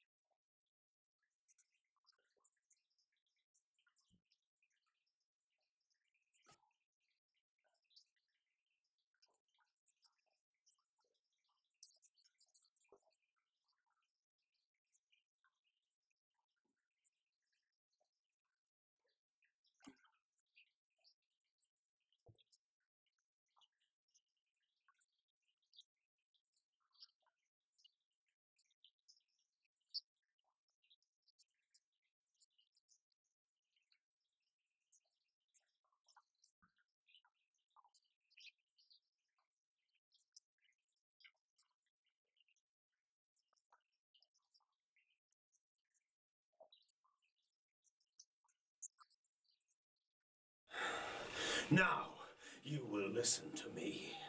The heart of darkness must remain undiscovered. Great harm will come of its use. You don't know where it is, do you? No. You never looked for it. It doesn't matter, Raziel. Listen to me. You must understand that every creature is bound to one predestined path. We are all shackled. To the wheel of fate. Believe me, I know that even better than you do. All but one. Because of your remaking, you are the one unbound creature. The one among us all that truly has free will. You have a choice, Raziel. How humiliating it must be for you to come begging at my doorstep for answers. Enough wordplay. Don't threaten me, Kain. You see, I have the upper hand. How remarkable that the great Kain should succumb to the scepter's power like any common vampire. Still so arrogant after all these years, thinking you've devised some brilliant plan. You know nothing. There was a time when you might have heeded wise counsel when it was offered. Now, your vanity has made you witless. You will have to learn the truth for yourself. You'll be needing this. Your strength will return after I have departed. But by then, you will have more urgent concerns than pursuing me. Perhaps, when we next meet, you will have learned a little humility.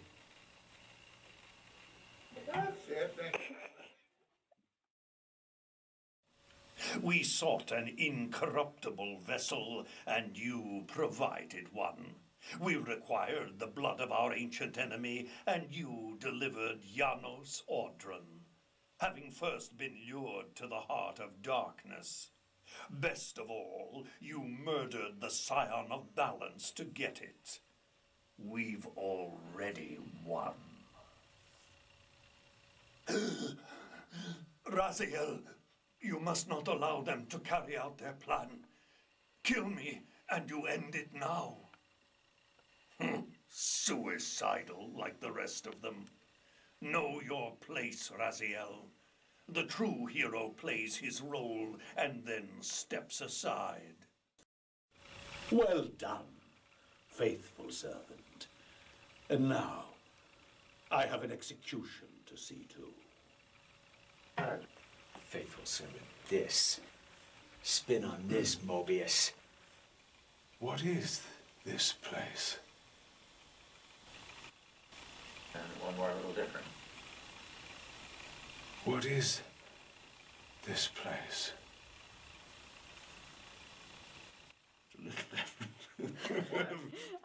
Almost exactly the same. Why did you want Cohen dead? Cohen? Yes, I knew him. He was Cohen. Now he calls himself Kain. Kain, yes. Rejected his people. Haven't you discovered then at last? It's the Scion of Balance. You want the pillars to fall? You want the pillars to fall. I tell you, for pillars is haunted. Just the subtle little. Yes, real subtle. I heard a woman's voice talking and moaning, and there was no one there. You may know that I am priest with you. Yes, I can see the rise in your toga. Yes. The rise in my toga. Yes, is that pleased? Okay, there's Material Reaver, Spectral Reaver, there's a Dark Reaver, Night Reaver, Fire Reaver, Air Reaver, Water Reaver, there's the Earth Reaver, here's Spirit Reaver, Ornamental Shield, Kain, Family Clear, Facet, and Old, Ron Dick, Howling Heartstone. That was my name when I was a child. And I was stripping. Ladies and gentlemen, here he is, Howling Heartstone.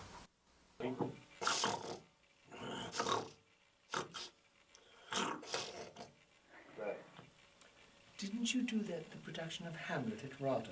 I did, yes. That was the one where I swallowed my tonsils. Yes. I gave myself a tonsillectomy. You also swallowed.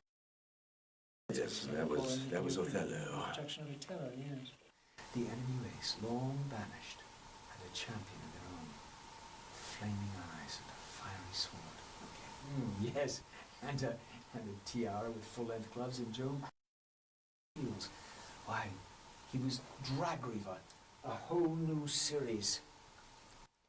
What was it that these deluded humans worship with such fervor?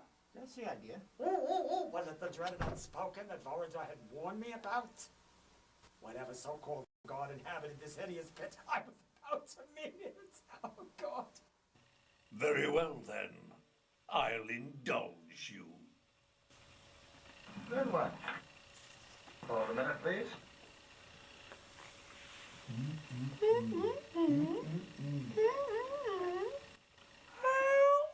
Monsieur, I actually have a very high voice.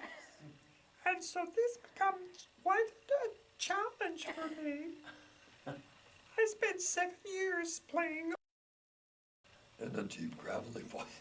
And I go to conventions and the people go, what? What? Why do you sound like that? I was thrown in by my own my own brethren, don't you know? I was thrown in by my own brethren. Good God, brethren, and I'm trying to get at. I was thrown in by my own brethren.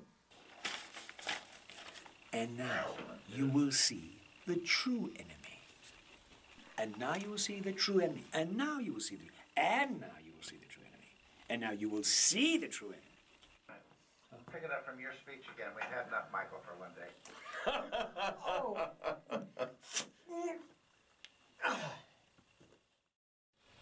Redeemer and Destroyer. Let me try that one more time. Just no listening. Never listens when we get the idea. Once we get it, they shut us off. Click. Click. That's it. Now they're sucking the air out of it. That's it.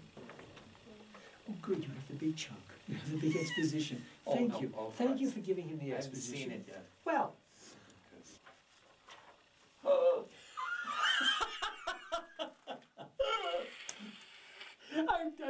I'm just waiting for that page to turn. I need a break to call my agent. He wants to get paid by the word now. Yeah. And I love my line. What does all this... Can I have my line reduced to huh? Maybe instead of hundred, maybe just say what? Say what? Say what? Say what? Say what? I cannot accompany you because I'm still hot. I can't talk. I have nothing else to say. And if I fail, then I have another story to tell you. If you fail, you have to do the whole damn thing over again. I'm going to keep talking. However, the world can have the 15 for all I care. Just start slipping in some. Just small ones. No. Oh, curthful blessings! It is the price we pay to keep the Helden banished from the land. Oh, to sustain the blinding. Michael, ease off a little bit. He's tending to get slightly bitchy with him, and we want to get off that. You want him more masculine? Props! Okay. I want answers. Just a little bit, just a little bit. So a little less on. It's too late. The pillars are already damned. I guess. I see. Michael? Yes, sir. Push it up a little. Ah, so a little stronger. Okay. A little stronger. Punch it up. You see, usually I get Michael. There must be. It's too late. The pillars are already damned. Yeah, good. That was so much. It's a lot of line you got there. You got a lot of line there. But I cannot accompany you. Yes, but I cannot accompany Which you. is my hope. Since I cannot accompany you, I think it's your turn to talk. Very well. If this will make you see reason. Pretty damn good. Betty Davis and Joan Crawford had nothing on us. As he says, you say that while you hold in your hand the instrument of my doom. Be still my heart. I know. Aye. I want to think about it. Without begging him to understand. Right. Beg him to understand. Don't ever tell anybody I gave you that direction. It's a paradox. It's all a paradox. It's kind of Zen directing. Isn't it? Okay. Michael, I think you listen too well to me. You don't know where it is, do you? You just got a little too big. Too big. Oh, you don't even know where it is, do you? Yes, I hear. Then one more time, Wheel of Fate. Jesus Christ, I know. Invictus. Pots. Rip my wings off, will you?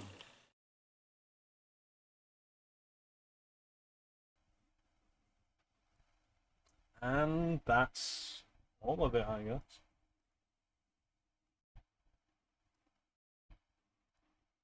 That's a lot of fun. I like when games have... I like when stuff has stuff like that. It's a lot of fun. But that is pretty much the end. That is Legacy of Kain in its entirety. No more. Flame and I had discussions about going through the series together. Co-commentating. If that does happen, I'm not fucking playing this again. Why Anagon wasn't in any of those outtakes? Possibly because Anagon didn't really have a lot going there. Paul Lukather didn't have any outtakes either. They just had a quick video of him delivering a line. And it was the same delivery that was in the game. But Anagon also wasn't featured in any of the Soul Reaper 2 stuff, so I don't know. Welcome in, Panda. You've caught us at the end. Ninja, how did you feel about the Legacy of Kain series now that we're at the end? I noticed you didn't use the no sound alert this time.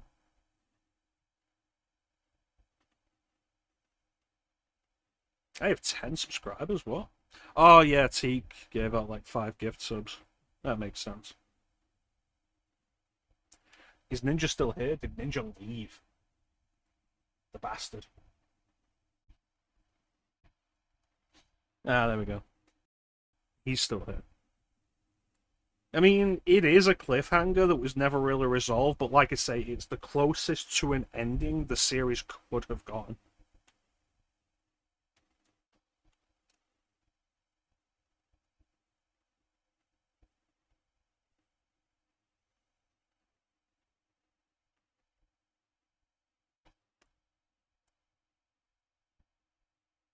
It's Sunday today, right? Yeah, so I guess Castlevania tomorrow. Yeah.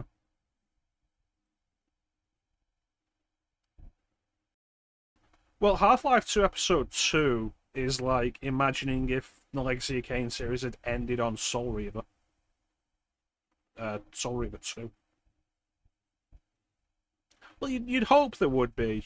My thought is that they wouldn't have gotten rid of Michael Bell. I would have expected for the planned sequel to have Michael Bell still there, possibly able to communicate with Kain from inside the Reaver.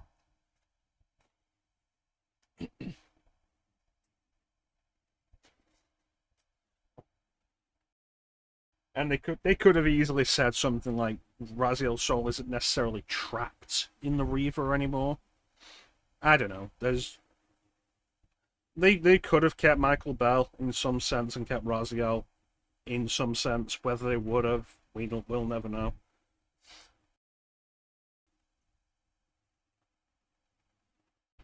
But yeah, I'm glad we finally finished the Legacy of Kain series. It's been quite a journey. Yeah, turn Raziel into a talking sword. Yeah. Yeah, Raziel sacrificed specifically to give a middle finger to the Elder God. Though Mobius' second death, I absolutely love that. Because, like, Mobius leaves Vorador's mansion, you know the younger Kain is going to kill him at the site of Vorador's execution. And then, oh, the Elder God revives him and has him summoned to the Vampire Citadel, where Kain kills him again, and where Raziel is waiting for his spirit. And then this, like, devours his spirit. Like, it's fucking great. Like, that I love. The Janos thing, like, Janos is possessed by the Hilden, and then they fly off. And ultimately, Janos' fate is what we see in Blood Omen 2. So he ends up trapped in the Hilden dimension, not necessarily dead, but trapped forever. Beheaded, impaled, consumed, yeah. Impaled twice. I like how Raziel having to return to the material realm through dead bodies is a plot point there.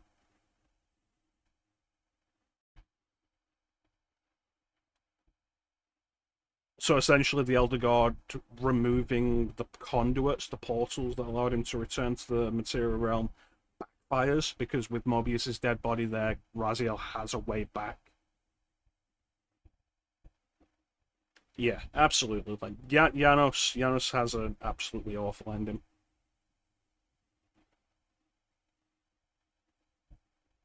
I'm glad you enjoyed it. I thought Defiance was heavier on story, but it's really front-loaded and back-loaded.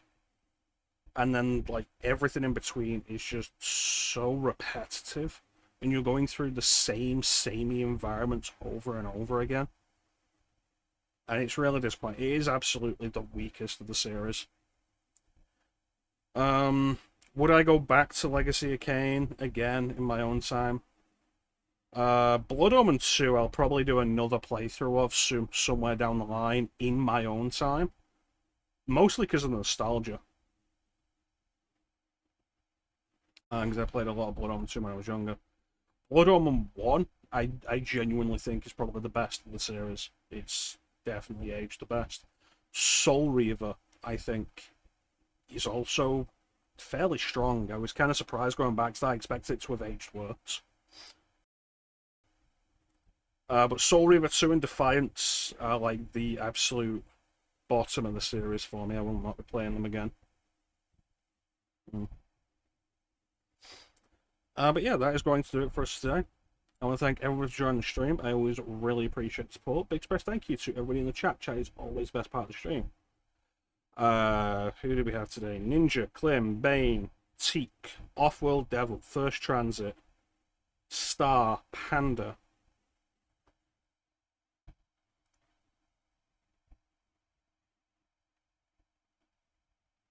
Rocksterer. And I believe that was everybody. Yes, thanks so much for joining me and keeping me company. Chat is always the best part of the stream. Tomorrow is Castlevania, so we'll be continuing and ideally wrapping up Castlevania Dawn of Sorrow. And then we'll go back to spinning the wheel on that. As for what the next non-Castlevania stream will be, I'm not sure.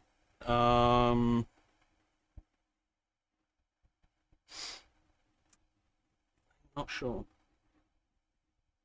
I'm undecided. Do we want to spin the wheel real quick? Why not? Let's give the wheel a spin and see if I'm satisfied with it.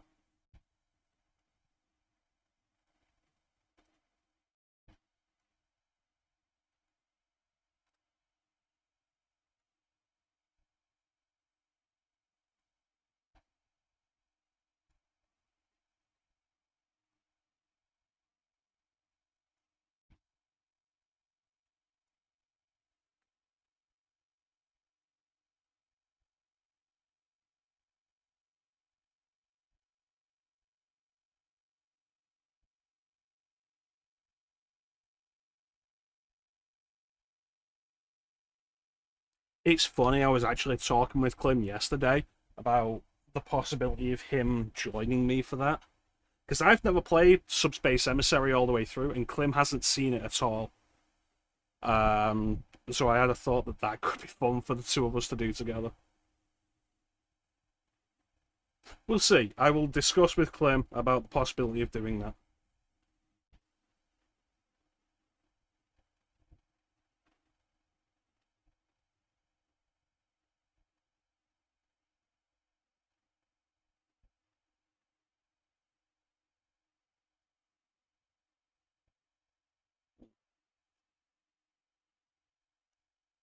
But probably not next, because if I do it with Clem, it's going to be like a once-a-week thing.